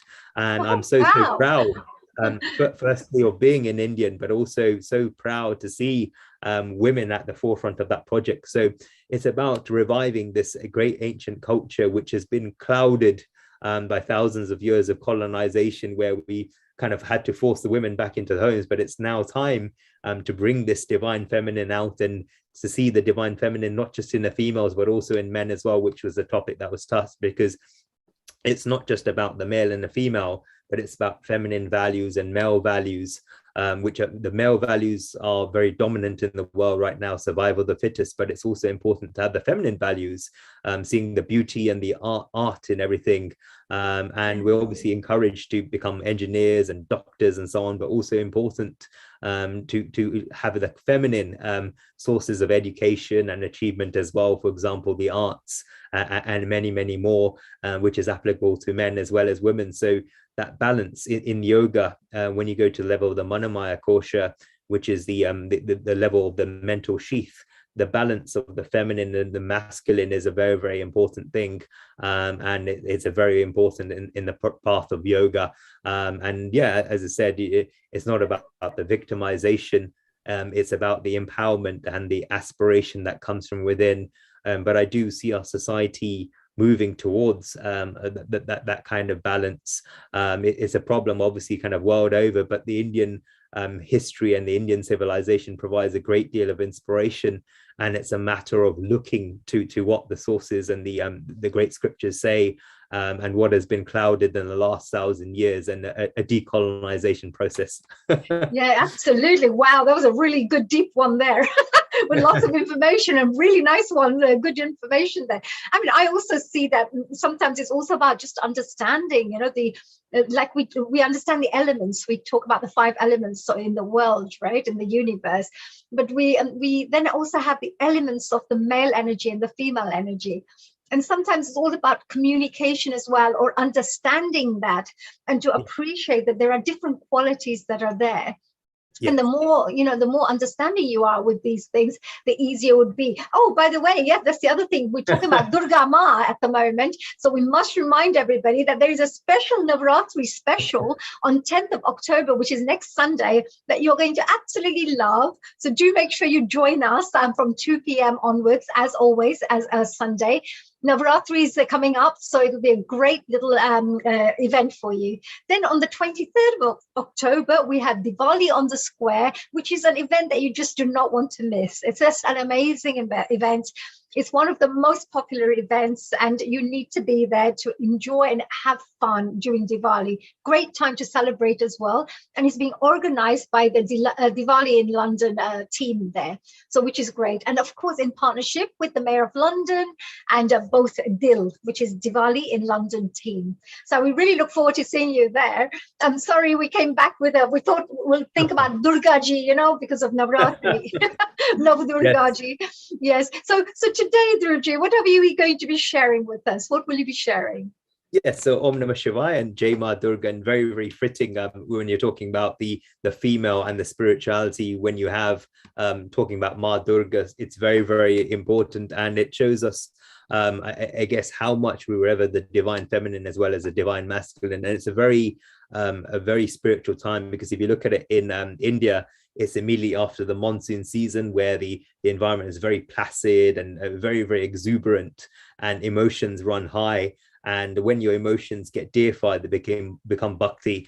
So it's my favorite time of the year, and very fitting that we started on the theme of the divine feminine. So yeah, yes, there is a lot of goddesses in like you mentioned, in the East, who are very highly regarded, who are very powerful too. Yes, as we say, today is about inspiration and motivation.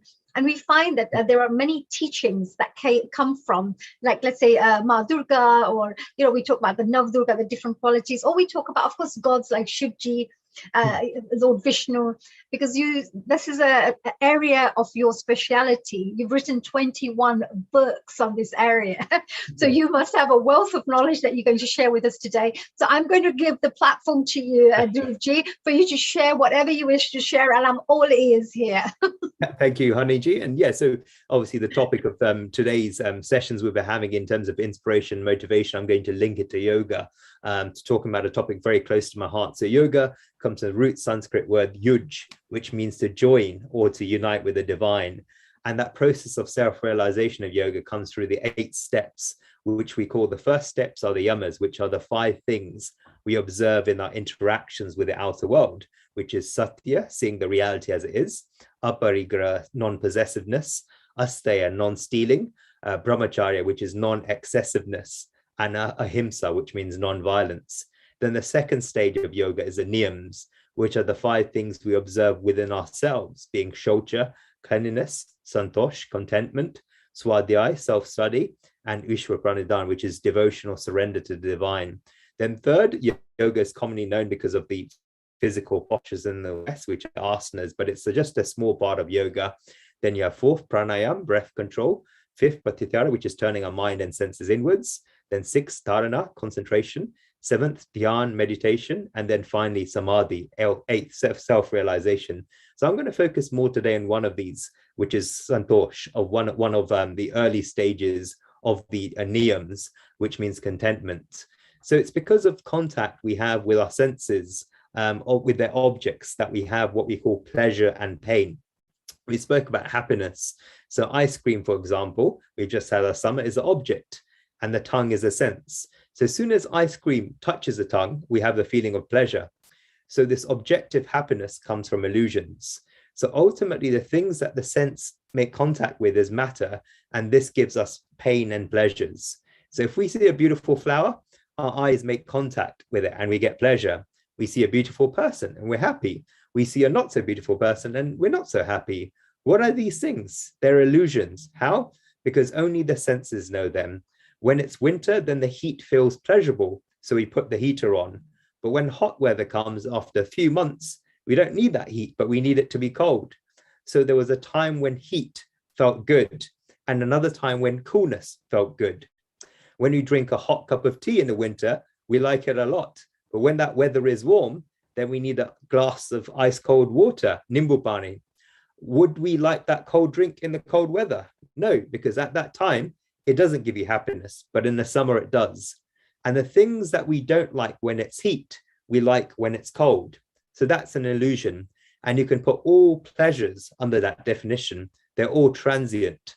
Kabirji's written a very nice story. Ja din ne jiv janmaya kabuna paya sukh dali dali me fira pate pate duk, which means that he tried to collect the fruits of pleasures in the basket, but when he looked, he could only find the leaves of pain in them. So it's human nature that whenever pleasures come, they leave behind pain. Because of illusion, pleasures become manifest and go. They never stay because they're transient. And there's 3 reasons for this. The first is the law of diminishing returns, which can be found in economics language. So when the mango season starts in Gujarat, we drink Kerina Ras, mango juice. It first tastes like nectar, but the pleasure that comes from the first bowl of mango juice can't be found in the second. And the pleasure from the second bowl of mango juice can't be found in the third. And by the time you have your 4th one, you've had enough, or you may have a 5th one. But if someone offers you the 6th, then you say no. The first bowl of Kerina Ras was like nectar, but why are you now saying no? You should keep saying yes if you liked it the first time. This is the law of diminishing returns. This happens in relation to pleasures, but also in relation to pains. So when a person gets used to sadness, then they can't go without it. When they get the next sad moment, he doesn't feel sad. So when compared with the previous sad moments, this seems nothing. There was a person by the name of Katralal, and he got some new shoes. They were new shoes, so they were tight and he was getting shoe bite. They were hurting him so much that he struggled to walk to work. So the receptionist at the office asked him, have you bought small shoes? He replied that I don't know, but they definitely hurt. So the receptionist asked, why don't you change them or get them molded? Why are you tolerating this pain? Katralal said, there's a reason for this. When I wear these shoes for a day and go home and take them off, the scream I let out from the pain drowns out the shouting of my wife. So he does not feel a thing when he's shouting, when she's shouting and nagging.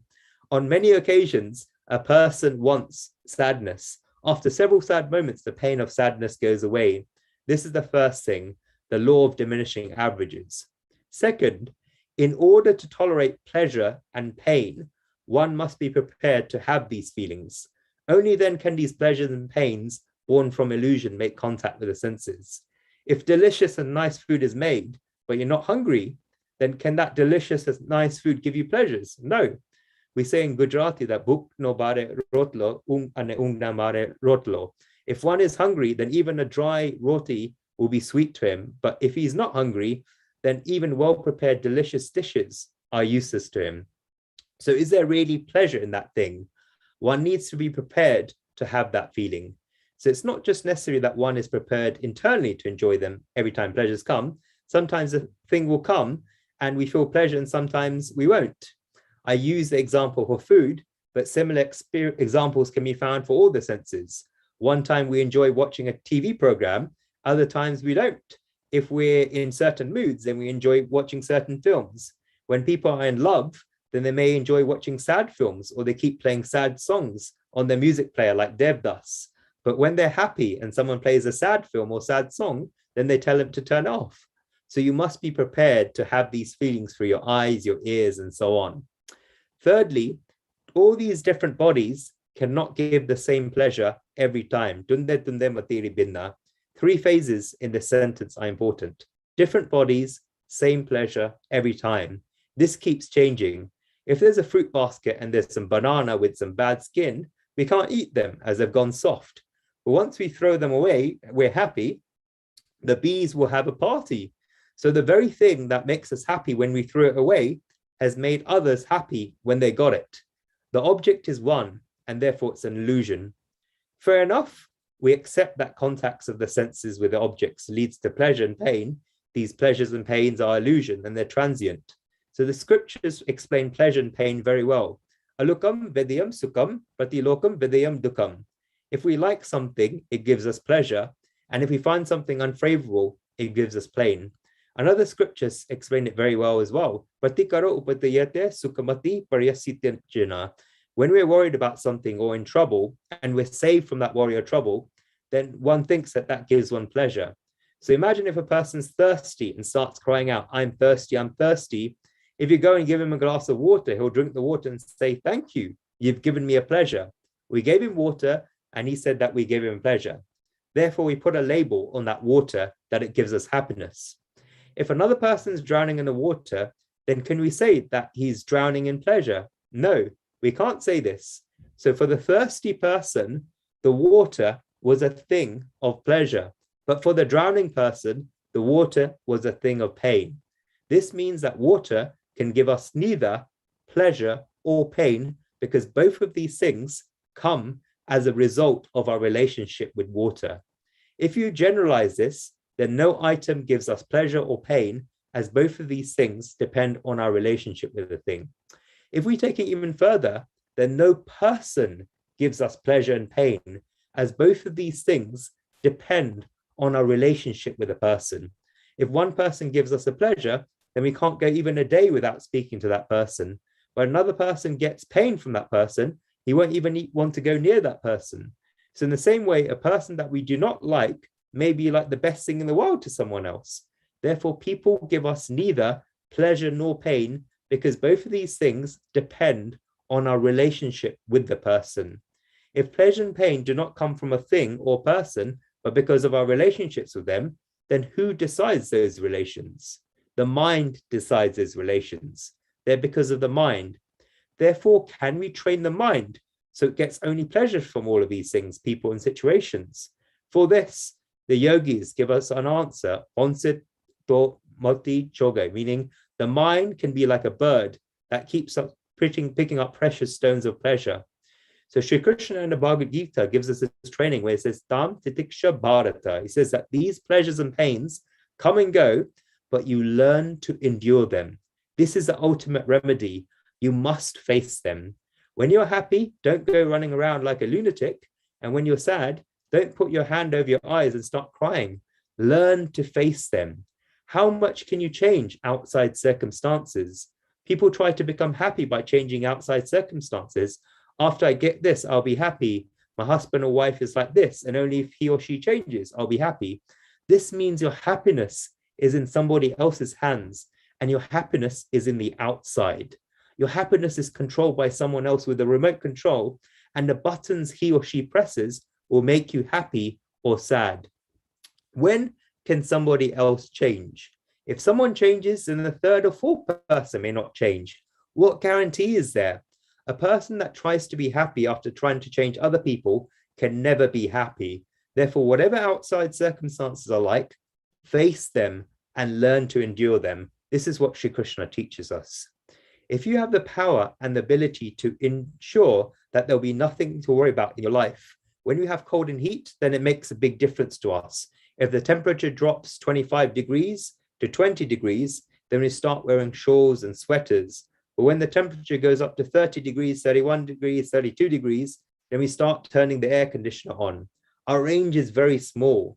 But when we see a farmer laboring on a farm, then even if it's 10 degrees, he still labors in the farm wearing very little clothes. When the temperature goes up to 40 degrees, it doesn't matter to him if he's sweating a lot. He carries on laboring.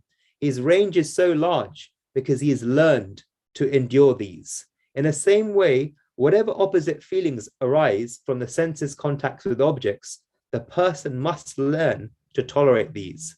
However much the person learns to increase this range of endurance, the person will be that much calmer, stable, and happier. And Shri Krishna tells us to learn to endure these. It's only a relative thing that one person has more pleasure or pain. If we're happy, we think that there's more pleasure in the world. And if we're sad, we think there's more pain in the world.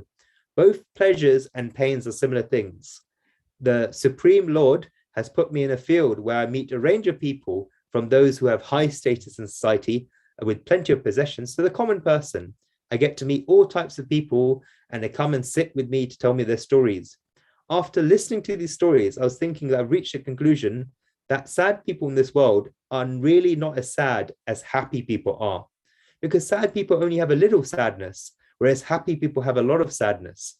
Metaphysically, pleasure and pain are the same, but we need to look at them relatively. The metaphysical view is that the scale of pain and pleasures is always the same.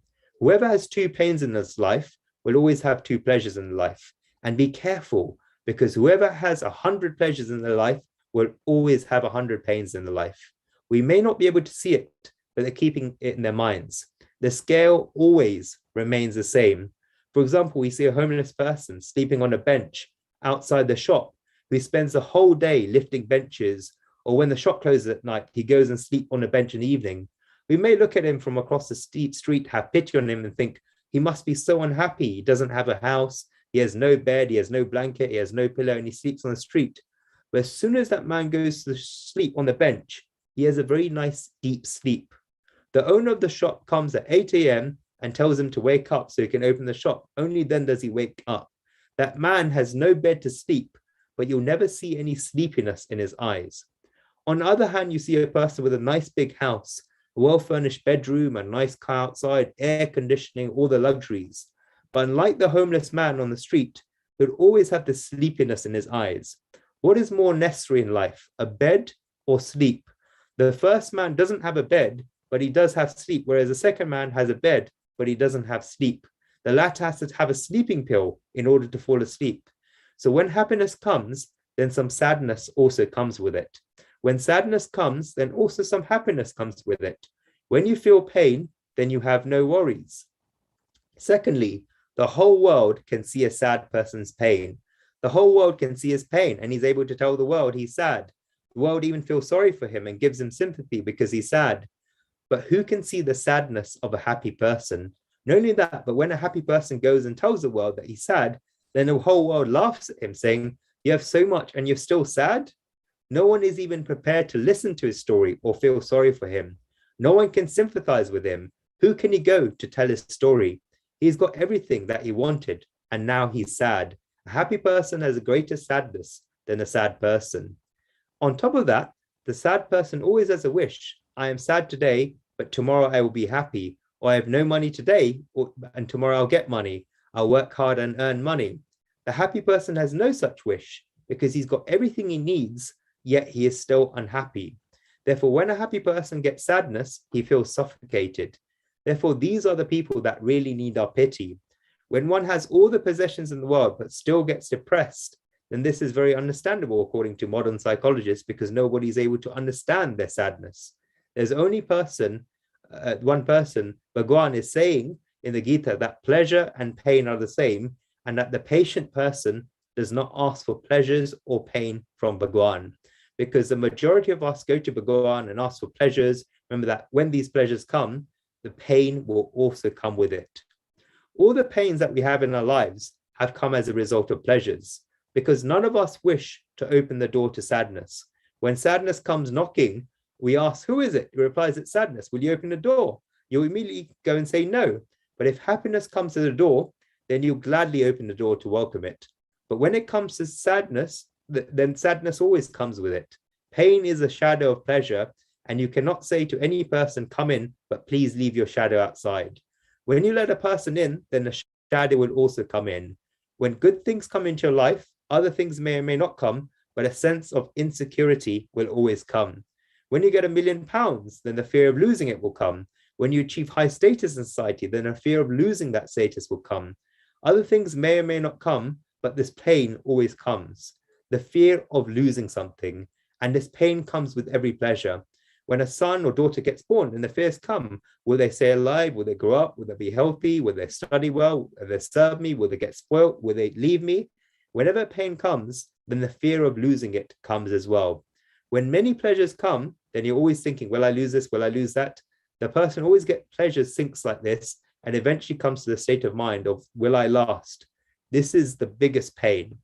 If I feel that I'm great because I have high status, these followers, talks, and these possessions, then if they go, will I last or not? Yes, people have this fear, and it's a deep fear in everybody's mind. A patient person is someone that has learned to endure pleasure and pain. He knows that pleasures are like the sunshine and they come and go, and pains are like the shade that they come and go. Both sunshine and the shade come during the day and go away at night. In the same way, both pleasures and pain keep coming and going. They don't make a difference to the patient person because he knows he is the Atma, not the body or the mind. So the point is the pleasures and pains are felt by the body and therefore an illusion, and so they're also transient. I'm not the body, I am the Atma. I do not come and go, but I stay. And in my experience of staying in the body, I have seen so many pleasures and pains come and go. When the sun rises, then we don't try to start dancing. And when the sun sets, then we don't start crying. This is because we know that as soon as the sun rises, then it's also going to set. And when the sun sets, we know it's going to rise again. In the same way, the patient person knows that when pleasures come, they will go. And when pains come, they will also go. Chakra panti, riva gachati vibra panti, meaning just like a discus is turning, this is how we get pleasures, pains, and they keep coming and going. He who understands this is a patient person and attains liberation. Everyone else is either attached to pleasures or pains. Some people even have attachments to pain. A person may even start identifying himself with these pains and saying, this is my pain, this is how he feels. A great yogi shows this to us when he went to a town and everybody came to him saying that they were sad and the other person was happier than them. The yogi called everyone in the town together, told them, look, I have a great amount of wisdom, and through that wisdom, I'll make all your sadness go away. If you see someone who is happier than you, then just start living your lives like they do. Forget everything about your pleasures and pains and take somebody else's pleasures and pains. Let us do this. Everybody write their pleasures and pains on a piece of paper, fold it up and write your name on the cover. So you show that these are your pleasures and pains. Everybody do this and leave your pieces of paper on the table. Everyone put their pleasures and pains on the paper, folded it up, wrote their names on the cover and put the paper on the table. The great yogi told them to go and sit down. He chanted mantras for 10 minutes and told them, chants are complete. Now each of you go to the table one by one. And if you feel that another person's life is better than yours and you want to live a life like they do, pick up their cover and their pleasures and pains will become yours. Pick up whoever's covers you want. Each of them came to the table one by one, stood there, thought about it, read everyone's names and ended up taking their own papers and going back. This is because they thought another person's pains did not seem so bad from the outside. What if they actually happened to us? Instead of that, at least I'm used to my own pains. Whoever understands this and sees pleasures and pains is fit for eternal life. It is because patience that a person gets inner strength. If there's a small flame and the wind blows on it, then it'll get blown out as it will not be able to handle the wind. But if the flame gets brighter and bigger every time, then the wind blows, it'll become a forest fire. Then will the wind be able to blow it? Now, however much the wind blows, the fire will not get blown up. In fact, it will grow bigger and bigger. The wind will serve and help the flame by increasing it. In the same way, If there's an inexperienced human being that does not know how to endure pleasures and pains, then if the single pleasure or pain comes, he'll be moved. But once he gets patience and learns to endure, then he'll become like the forest fire. Then if any transient pleasures and pains come, he will not be moved. Not only that, he improves with every pleasure and pain that he gets and comes out with the strength to help other people by advising them to attain endurance themselves. Also important in contentment is being freed from worries. Our scriptures say, Chinta, Chitta, Samasti, Bindu, Matra, Vishishta, meaning worry is like a funeral pyre. In fact, worry is even worse than a funeral pyre because the funeral pyre burns our bodies after we die. But what happens? The worry burns our bodies while we're alive. Worry burns us deep inside. The person who is freed from worries can experience the immortality of the Atma and the solar plexus. When these worries are left in life, there is no fire burning in us. You may think that it's easy for me to sit here and tell you to get rid of your worries, but how can we be free from worries? Great yogis have shown us the way. The first way is to learn to forget, and only then will you be freed from worry. The more things you remember, the more things you worry.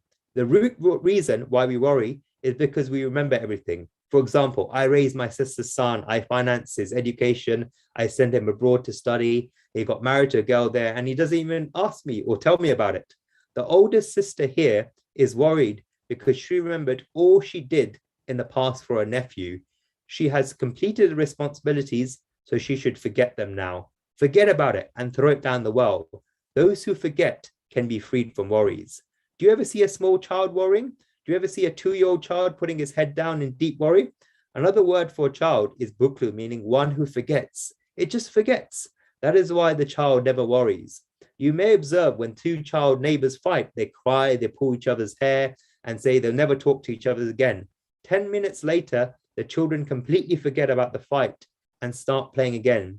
They're forgotten in just 10 minutes. They start playing together again. On the other hand, if the mothers got into a fight over the children, then that fight would go on for 10 years because children forget, but their mothers never forget. Worries come because we do not forget, so forget about it. This is the first way, learn to forget. Remember, this is not being childish, but childlike. Anyone can be childish, even a 50-year-old person.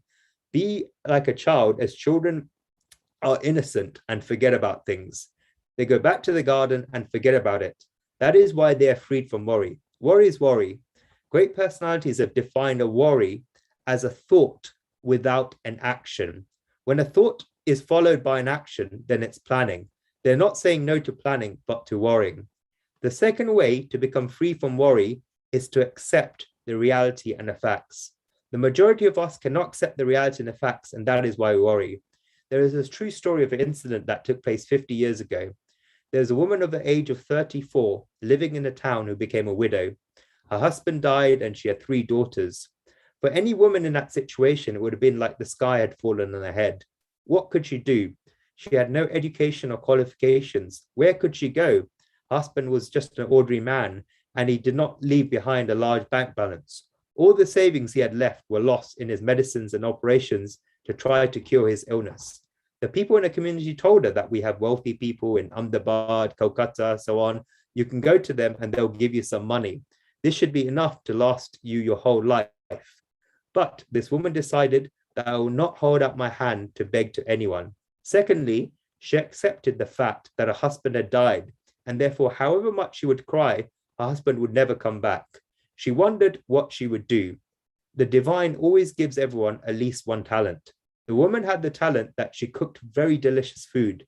She lived in a small town, so she left that place and moved to a big city nearby.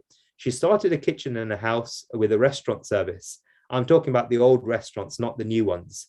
There was like a big hotel, not like a big hotel, but like a restaurant where people come in certain situations. For example, their spouses could not cook on that particular day or they're out of town. So she would feed them.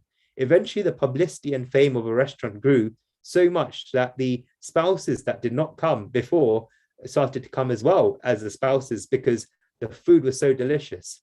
Before, she had to get vegetables for the market, cook them, prepare them, and feed all the guests all on her own. because her daughters were very young. But eventually her daughters grew up and started helping her, and her customers kept growing. She saved the money and kept growing her business. Eventually she started a tiffin service. Her daughters got older and she married them off to good families in very nice ways with a head held high. She also gave her daughters some of her wealth. The woman is still there, and if any other woman falls in the same situation, she stands by them, tells them the story, and helps them. Not only that, but she also has her own spices in the stores because now she has employees working at her restaurants. She's become very famous in India. All this took time, around 30 years. What if she gave up and started crying, feeling sorry for herself 50 years ago? What if she kept complaining about the situation of being alone with 3 children and no money, education, or qualifications? She would have spent her whole life crying. Instead, she accepted the facts, and look what happened. Because she took actions, not only did she have no time to worry, but she completely changed her situation around. The person that accepts realities has no reason to worry. Thirdly, think of today. Live in today, and there'll be no worries. The great thinker Ruskin kept a paperweight at his desk saying today. Someone asked him why he had this, and he said, I live in today. There are no worries in today. People either worry about the past or the future, but there's no worries in today because today is where we can make our efforts. The person who's worrying about the past or the future is wasting his time today and hindering himself in the future. If you are looking to London but talking to Tokyo, you won't be able to see the thing in front of you. This is the state you put yourself in. Fair enough, you learn from the experience in your past, so use them to help you in the present that will shape your future in the correct way. Live in today. Fourthly, manage your time and you will not get worried. Your time is a tool that you must use. People will worry that when they're in a hurry and thinking that they haven't got enough time, what if they had planned in advance how their time would be allocated? Then they would not have to worry. People that worry when they're 60 do so because they feel that they did not use their time properly during their lives. Our scriptures say, Dharmata kama sama beva sivya, meaning give your duty, your work, and your worldly enjoyments the same amount of priority. If you have 24 hours a day, give 6 hours to Dharma, 6 hours to Artha, the making money, 6 hours to whatever business you have to do, and then sleep for the 6 hours. In this way, your 24 hours will go just like that, and you get peace in your life. Only 6 hours to earn money? Our employers have put us on duty to 8 hours between 9 to 5. We can't work for 6 hours, so we need 2 hours more. Where we get it, because our day is only 24 hours, so we can't sleep for 2 hours less, and we can't cut down 2 hours of our other work, so we cut down 2 hours of our dharma. Even when the 6 hours we allocate to sleeping don't go properly, the doctor tells us that we should get a minimum of 8 hours sleep a night, and we don't get enough sleep. We have dark circles around our eyes, so we need 8 hours. So where we'll get those 2 hours from? We take those 2 hours from dharma as well. Even in those remaining 2 hours, there's no dharma, and we see the results of what happens in our lives. We are worried and depressed for 24 hours because there is no proper time management. We don't realize this at the beginning, but we realize it when we turn 40, 50, or 60. And when we worry about it, then the situation is same. There is no time left to do it, because when compared to how much time we have lived so far, there is not that much time left to live. Then what if this person had effectively managed their time from the beginning?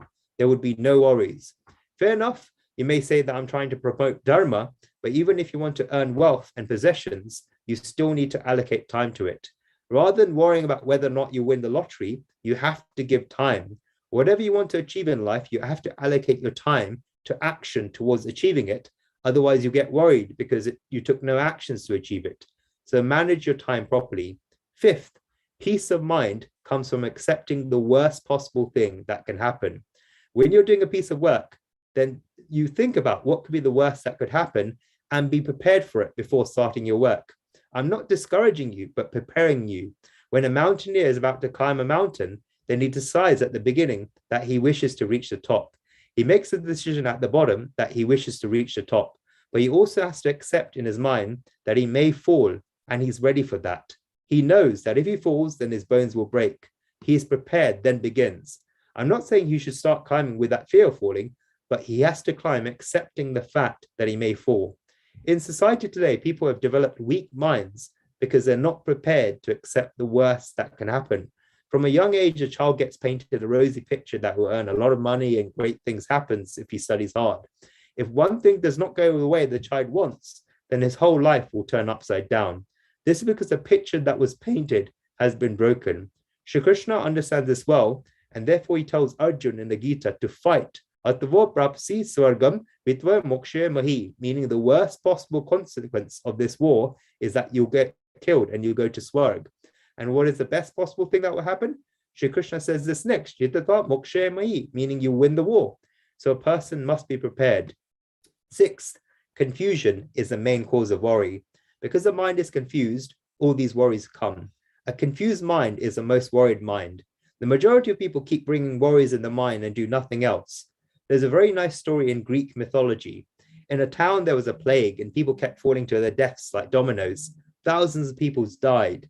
A saint went to the devils because in Greek mythology, they had different powers. For example, if something good happened, it was done by God. And if something bad happened, it was done by the devil, and asked, why have you brought this plague where so many people are dying? The devil said, I had an order from my boss to only kill 5,000 people and I can't do anything about it. So the saint said, but 12,000 people have died. Why did this happen?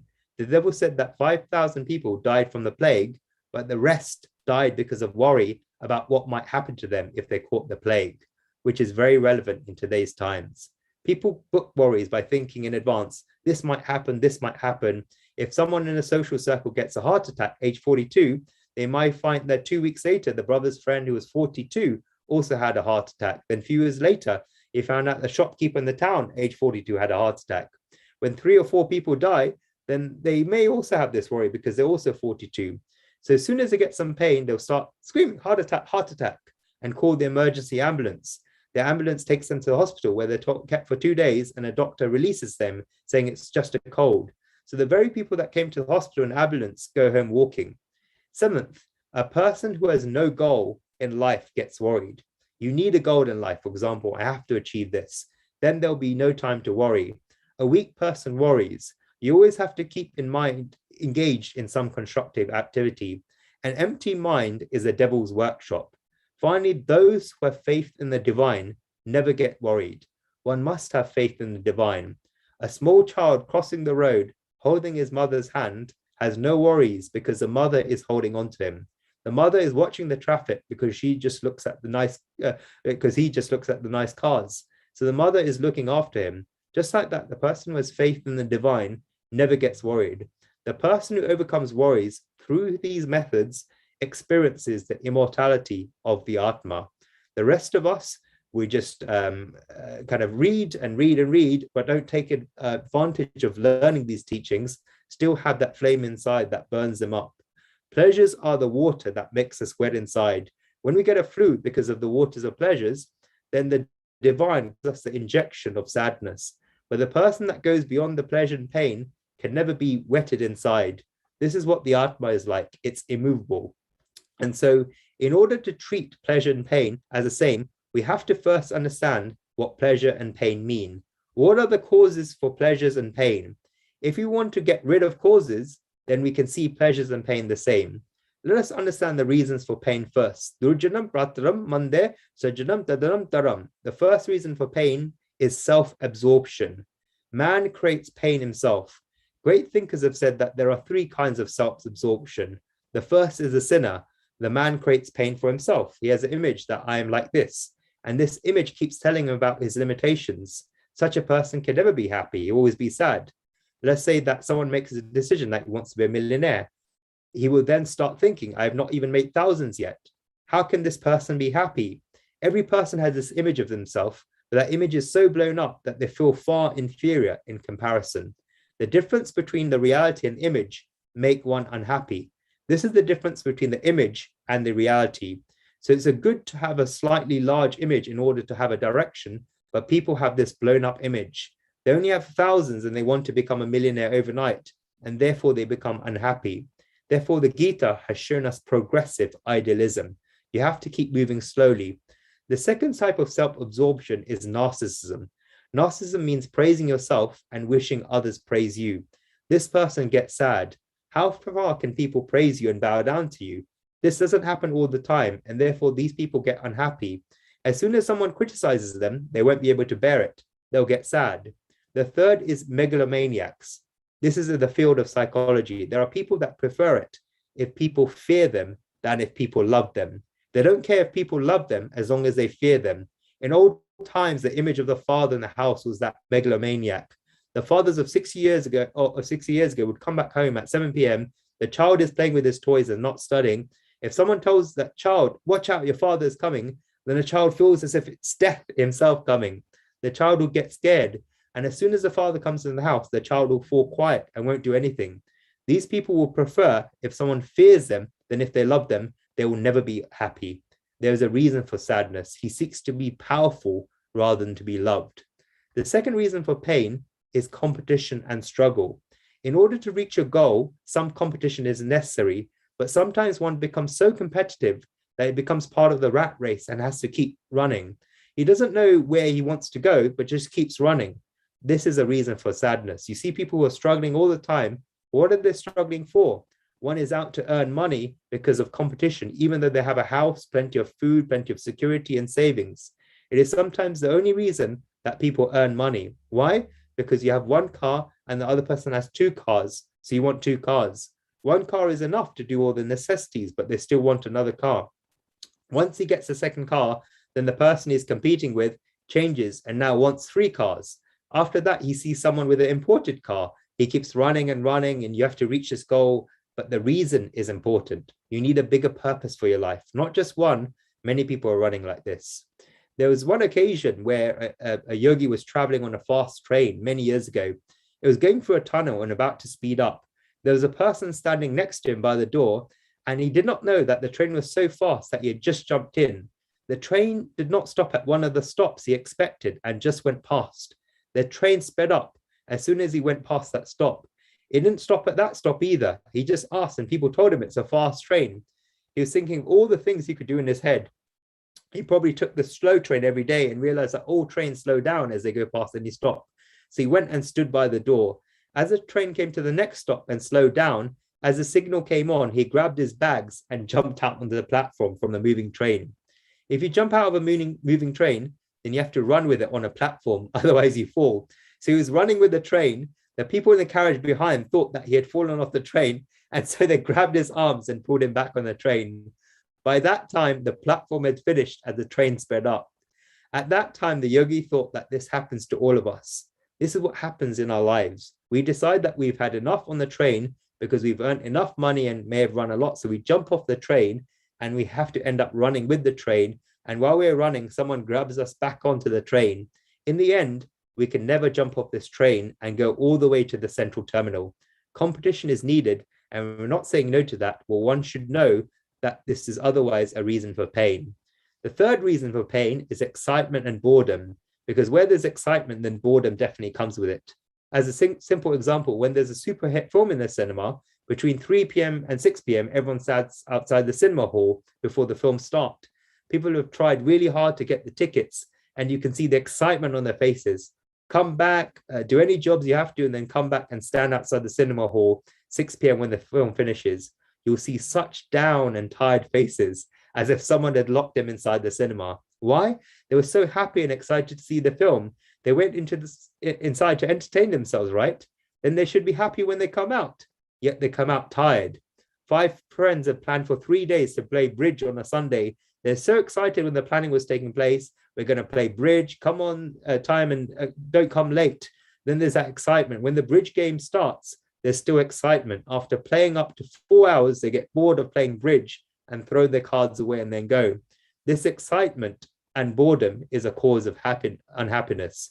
Envy is a fourth reason for sadness. Remember that everyone has their own circles of envy. They don't envy everyone because they have their own circumference for this. Their envy is based on the people that they know. Imagine there's 2 women beggars sitting opposite each other on the steps at the entrance of a temple. They have their own circle of envy. If a woman goes to the temple wearing a 5,000 pound sari, then the beggars don't have an intense need for it, and they may just look at it. They're content with their worn and torn saris. But if you give one beggar 200 pounds and the second 50 pounds, then the second beggar will envy the first beggar, because the first beggar is in the second beggar's circle of envy. She have no envy of the woman's 5,000 pound sari or even the 10,000 pounds she has in her purse, but she's envious that the beggar next to her got £150 more than her. Similarly, the woman with a £5,000 sari is not affected if someone gives the two beggars whatever amount of money. She doesn't even look how much money the beggars have in their box. But if another woman comes with a smell of amazing perfume that she liked but couldn't afford, then she'll think, wow, what a perfume, because the other woman is in a circle of envy. Even if she could not afford it but did not have it, then she'll become envious. I have not got it, but she has. Therefore, every person lives in their own circle of envy. We need to get outside the circle of envy, and slowly we must keep thinking that every time, why am I being envious? The bigger your circle of envy, the more unhappy you'll be. The smaller your circle of envy, the less unhappy you'll be. It's a rule in the world that the closer someone is to you, then the more you'll envy them. I often say in this world, it's very easy to be sad when looking at someone else's pain. You can easily get sad on seeing another person's pain. If you're walking down the street and you see a homeless person, then you'll get sad on seeing this. You don't even know that the person is, and you haven't met him, but you still get sad. But it's very hard, my friends, to be happy at someone else's happiness. In fact, the closer the person is to you, the more difficult it is. This is a circle of envy is a cause of pain. And so just wrapping up the talk there. There's a lot more I can talk about this subject, but if you would like to learn more about the work we do in teaching of our yoga and the Hindu scriptures, our website's at www.gitaclass.org, GITACLASS.org. And we have 34 WhatsApp groups. So if you'd like to join them, just message +44 7904 720 516. And we will continue our wonderful work that we're doing. So thank you, Honey G, and good to see you, Sharon, and welcome. Thank you very much. That was really, really amazing. A really, really in-depth discussion and in-depth teachings. So much teachings and such amazing, I think, practical tips that people can really, really benefit from. Well done for that. Thank you for sharing. I found one or two things that I thought I wanted to ask before I ask my dear, wonderful Healing Our Earth host members as well to maybe join me. But there was a couple of questions I had. You talked about which I thought was very beautiful, not being childish, but being childlike. Yes. So that, you know, you can just enjoy life in a very childlike manner rather than, of course, childish manner. Yes. I like that point that you mentioned, because I think many people nowadays take things too seriously. Yes. And for that seriousness, they tend to lack a bit of fun in their lives. You know, they take things not so lightheartedly. Everything's quite serious. As soon as somebody says something, it's like, oh, you know, you said this, you meant this to me. You tried to put me down. You tried to do this. You know, it's like they make a big fuss out of something.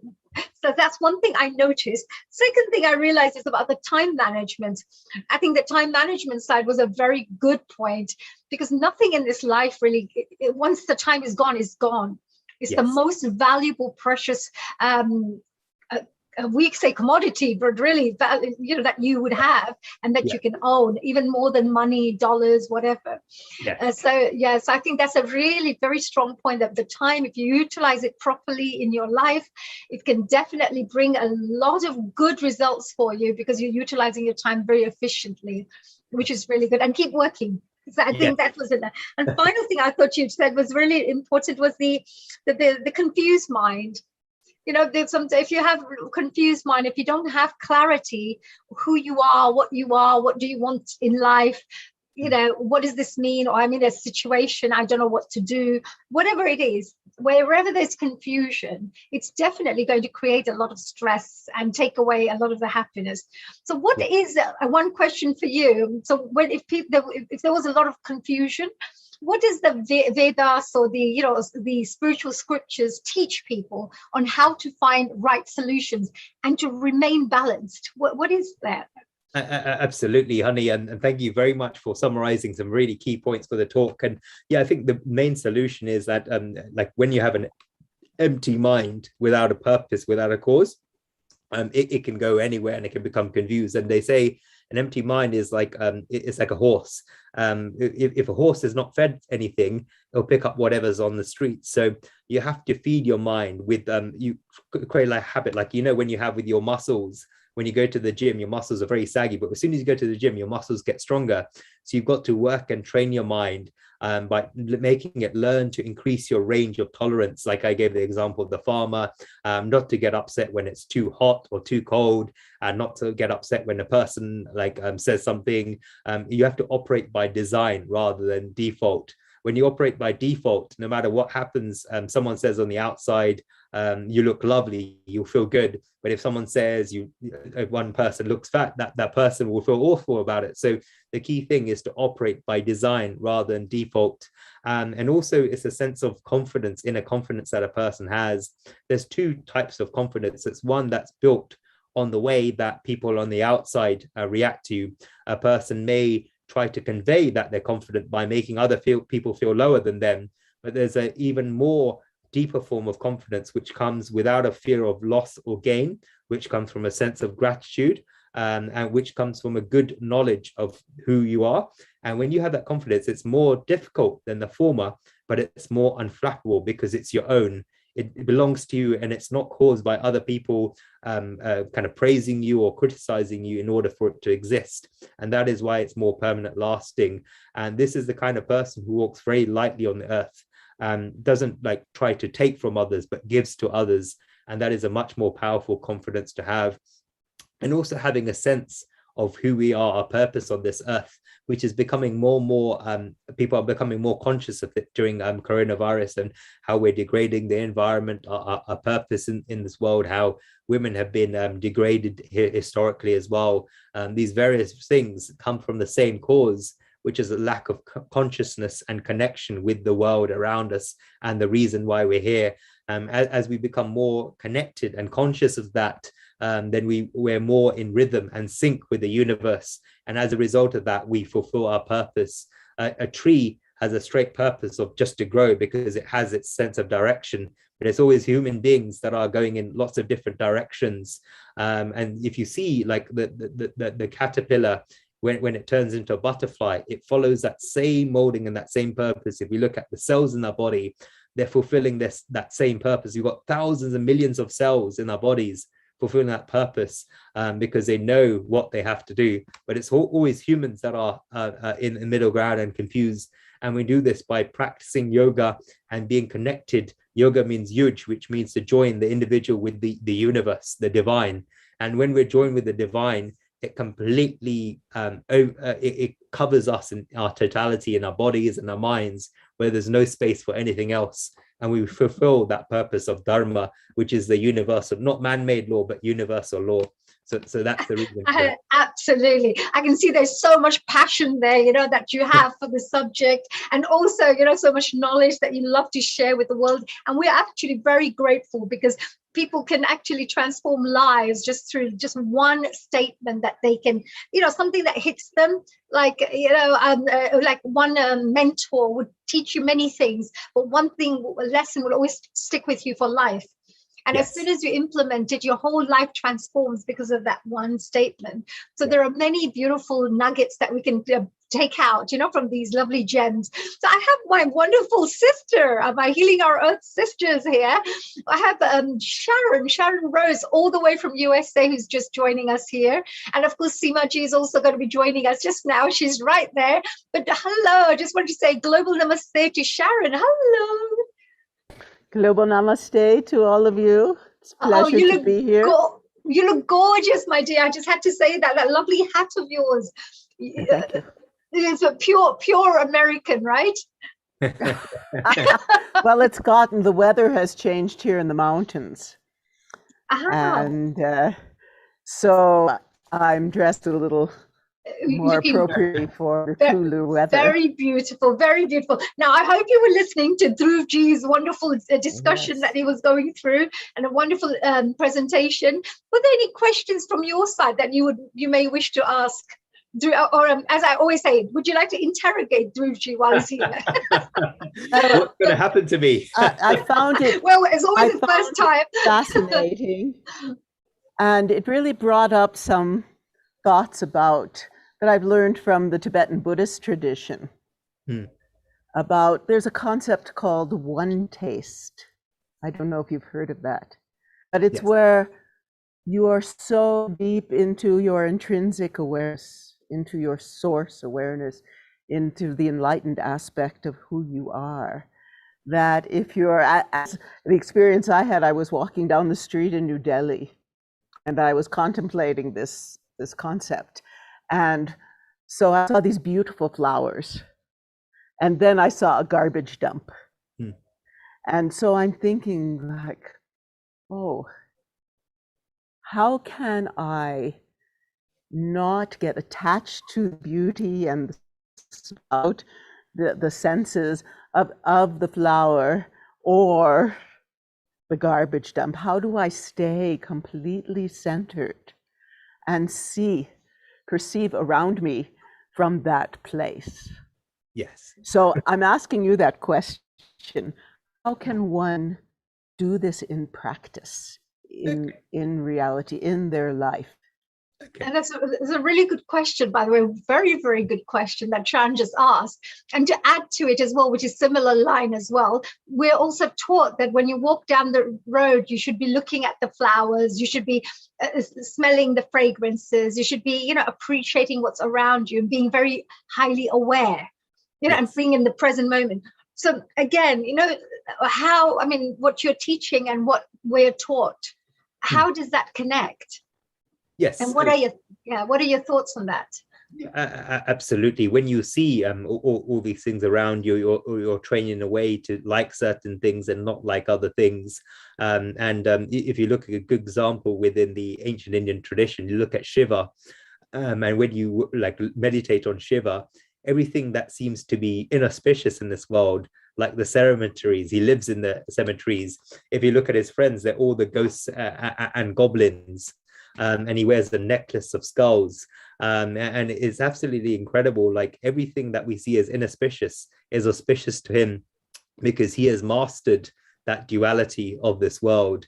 No matter how rich and wealthy a person is, no matter kind of what happens in his life, there will always be this sense of duality of pain and pleasure, victory and defeat. This will always be there. And there's a really, really perfect example that is given. A person who has attained this excellence of yoga that sees this complete equanimity in our culture, his name was Janak, and he was the father of Sita in the Ramayana. And his guru was someone whose name was Yagnavalkya. And he described him as a perfect yogi in all sense of the word, because whatever Janak did, he was given the utmost importance by Yagnavalkya, his teacher, and no student got as much respect that Janak did. All the pupils and the monks said that they're left behind the material world and everything else behind, but Janak was a king that lived in the palace of gold with soft bed and servants. They asked that how can someone living with so many riches and possessions could be given greater importance with them? They wondered how can he be called a yogi and not them? And the guru told them he'd explain it to them one day. And there was an event where Janak was sitting with other pupils. The news came that the entire kingdom of his was burning. Yagnavalkya continued the ceremony and Janak continued to listen silently and calmly. So all the other peoples that called themselves yogis kept thinking that his kingdom is burning, his kingdom is burning. After 15 minutes, further news brought up that all the peoples given houses were being burnt. They all got up and ran around thinking their houses are burnt, their possessions will get burnt. As the guru continued speaking, they all ran. After 15 more minutes, the news came that there was a fire in the king's place. The king continued seated and he was extremely calm. When the other peoples came back and asked Janak whether he wanted to go, his palace was on fire, he gave the reply that the town of Mithila, my kingdom, is burning, but nothing of mine is burning. This is how detached he was, how much of a yogi he was. And it comes from understanding that behind these facades of the body, behind these facades of the mind, everything within us is connected. The same divinity that is in you is in me. And when we see that same divinity as in you, as in me, that same divinity is in an animal, that same divinity is in a plant. It was only in the ancient Vedic traditions that we saw that plants are living, and that discovery was made by science in the last 100 years. We keep the Tulsi basil plants in the house. We water it daily. We have a very strong connection with that. My grandmother used to feed pigeons and squirrels in the garden. There was a strong connection between. I do that too. Yes. Do that every single morning. These squirrels have become part of the family. They just come to the window and go click, click, click, click. They think, come on, give us some roti, you know, some little rotis. They think they're part of the family. It's a beautiful connection we have, because we see that there's no difference between us and those birds and those animals. And when you have that unity of yoga, where there's no divisions which are created by the mind, then you see the equanimity in everything. And the other method I gave is to tolerance. Learn to tolerate pleasures and pains. And so your range of tolerance becomes bigger and your mind becomes more equanimous. Absolutely. Oh my God, that's amazing. Thank you for that. You know, we got Seema as well. I thought, you know, we'll continue the interrogation side as well. She has some amazing questions, you know, because she has this wonderful, Seema, hello, my dear. Are we there? Hi, honey. Yes, I'm very much here. Back again with that lovely soft voice. I love her voice. It's so soft and she's so gentle. And I find her completely opposite to me. I'm like full of this, you know, energy thing, and she's so soft and very peaceful. So, dear Seema, I was going to say, you know, we've been listening to dear Dhruvji speaking about all these different topics, and we were also talking about happiness today. Is there any question that you may have that we could ask Dhruvji from your side, connected to happiness and maybe the spiritual knowledge that he talks about? First, I want to say thank you to Dhruvji for all these nuggets of them, you know, very deep knowledge. I think, as you said, you know, it's such an auspicious occasion, Gandhiji's birthday, you know, and all these nuggets of wisdoms flowing to us. I do practice a spiritual school of thought known as the art of living, right? And one thing they teach us is that they say, when you are born, the first breath you take is you breathe in. And the last breath you take is you breathe out. And the period between that in-breath and that out-breath is what we call life. Yeah? And in this span of life, a nugget of wisdom passed down to me by my father, he said, who was a late doctor of medicine, he said in the olden days, a normal human being would live to the age of 50, 55. So if you round it up to roughly 400 days in a year, and you multiply that by 50, life is only 20,000 days. Yes. It gives you something to ponder about, doesn't it? Of course, with medicine and, you know, a proper diet and the way life is changing, we live a much longer life. But in that period of life, what we need to do is enrich that life, right? And how to enrich that life. You spoke of all these nuggets of wisdom, of yoga, everything, you know, emptying the mind, becoming hollow and empty, you know. Why are we given this human birth? Why are we given this human body? They say, Manushya janam 50,000 janmo ke baad milte hai. You get this birth after 50,000 years. We perhaps were that same squirrel who comes into honey's garden, or the ant that Jainism tells us not to step on. You know, where our life cycle starts from. We've been through all these births. And what is the purpose of this birth? The purpose of this birth is to meet the Creator. Yeah, to merge into yourself. And you spoke of yoga, you spoke of meditation, you gave us all this wisdom. It's a whole package that we have to incorporate and bring within ourselves so we can shed ourselves of all these layers. You know, we need to take honey, you very powerfully spoke at one of our sessions about the spiritual bath. You know, we have to take us, just like we wash our body every day, we have to wash our soul. And now so more than ever, because we have all this digital stuff in front of us. We've got Instagram, TikTok, and our mind is actually imbibing these impressions, and they do get stored within us as samskaras.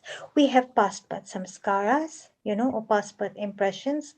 We have past birth vasanas, but we are adding to it. So how can we wipe the slate clean? Hit the delete button. Yes. Clean ourselves up. Yoga, yes. Meditation, yes. Kirtan, I just say sadhana, seva, satsang. Yes. Yes. These three elements are so important, you know. What an And important speaking of question. well, I want to say something very special when you speak of seva. I read a really beautiful story about Gandhiji, who says, be the change you want to be. There was this little boy who loved sugar, and his mother took him to Gandhiji. He took it, and she said, you know, Gandhiji, my son loves sugar and it's not good for him. What should I do? And he said, don't ask any questions. Come back to me in 2 weeks. So she returned in 2 weeks and she asked him, she said, why did you ask me to come back to you in 2 weeks for my son, you know, to stop his sugar habit? He said, how can I ask your son not to have sugar? When I'm taking sugar, I have to first give up that sugar to be able to prescribe that prescription to your son. So really what he did was he gave up sugar so that he could then give that little boy knowledge on how to give up that sugar. So be the change you want to see in the world. We all want to see unity. You know, this platform is all about love. It's all about healing. It's all about bringing people together. It's all about going deeper within, vibrating. Every single speaker today has spoken on one common factor: gratitude. We vibrate so much on what we don't have, but do we actually sit down and say, you know, what we have? You know, and sometimes when you look at yourself, look at the poor person on the street, and then you can reflect and say, okay, how much more do I have than them? Yes. You know, and so there are all these nugget of wisdoms, but I feel, you know, we have to combine it in a whole package. There's not only one single journey. You know, it's not only yoga, it's not only meditation, it's sadhana, seva, such a powerful tool to happiness, giving back to society, as healing our earth is doing, giving back, bringing all these nuggets of wisdom every Sunday, you know, looking after the needy, feeding the squirrels, feeding the pigeons, you know, looking after stray dogs.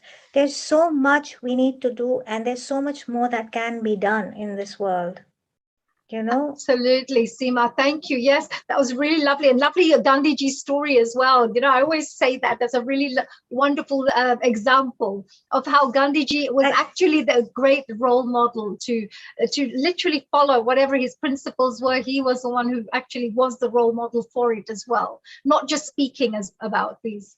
Yes. You know, Lord Krishna said, if you can't offer me anything, at least offer me a leaf.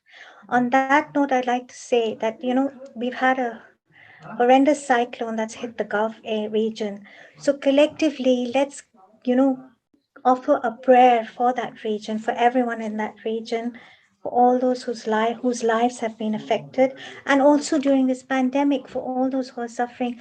Let's collectively just sit together and send out that energy to heal and uplift. That's what I would say. Absolutely, Simaji. Thank you so much. That's so wonderful. Actually, yes, we got Cyclone Shaheen, you know, in the Gulf region, and a lot of people have been affected by that. So Simaji is absolutely right that we need to perhaps send our well wishes, our positive thoughts, prayers to that region, so we can, you know, just pray that everybody's safe and everybody's looked after in the best way possible in that region.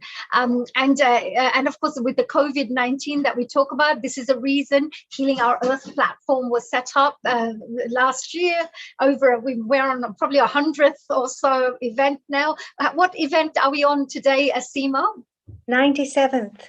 Three Wow. more to go till we hit 100. It'll be our century, 100th, yeah, century. Dhruv, Sharon, Lakshmi. Yes, we're going to have 100 very soon. In 3 weeks' time that we'll be celebrating. But what I mean to say is that we were set up for this COVID because at the end of the day, our aim is to just spread love, joy, happiness, unity that Dhruv spoke about, and how we one family.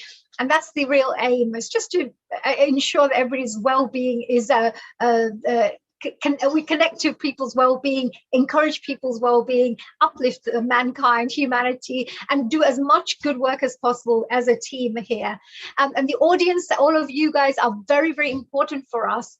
because it's thanks to you that we're here and we keep coming back every single week. So please continue supporting us. Share on your social media. We've got Twitter, we've got Facebook, we've got YouTube, got Instagram. Please share that with all your friends and family. If you could just support us, we can get these messages out to many more people with your support. So coming back to this, we've got Lakshmiji who's just joined us here as well for our little panel discussions. Dhruvji, your interrogation continues. Okay. So yes, and we're going to have Sharon and Seemaji coming back in again. But Lakshmiji, hello, global namaste to you. Global namaste. And I know that you mentioned that Lal Bahadur Shastri Ji's birthday was also yesterday. And of course, Mahatma Gandhi Ji's birthday was yesterday. We all celebrated that. I'm a great fan of his work. So Lakshmi Ji, can you, I'm sure you were listening to what Dhruv Ji had to say. We were talking about the topic of happiness, personal growth, inspiration, spiritual teachings, of course. Are there any questions that you may have or any message that you wish to share?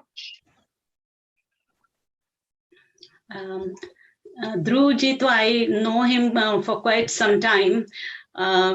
We've been, I was attending his program. We've attended several programs together. So I'm really fascinated that he at this young age has taken up this Ramayana and Mahabharata stories, reading them and explaining it. And then he runs those classes also, which is really, really good for a lawyer, who is, whose profession is law, but yet he is concentrating on the spiritual aspect of our Hinduism. So, which I always appreciated. I would also request Dhruv ji to extend, what your knowledge and whatever you are doing, including in the law, to the general public as well, so that others will also benefit by your knowledge and your efforts. Yes. This is my humble request to you. Yes. Wow, so beautiful. You always have very beautiful things and you always see the beauty in others. You always see the best in everyone else, Lakshmi Ji, which shows what a wonderful grand soul you are yourself, what an enlightened being you are as a person, as a soul. And continuously you do great work too. And you see all the wonderful work other people are doing, along the way, which is really great. So keep up your good work too, Lakshmi Ji, whilst you're encouraging people like Dhruv Ji, who is doing amazing. So it's like Gandhi Ji, he used to be a lawyer too, right, Dhruv Ji? Exactly you're right. following his footsteps, right? Yes, I've got some many kind of standing on the shoulder of many great giants. It's really fascinating when you look at law, why law was created. It was created for ensuring justice. So it has a very deep spiritual connection with it in the Indian culture. When we kind of we had very few laws actually in ancient India because people were so much in alignment with dharma because they practiced yoga that there didn't need to be any laws at all. It's only because human beings have swerved away from those laws from dharma that we've had to create these laws. It's really good examples that are given that if someone's driving after a party, let's say at 2 o'clock in the morning, nobody's watching and there's a traffic light turning red. If nobody's watching, there's no cameras, will that person stop at the traffic light? And in most cases, yes, because that opportunist is still there. But when that opportunist goes away and we're in alignment with dharma, when even nobody's watching us, then there's no need for these laws. So these laws are created because there was this distance from dharma, and I have a very strong passion for justice, and that's why I became a lawyer. So it's also a passion of mine alongside the law. And when you look at the ancient, not so much ancient, but in the last few centuries, when you have many great lawyers, they're very devout religious people, because laws are very connected with you have universal laws, and you have the laws for men as well and women. So it's a very strong connection between the law and religion, and I'd like to honor that connection. Absolutely. And I think it's wonderful because my spiritual Guruji, he was always saying that lawyers, accountants, politicians, police, these are very important people in our society. They're doing such great work, and if they do regular meditation and they do regular regular spiritual practices, you will find that we will have a very strong society. Yes. Because their contribution is very, very important, for society, to keep everything in the right order. So it's very, very nice. Thank you so much. Actually, we wanted to go into a short, maybe a meditation to finish off our day for today. And of course, Seema-ji, Sharon, and Lakshmi-ji, if there's any more points that we would like to maybe share as we are talking at the moment. Seema-ji? We can't hear you. I just learned two very special team members of ours have landed in the UK, Saivani Shambhu and her dad, Anil. So on behalf of our founder, Mr. Neil Kumar, and our whole team, we welcome you to the UK. Lots of love. And we're so looking forward to hearing from you next week, Absolutely. Wonderful. Very warm welcome. Yes, and our wonderful Saivani, and here there's a little photo of them as well arriving. So we just wanted to say that we are watching you, we are listening, and we have all the latest news of what's going on with our family members, all the way from there. So thank you for that, Seema-ji. Thank you. We were now going to do a short meditation shortly. Sharon and Seema, perhaps Lakshmi-ji always loves doing these meditations. I know Mita-ji is also always very interested in doing these meditations. So I just wondered if each one of us wanted to do a short meditation each. Would you be interested to perhaps, share something, Seema, as Sharon, for yourself as well? Dhruvji, would you like to maybe share a little bit of a meditation, short meditation? Sure. If we can do maybe five minutes of a short meditation to support and just try out different meditations.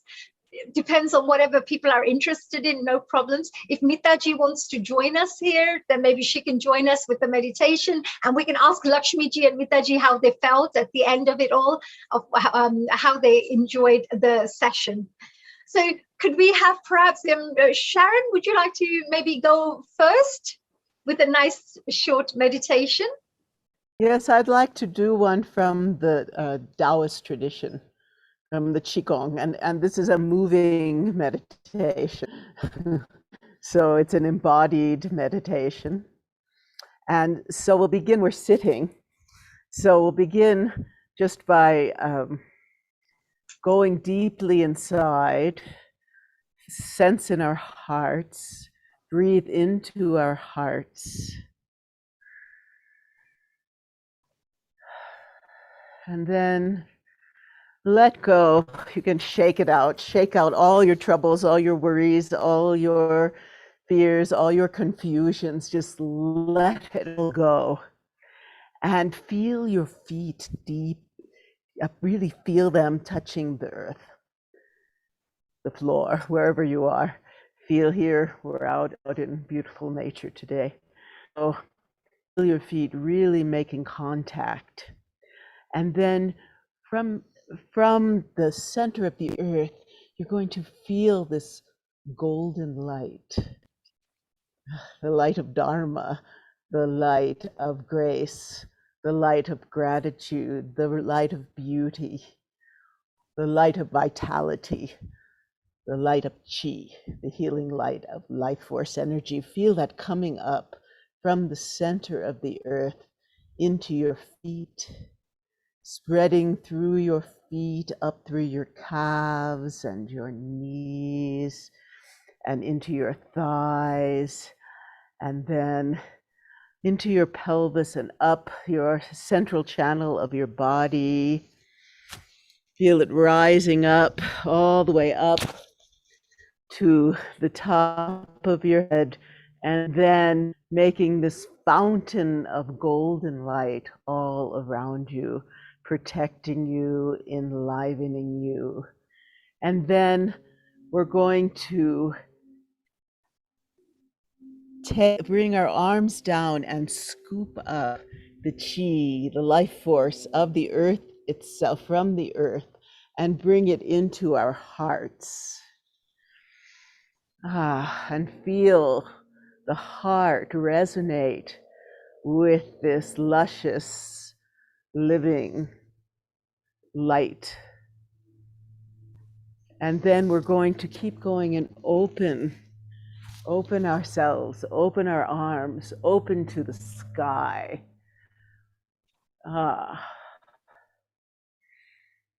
And then bring the light of the stars, the light of the universe, the light of that clear, open sky, back down again into our hearts.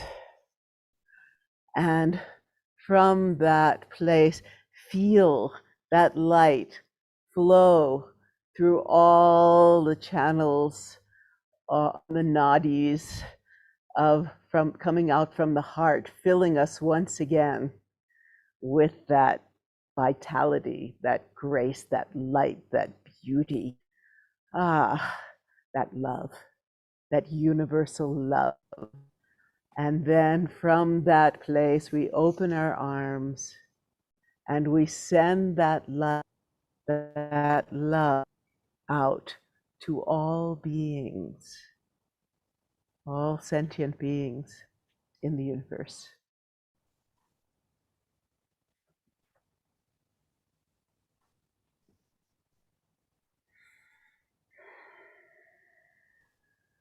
Got into that. Relaxed. It feels great to relax like that, isn't it? Thank you so much, Sharon. Thank you for a beautiful, relaxing session there. I'm sitting here in such gorgeous nature. It's autumn and the leaves are changing. And I just want to express to you all, you know, in the United States right now, there's such confusion. And for me, as a sensitive human being, to be able to be a part of healing our earth, it is the high point of my week to be with you all, to be with people who really have the depth and the knowledge and the experience to understand that there's more to life than just all this, what we're getting in the media and all fear-based programming. I'm so grateful to be with you, Neil Kumar. And we're so grateful to have you too, dear Sharon. We are very grateful to have a beautiful soul like you as part of our family. And we are, of course, always very grateful to Neil Kumar, the creator, originator of this wonderful platform, who has brought so many souls together for us. You know, we all look forward to our Sunday. This is our highlight as well for the week, where we can connect with other like-minded people like yourself. And of course, like Dhrupji, Simaji, Lakshmiji, all the rest of the people who are here as well. Thank you, Sharon. That was beautiful. Thank you so much. We're going to move on to our dear Simaji. Simaji, perhaps, you know, you'd like to do a nice little 5-minute short meditation for people to just feel a nice little relaxation state of some sort. So we have two options. I could either do a small breathwork technique, which will allow the one to go into a deeper state of meditation. It energizes your body. Or I can play one of my meditations, which is called Prakash, which I have on YouTube, which is an illuminating meditation. What would you prefer? Well, I'll ask everybody else. I mean, whatever they like. Dhrupji, what do you think we should go for? Let's ask Dhrupji. Dhrupji, which one? Breath work, or should we go for this illuminating one? Seema, can you avoid the YouTube? We are not licensed for copyright. Right. Just please go for the breathwork. Thank you. Over and out. Right, there you go. You know that our Neil G loves the breath work. Here we go. Okay, so let's center ourselves in Namaskara. Thank you. It's a yogic pose to actually balance the left and right hemispheres of the brain. And throwing our arms up with the breath of joy. Let's take a deep breath in. As Sharon said, sunshine and stars and happiness. And as we breathe out, we just give ourselves a little hug of love. And just rock yourselves from left to right. Just like a baby's in their mother's arms. Let's all sit comfortably and easily with our eyes closed. Let's take a deep breath in. And slowly breathe out. Another deep, long breath in. And let go. What we're going to do is we're going to bring our hands in a fist position gently by our shoulders. And we're going to do a coffee breath. This is a breath that energizes you. So it's known as Bhastrika. So let's take a deep, long breath in. And breathe out long. One more transition, deep, long breath in. Filling up your belly fully and completely, and breathe out long. Drawing your belly in to touch your spine. And what we're going to do is we're going to do 15 of these. We're going to throw our hands up into the air in bellows breath. So just watch me. Breathe in. Now, if you've got high blood pressure, it's recommended that you do this with less intensity. So let's begin. Breathe in. 3, 4, exhale.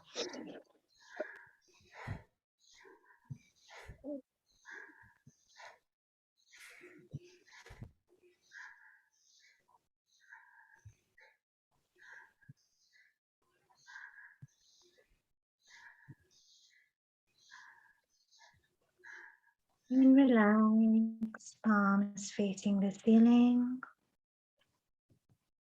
Gently observe all the sensations within your body. Relax.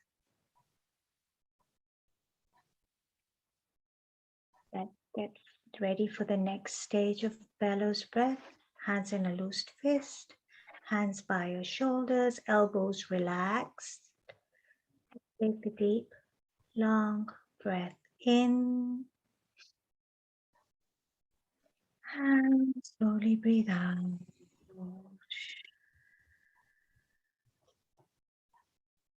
Another deep, long breath in. And let go. And begin. Breathe in. Out. 3. Inhale, exhale. Inhale, exhale. 6.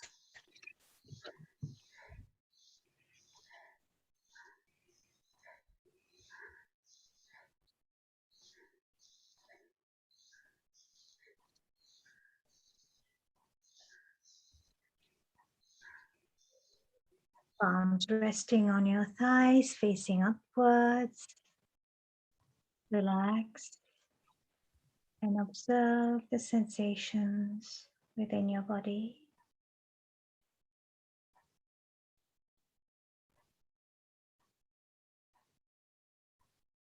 Let's get ready for the last and final stage of Bhastrika Pranayama.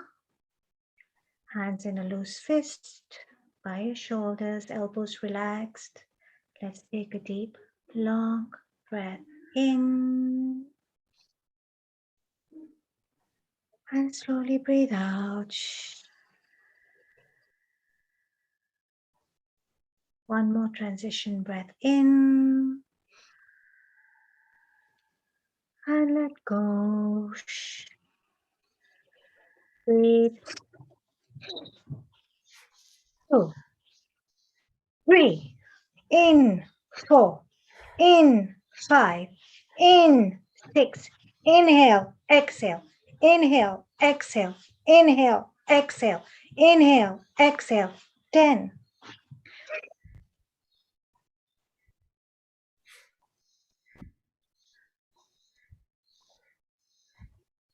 And relax, palms on your thighs, facing the ceiling. Relax your body and observe all the sensations within the body.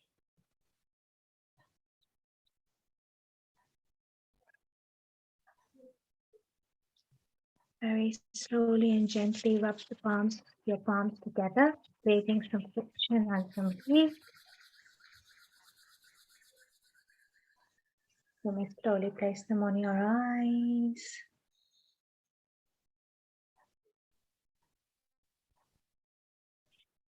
And in your own time, taking your own time,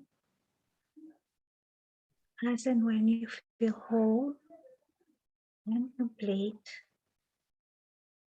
you may very slowly and very gently,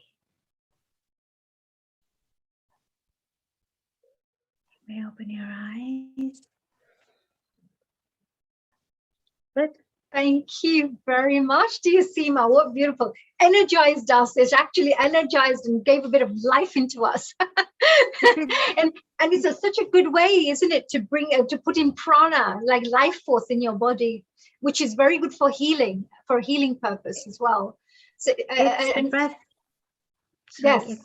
It's a breathwork technique we use in the art of living very often, and we call it the coffee breath. So whenever you're tired and you know you've got a heavy workload, it's a very nice breathwork that hardly takes a few minutes, that you can just sit down and do in your office chair, and it wakes you up. We call it the coffee breath. It's better than a cup of coffee, really. Yeah, right, everybody. Instead of having a coffee when you're at work, you need to go in a corner and do one of these wonderful breaths, the punch breath, right? I'm going to call it like the little punch breath, which is brilliant. Seema, thank you so much, as always, with your beautiful, wonderful meditations.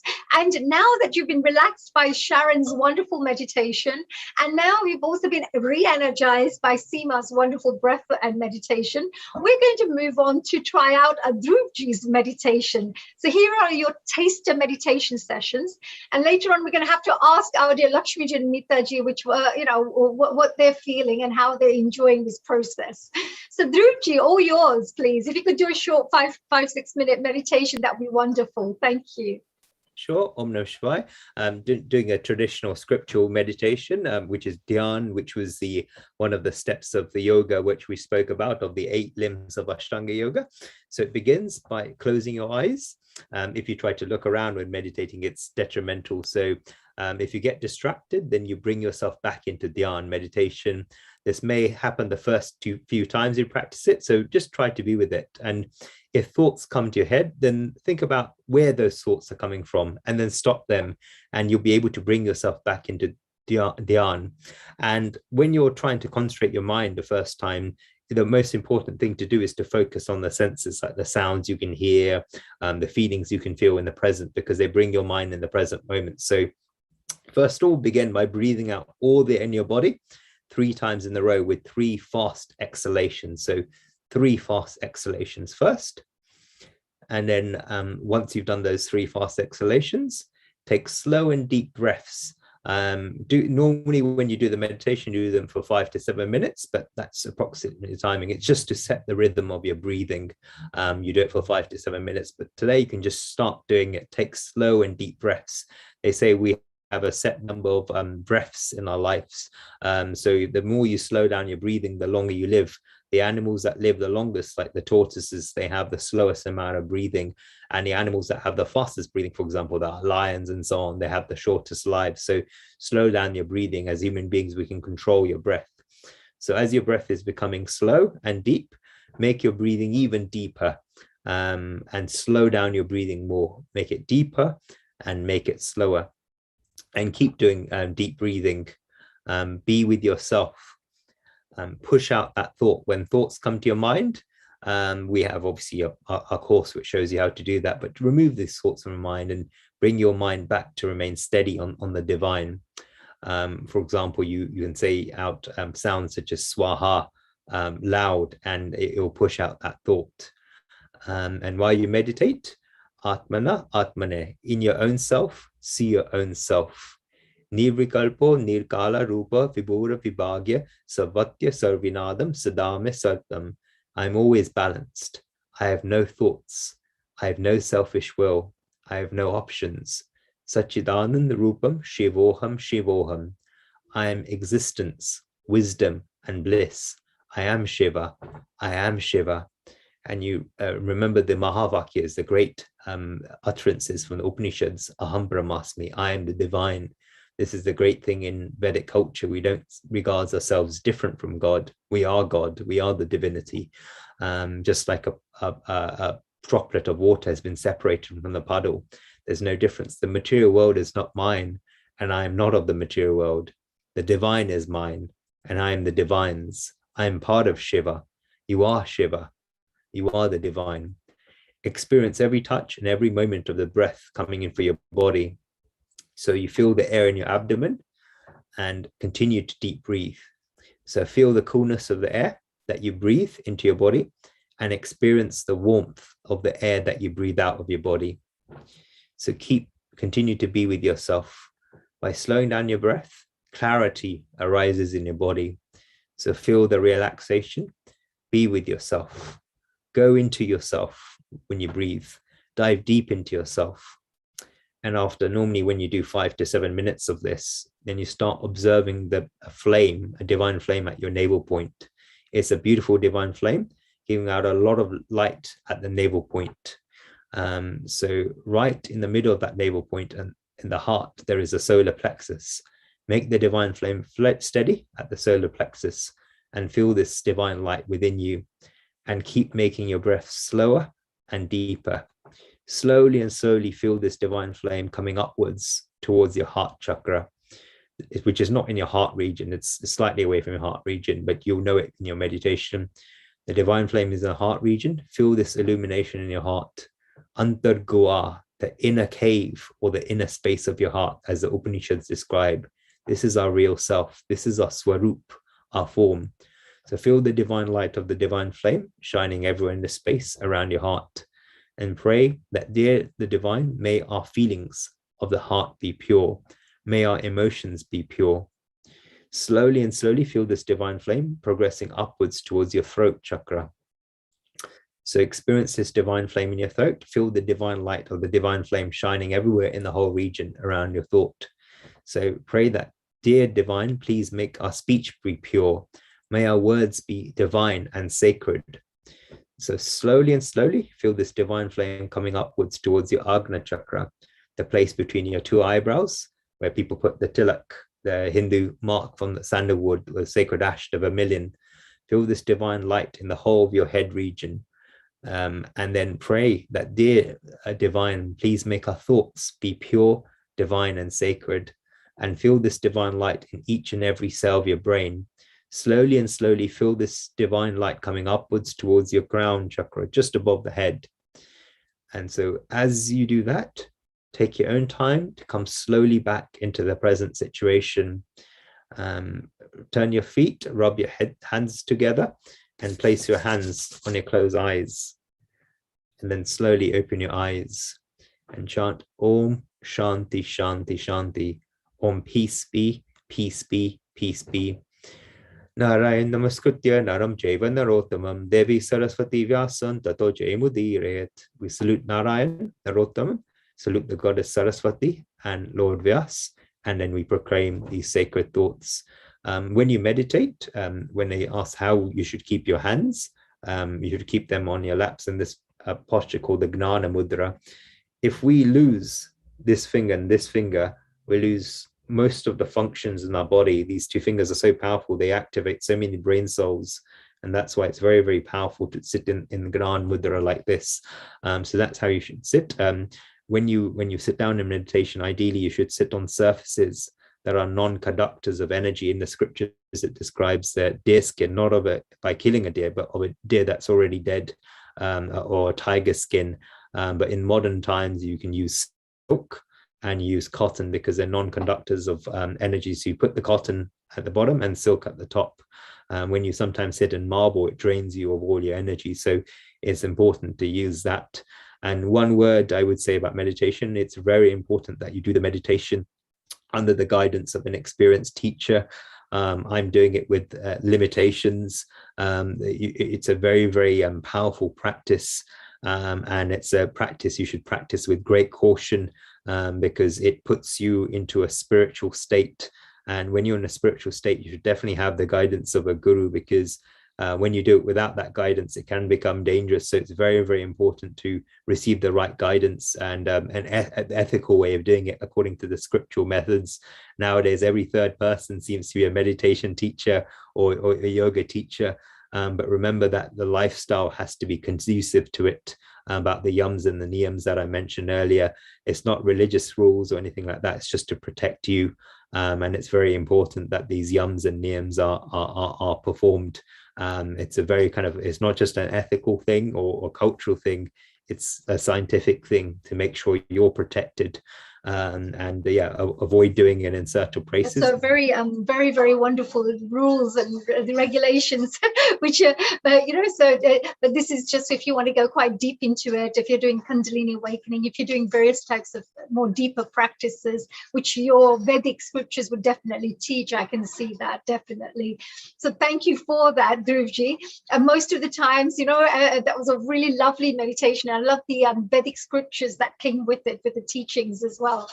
So we've tried all these beautiful different meditations. So with, of course, Sharon with the wonderful relaxing one. We've done the breath work with Seemaji. We've done the spiritual Vedic style with dear Dhruvji. And because we've tried all these different ones, which included the chakras cleansing as well, which, Dhruvji included. I thought perhaps, today what I'll do is I'm going to go through a special meditation with you guys and with all our wonderful families, healing our earth family members around the world. A little affirmations meditation today. Because normally I like the relaxation meditation because it's really important to do to spend at least 10 minutes a day, I would say, if possible, half an hour a day, but to sit in silence and just to sit and be connected to your inner self, which I call your soul.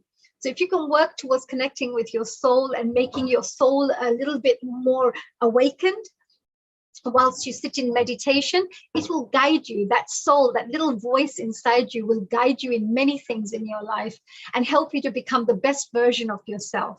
It'll help you to get solutions for any challenges that you're going through, or help you get inspiration and creative ideas to develop your life to another stage, or even sometimes to be used as a channel to do good work for the world.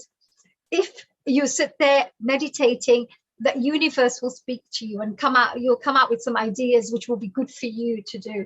So there are some very powerful outcomes for meditating on a regular basis.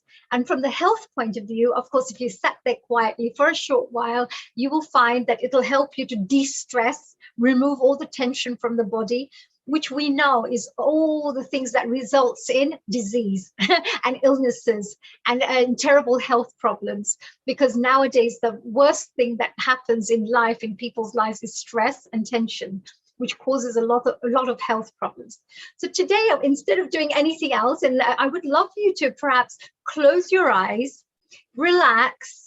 We've done a little bit of relaxation and things, but what I would like you to do is to take you on a journey, and it's a journey of affirmation meditation. Today, we've had the pleasure of meeting some amazing speakers who have shared how to become happier people, how to become more peaceful people, and how to bring out the best version of ourselves in this world. So we start off with maybe closing our eyes and thinking about I'm going to go through around 20 affirmations for you.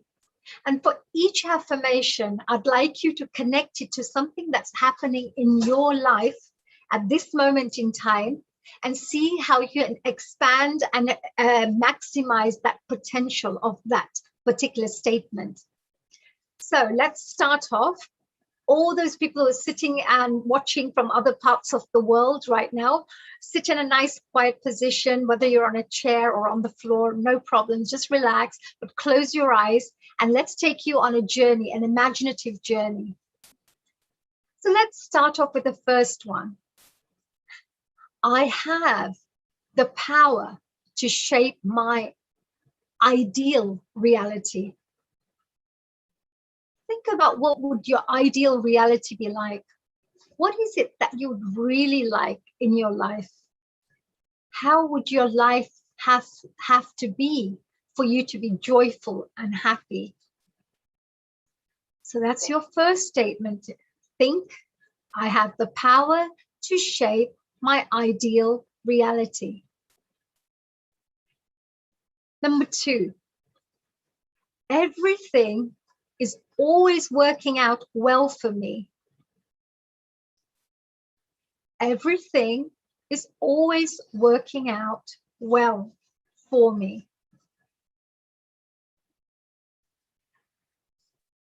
Number 3, I am willing to be happy now. Not tomorrow, not in the future, not some other time. At this present moment, you're going to decide, I am willing to be happy now. Not after all the money comes, not after you've sorted out any of your issues today. Number 4, I accept that happiness is my true nature. Think again. I accept that happiness is my true nature. Just like a little baby, a little child who's always happy. A little bit of crying here and there, and they're back to laughing and enjoying and playing with joy again, without any grudges, without any bad thoughts about anyone. Number 5, my happiness comes from within me, not from external sources, not because somebody acknowledges how good you are, not because you have many awards.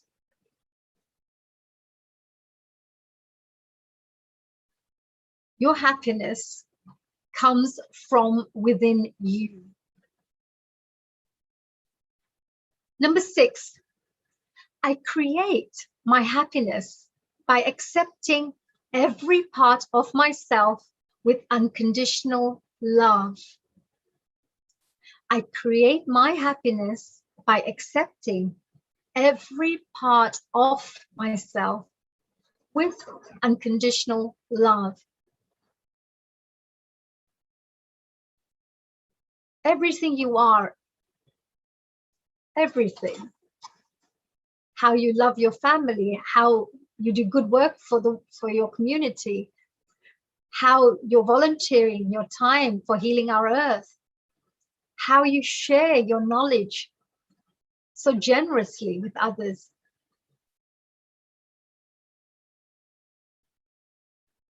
Number 7, I see so many positives in my life. Just think of those beautiful, uplifting moments in your life. Maybe living in a beautiful place like Sharon with mountains and trees, or doing amazing work, helping people heal through nutrition like Seema.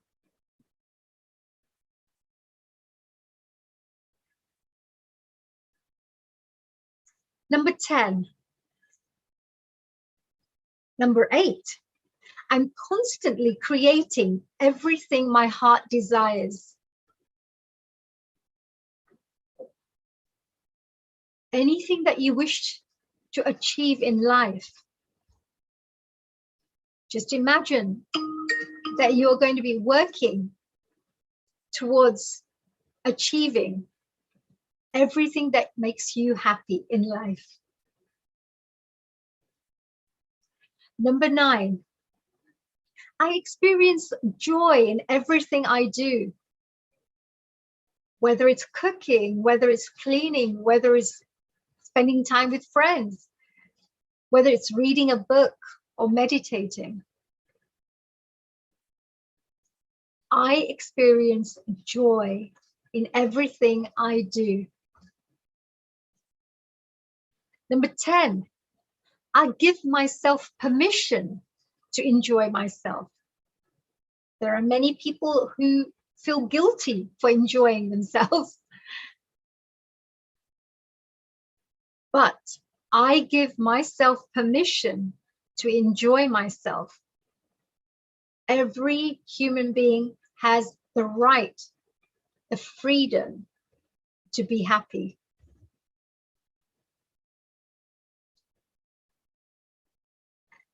Number 11, I allow myself to feel good.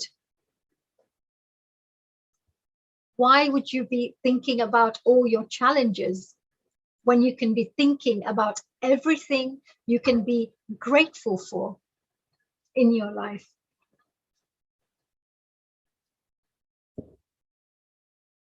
Number 12, the life I've always dreamed of is created by my choice to be joyful now. The life I have always dreamed of is created by my choice to be joyful now. So important that you shape your future with each moment. How you behave, how you feel at this moment is actually creating your future, designing your future. Number 13, following my joy reveals the path to my best life. Following my joy reveals the path to my best life. Of course, a life full of joy and happiness will always be good. And it'll always be your best life and the best path. Number 14, my choice to be happy keeps me in perfect health. My choice to be happy keeps me in perfect health. As we all know, the happier you are, the healthier you will be, and the healthier you will feel. Number 15, the happiness I feel is felt by everyone around me. The happiness I feel is felt by everyone around me. And that's true. The more joyful you are, the more happy you are, it's contagious. People around you will feel happy. Just imagine if you were sad and unhappy and angry, everybody around you will feel the same.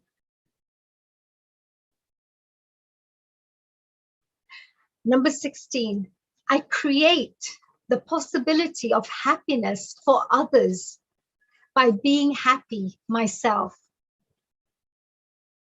I create the possibility of happiness for others by being happy myself.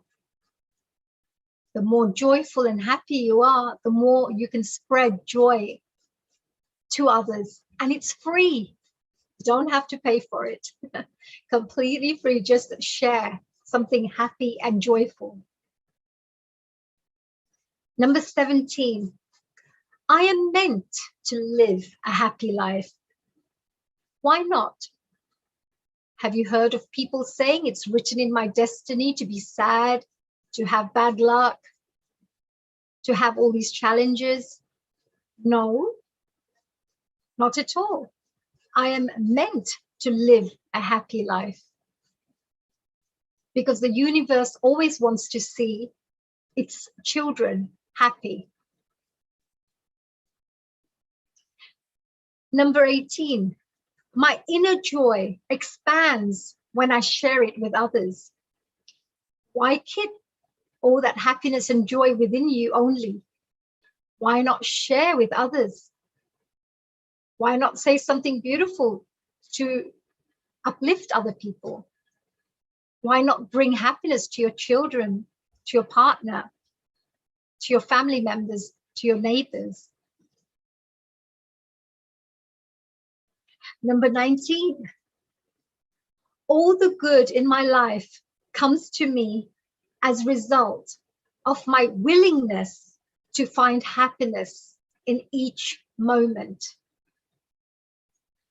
All the good in my life comes to me as a result of my willingness to find happiness in each moment. Because it's your responsibility to be happy. It's your choice to be happy. And number 20, I experience joy in everything I do. I experience joy in everything I do. Try not doing anything that doesn't bring you joy. Try doing all the things that bring you joy, or just make sure you do it joyfully.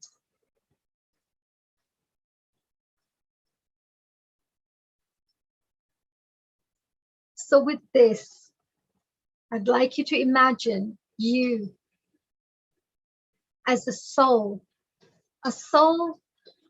which is part of God, a soul which has a divine spark. And that divine spark is pure, it's holy, it's happy, it's joyful, it knows everything. And as you sit there appreciating that divine spark which is within you, just finish off by praying to that little soul, that little energy, that beautiful divine spark which is within you, to awaken, to run your life, to guide you, to give you access to the wisdom of the universe. Just connect to that beautiful soul within you and make a choice that you're not going to live in this world as a physical being, but you're going to live in this world as a beautiful, happy, joyful, spiritual being who is using this physical form as a vehicle to evolve, to experience, and to enjoy life.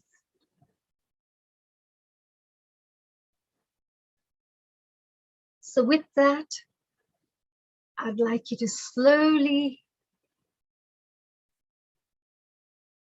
relax and come out of your meditation whenever you're ready.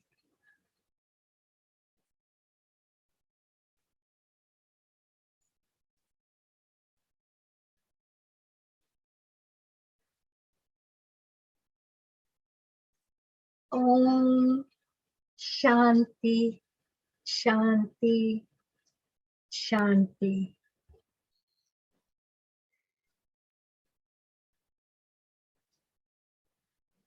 I hope everybody enjoyed that meditation.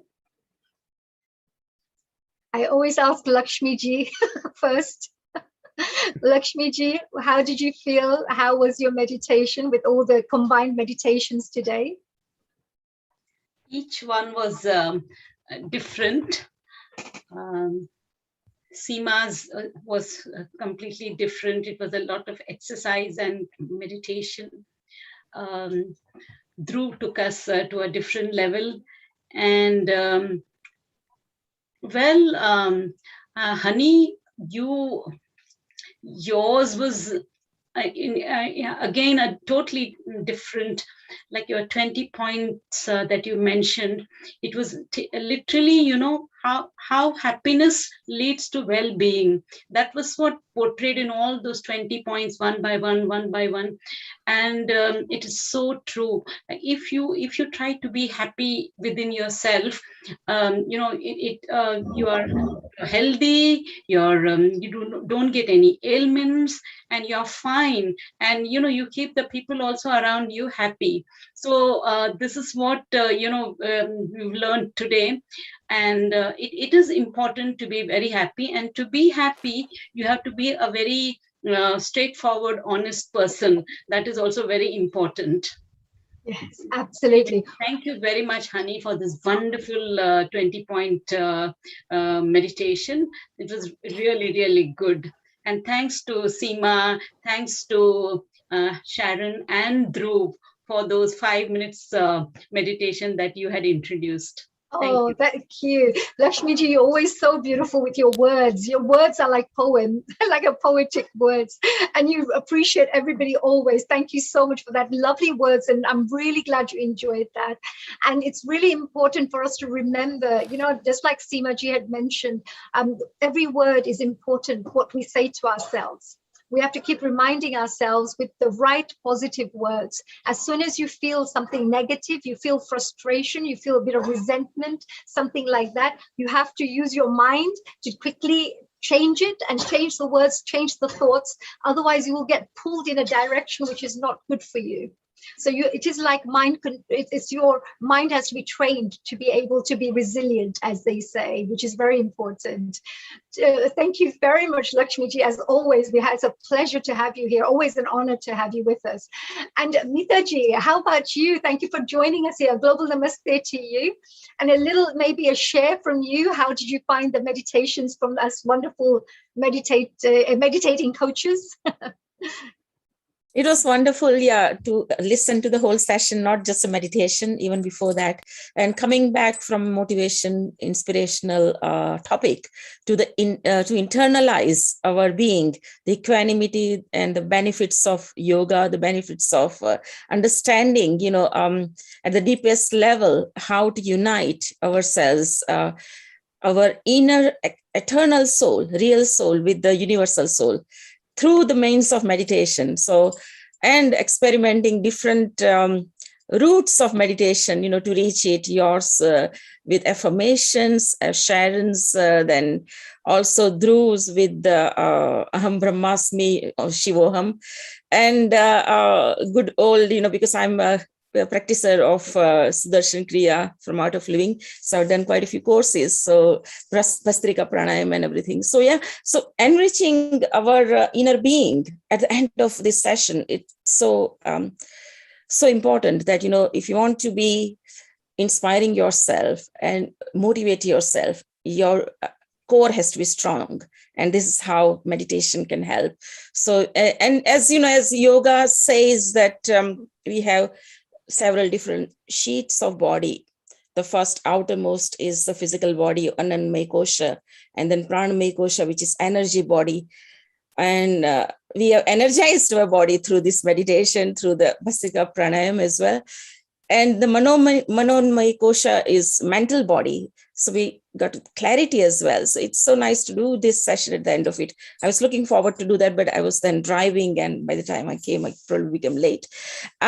Then the wisdom body, which is Vijnanamaya or Vijnanamaya Kosha. So we don't, you know, deliberately think about all this thing all the time, even though we know that we have the knowledge of that. But this brings us back to our source by doing meditation, because it's as you know, someone said, it's the purity of the soul. It's reaching our soul, and it is as for our body, we need exercise, aerobics, or you know, hatha yoga, or any of the Pilates or anything else. For our mind, we need to do nothing to exercise it. And meditation is the biggest tool to help us to do nothing and to just focus on our breath. And which brings us to the blissful body, which is Anandamaya Kosha. So yes, the peaceful body as well. That is really nice. Thank you for sharing those wonderful bodies, because we are multi-dimensional beings. Thank you for sharing that. And every area is important, not just the physical. That's why we can heal ourselves, because you're not healing just through your physical body, but you're healing through all the different dimensional bodies of ours. So emotionally, if you're balanced and happy, mentally, if you're positive, spiritually, you're connected to the energy and you pull in the energy of the universe, you'll be finding that your physical body will remain a lot more stronger, a lot more healthier. So it's a very good thing that you've shared with us. Thank you very much for the ending part of it. That's really amazing. So we're now coming to the end of our wonderful session today.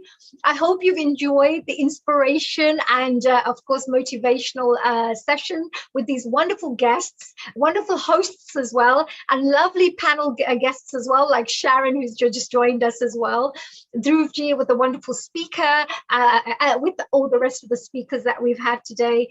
Gandhiji's birthday yesterday, our dear Mahatma Gandhiji's yesterday's birthday. showing us the way, be the change that you wish to see in the world, inspiring us for that, and making sure that we can go back to the world, trying to be good examples as well and good role models for the world. So with this, I'm going to finish off with a lovely little prayer, as we always do, and to say a big global namaste to everybody. Remember, next week is going to be our special Navratri event. So 2:00 next week, as always, on Healing Our Earth, our Navratri special. And on the 23rd of October, there is our Diwali on the Square, which is a fantastic. Oh, there you go. There's a little bit of a little reminder for you. From 2:00 to 7 p.m. on 10th of October. The week after is the 23rd. Well, it isn't the week after, but on the 23rd of October, it's from 4:00 onwards to 10 p.m. is a special Diwali in London organized event, and it's an amazing event. Thousands of people gather there. You mustn't miss that one. You'll love it. You'll really enjoy it. So with this, I'm going to finish off with a lovely Om Bhurrbhuva Swaha and finish off. So, Om Bhurrbhuva Swaha Tatsavidurvarenyam Bhargo Devasya Dhimahi Yo Yona Prachodaya. Om Bhurrbhuva Swaha Tatsavidurvarenyam Bhargo Devasya Dhimahi Yo Yona Prachodaya.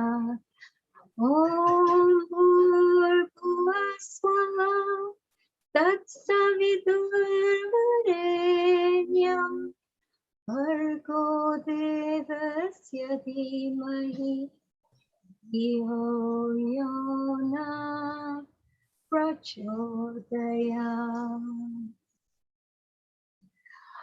Om Shanti.